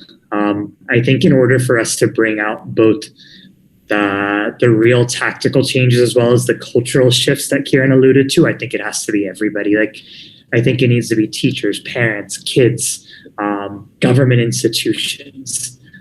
And I think we could go out and carve out the role for each of those, right? Like, as we were putting this paper together, you know, there's a lot of debate out there that says, you know, maybe actually technology has the potential to replace teachers. And the truth is that our findings are telling us the opposite, are telling us that all the research says that when you combine the two of those together, you get the best results for kids, right? So teachers have to be agents of change for all three of these, whether it's getting blended to work, personalized learning, or figuring out how to keep our kids more safe. Like, teachers have to be at the forefront of those efforts, but it's also kids, right? If we're going to give kids a 21st century education, what does it mean to get kids to be more active learners and not just passive recipients? And what does it mean to share power with kids so that kids are actually in charge of their education? Parents, I mean, I think that it's interesting. This pandemic has basically gone from, it's put parents in the driver's seat of their kids' education. And it's almost made the parent the HM in many situations, right? So it's taken us from 1.5 million schools in India to 260 million schools, where parents are thinking about infrastructure, a learning environment in so many different ways. And so what would it mean to be able to keep parents as involved whenever we go back to some of this? But I think that, like, I think it's everyone. Thank you. And can I ask you, before we do the official launch of the papers, to just, you know, share some, like, you know, the most important closing thought or thought you want to leave people with here? Self-awareness.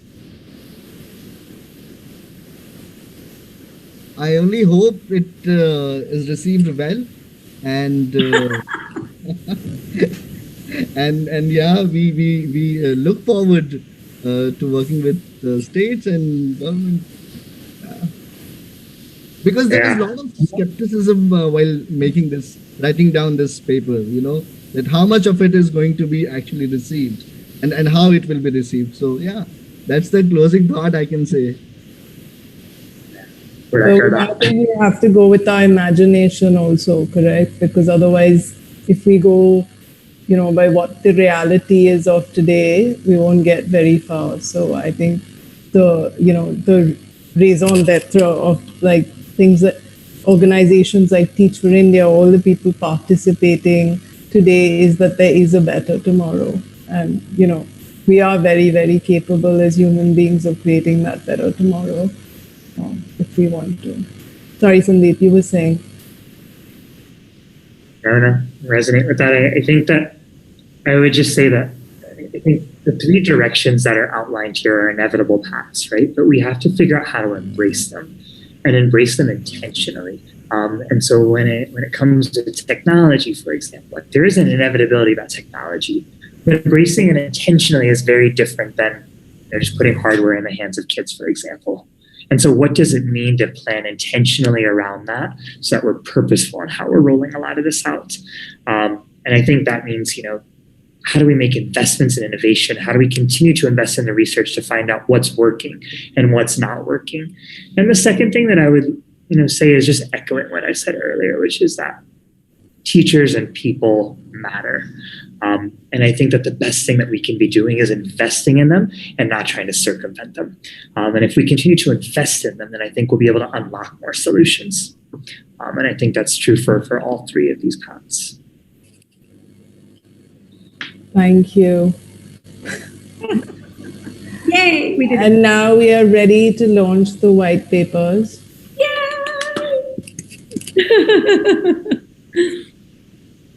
Kumar is all in deep saying, my God, will it be taken? Will it be taken? It doesn't matter. You have fans here. Kumar, did they tell you you have to do a little bit of a song and dance while the paper gets unveiled? That's how we do things at Teach for exactly the Friday evening. I'm in a dry state, so I can't do anything. But raise a toast to this. Yay. Thank you so much, Nisaba, Sandeep, Kiran, and Kumar. Do you want to do a share? Do you want me to share my screen and show the white papers to the audience at this point? Yes, please. Yeah. That'd be great.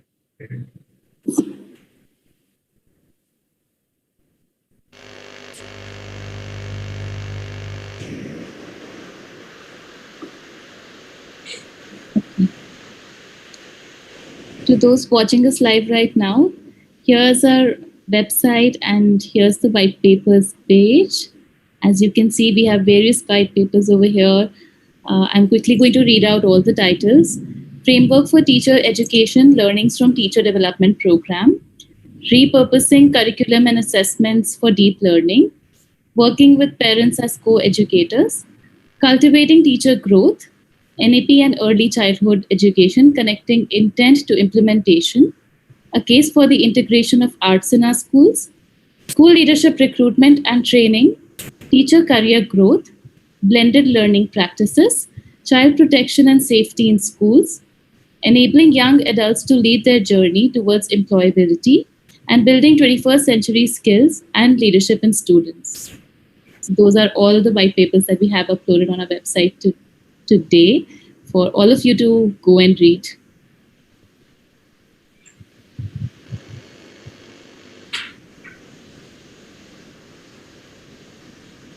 Thank you so much, Anu, and thank you, everybody else. Thank you. Thank you. Bye, everybody. Bye. Yes. Stay safe. Bye. Bye.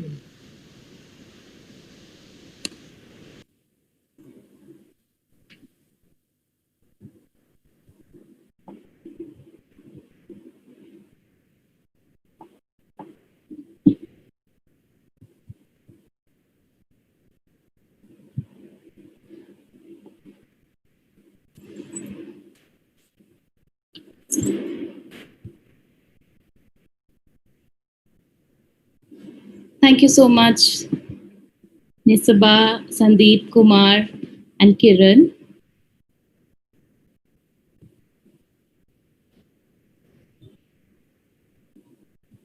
With this, we come to an end of inspirED.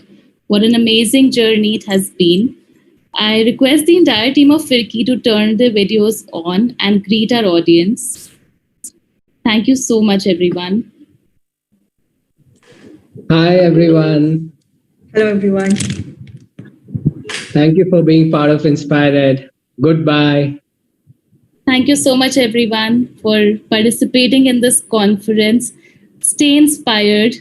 Hopefully, we shall all meet again someday. Thank you so much.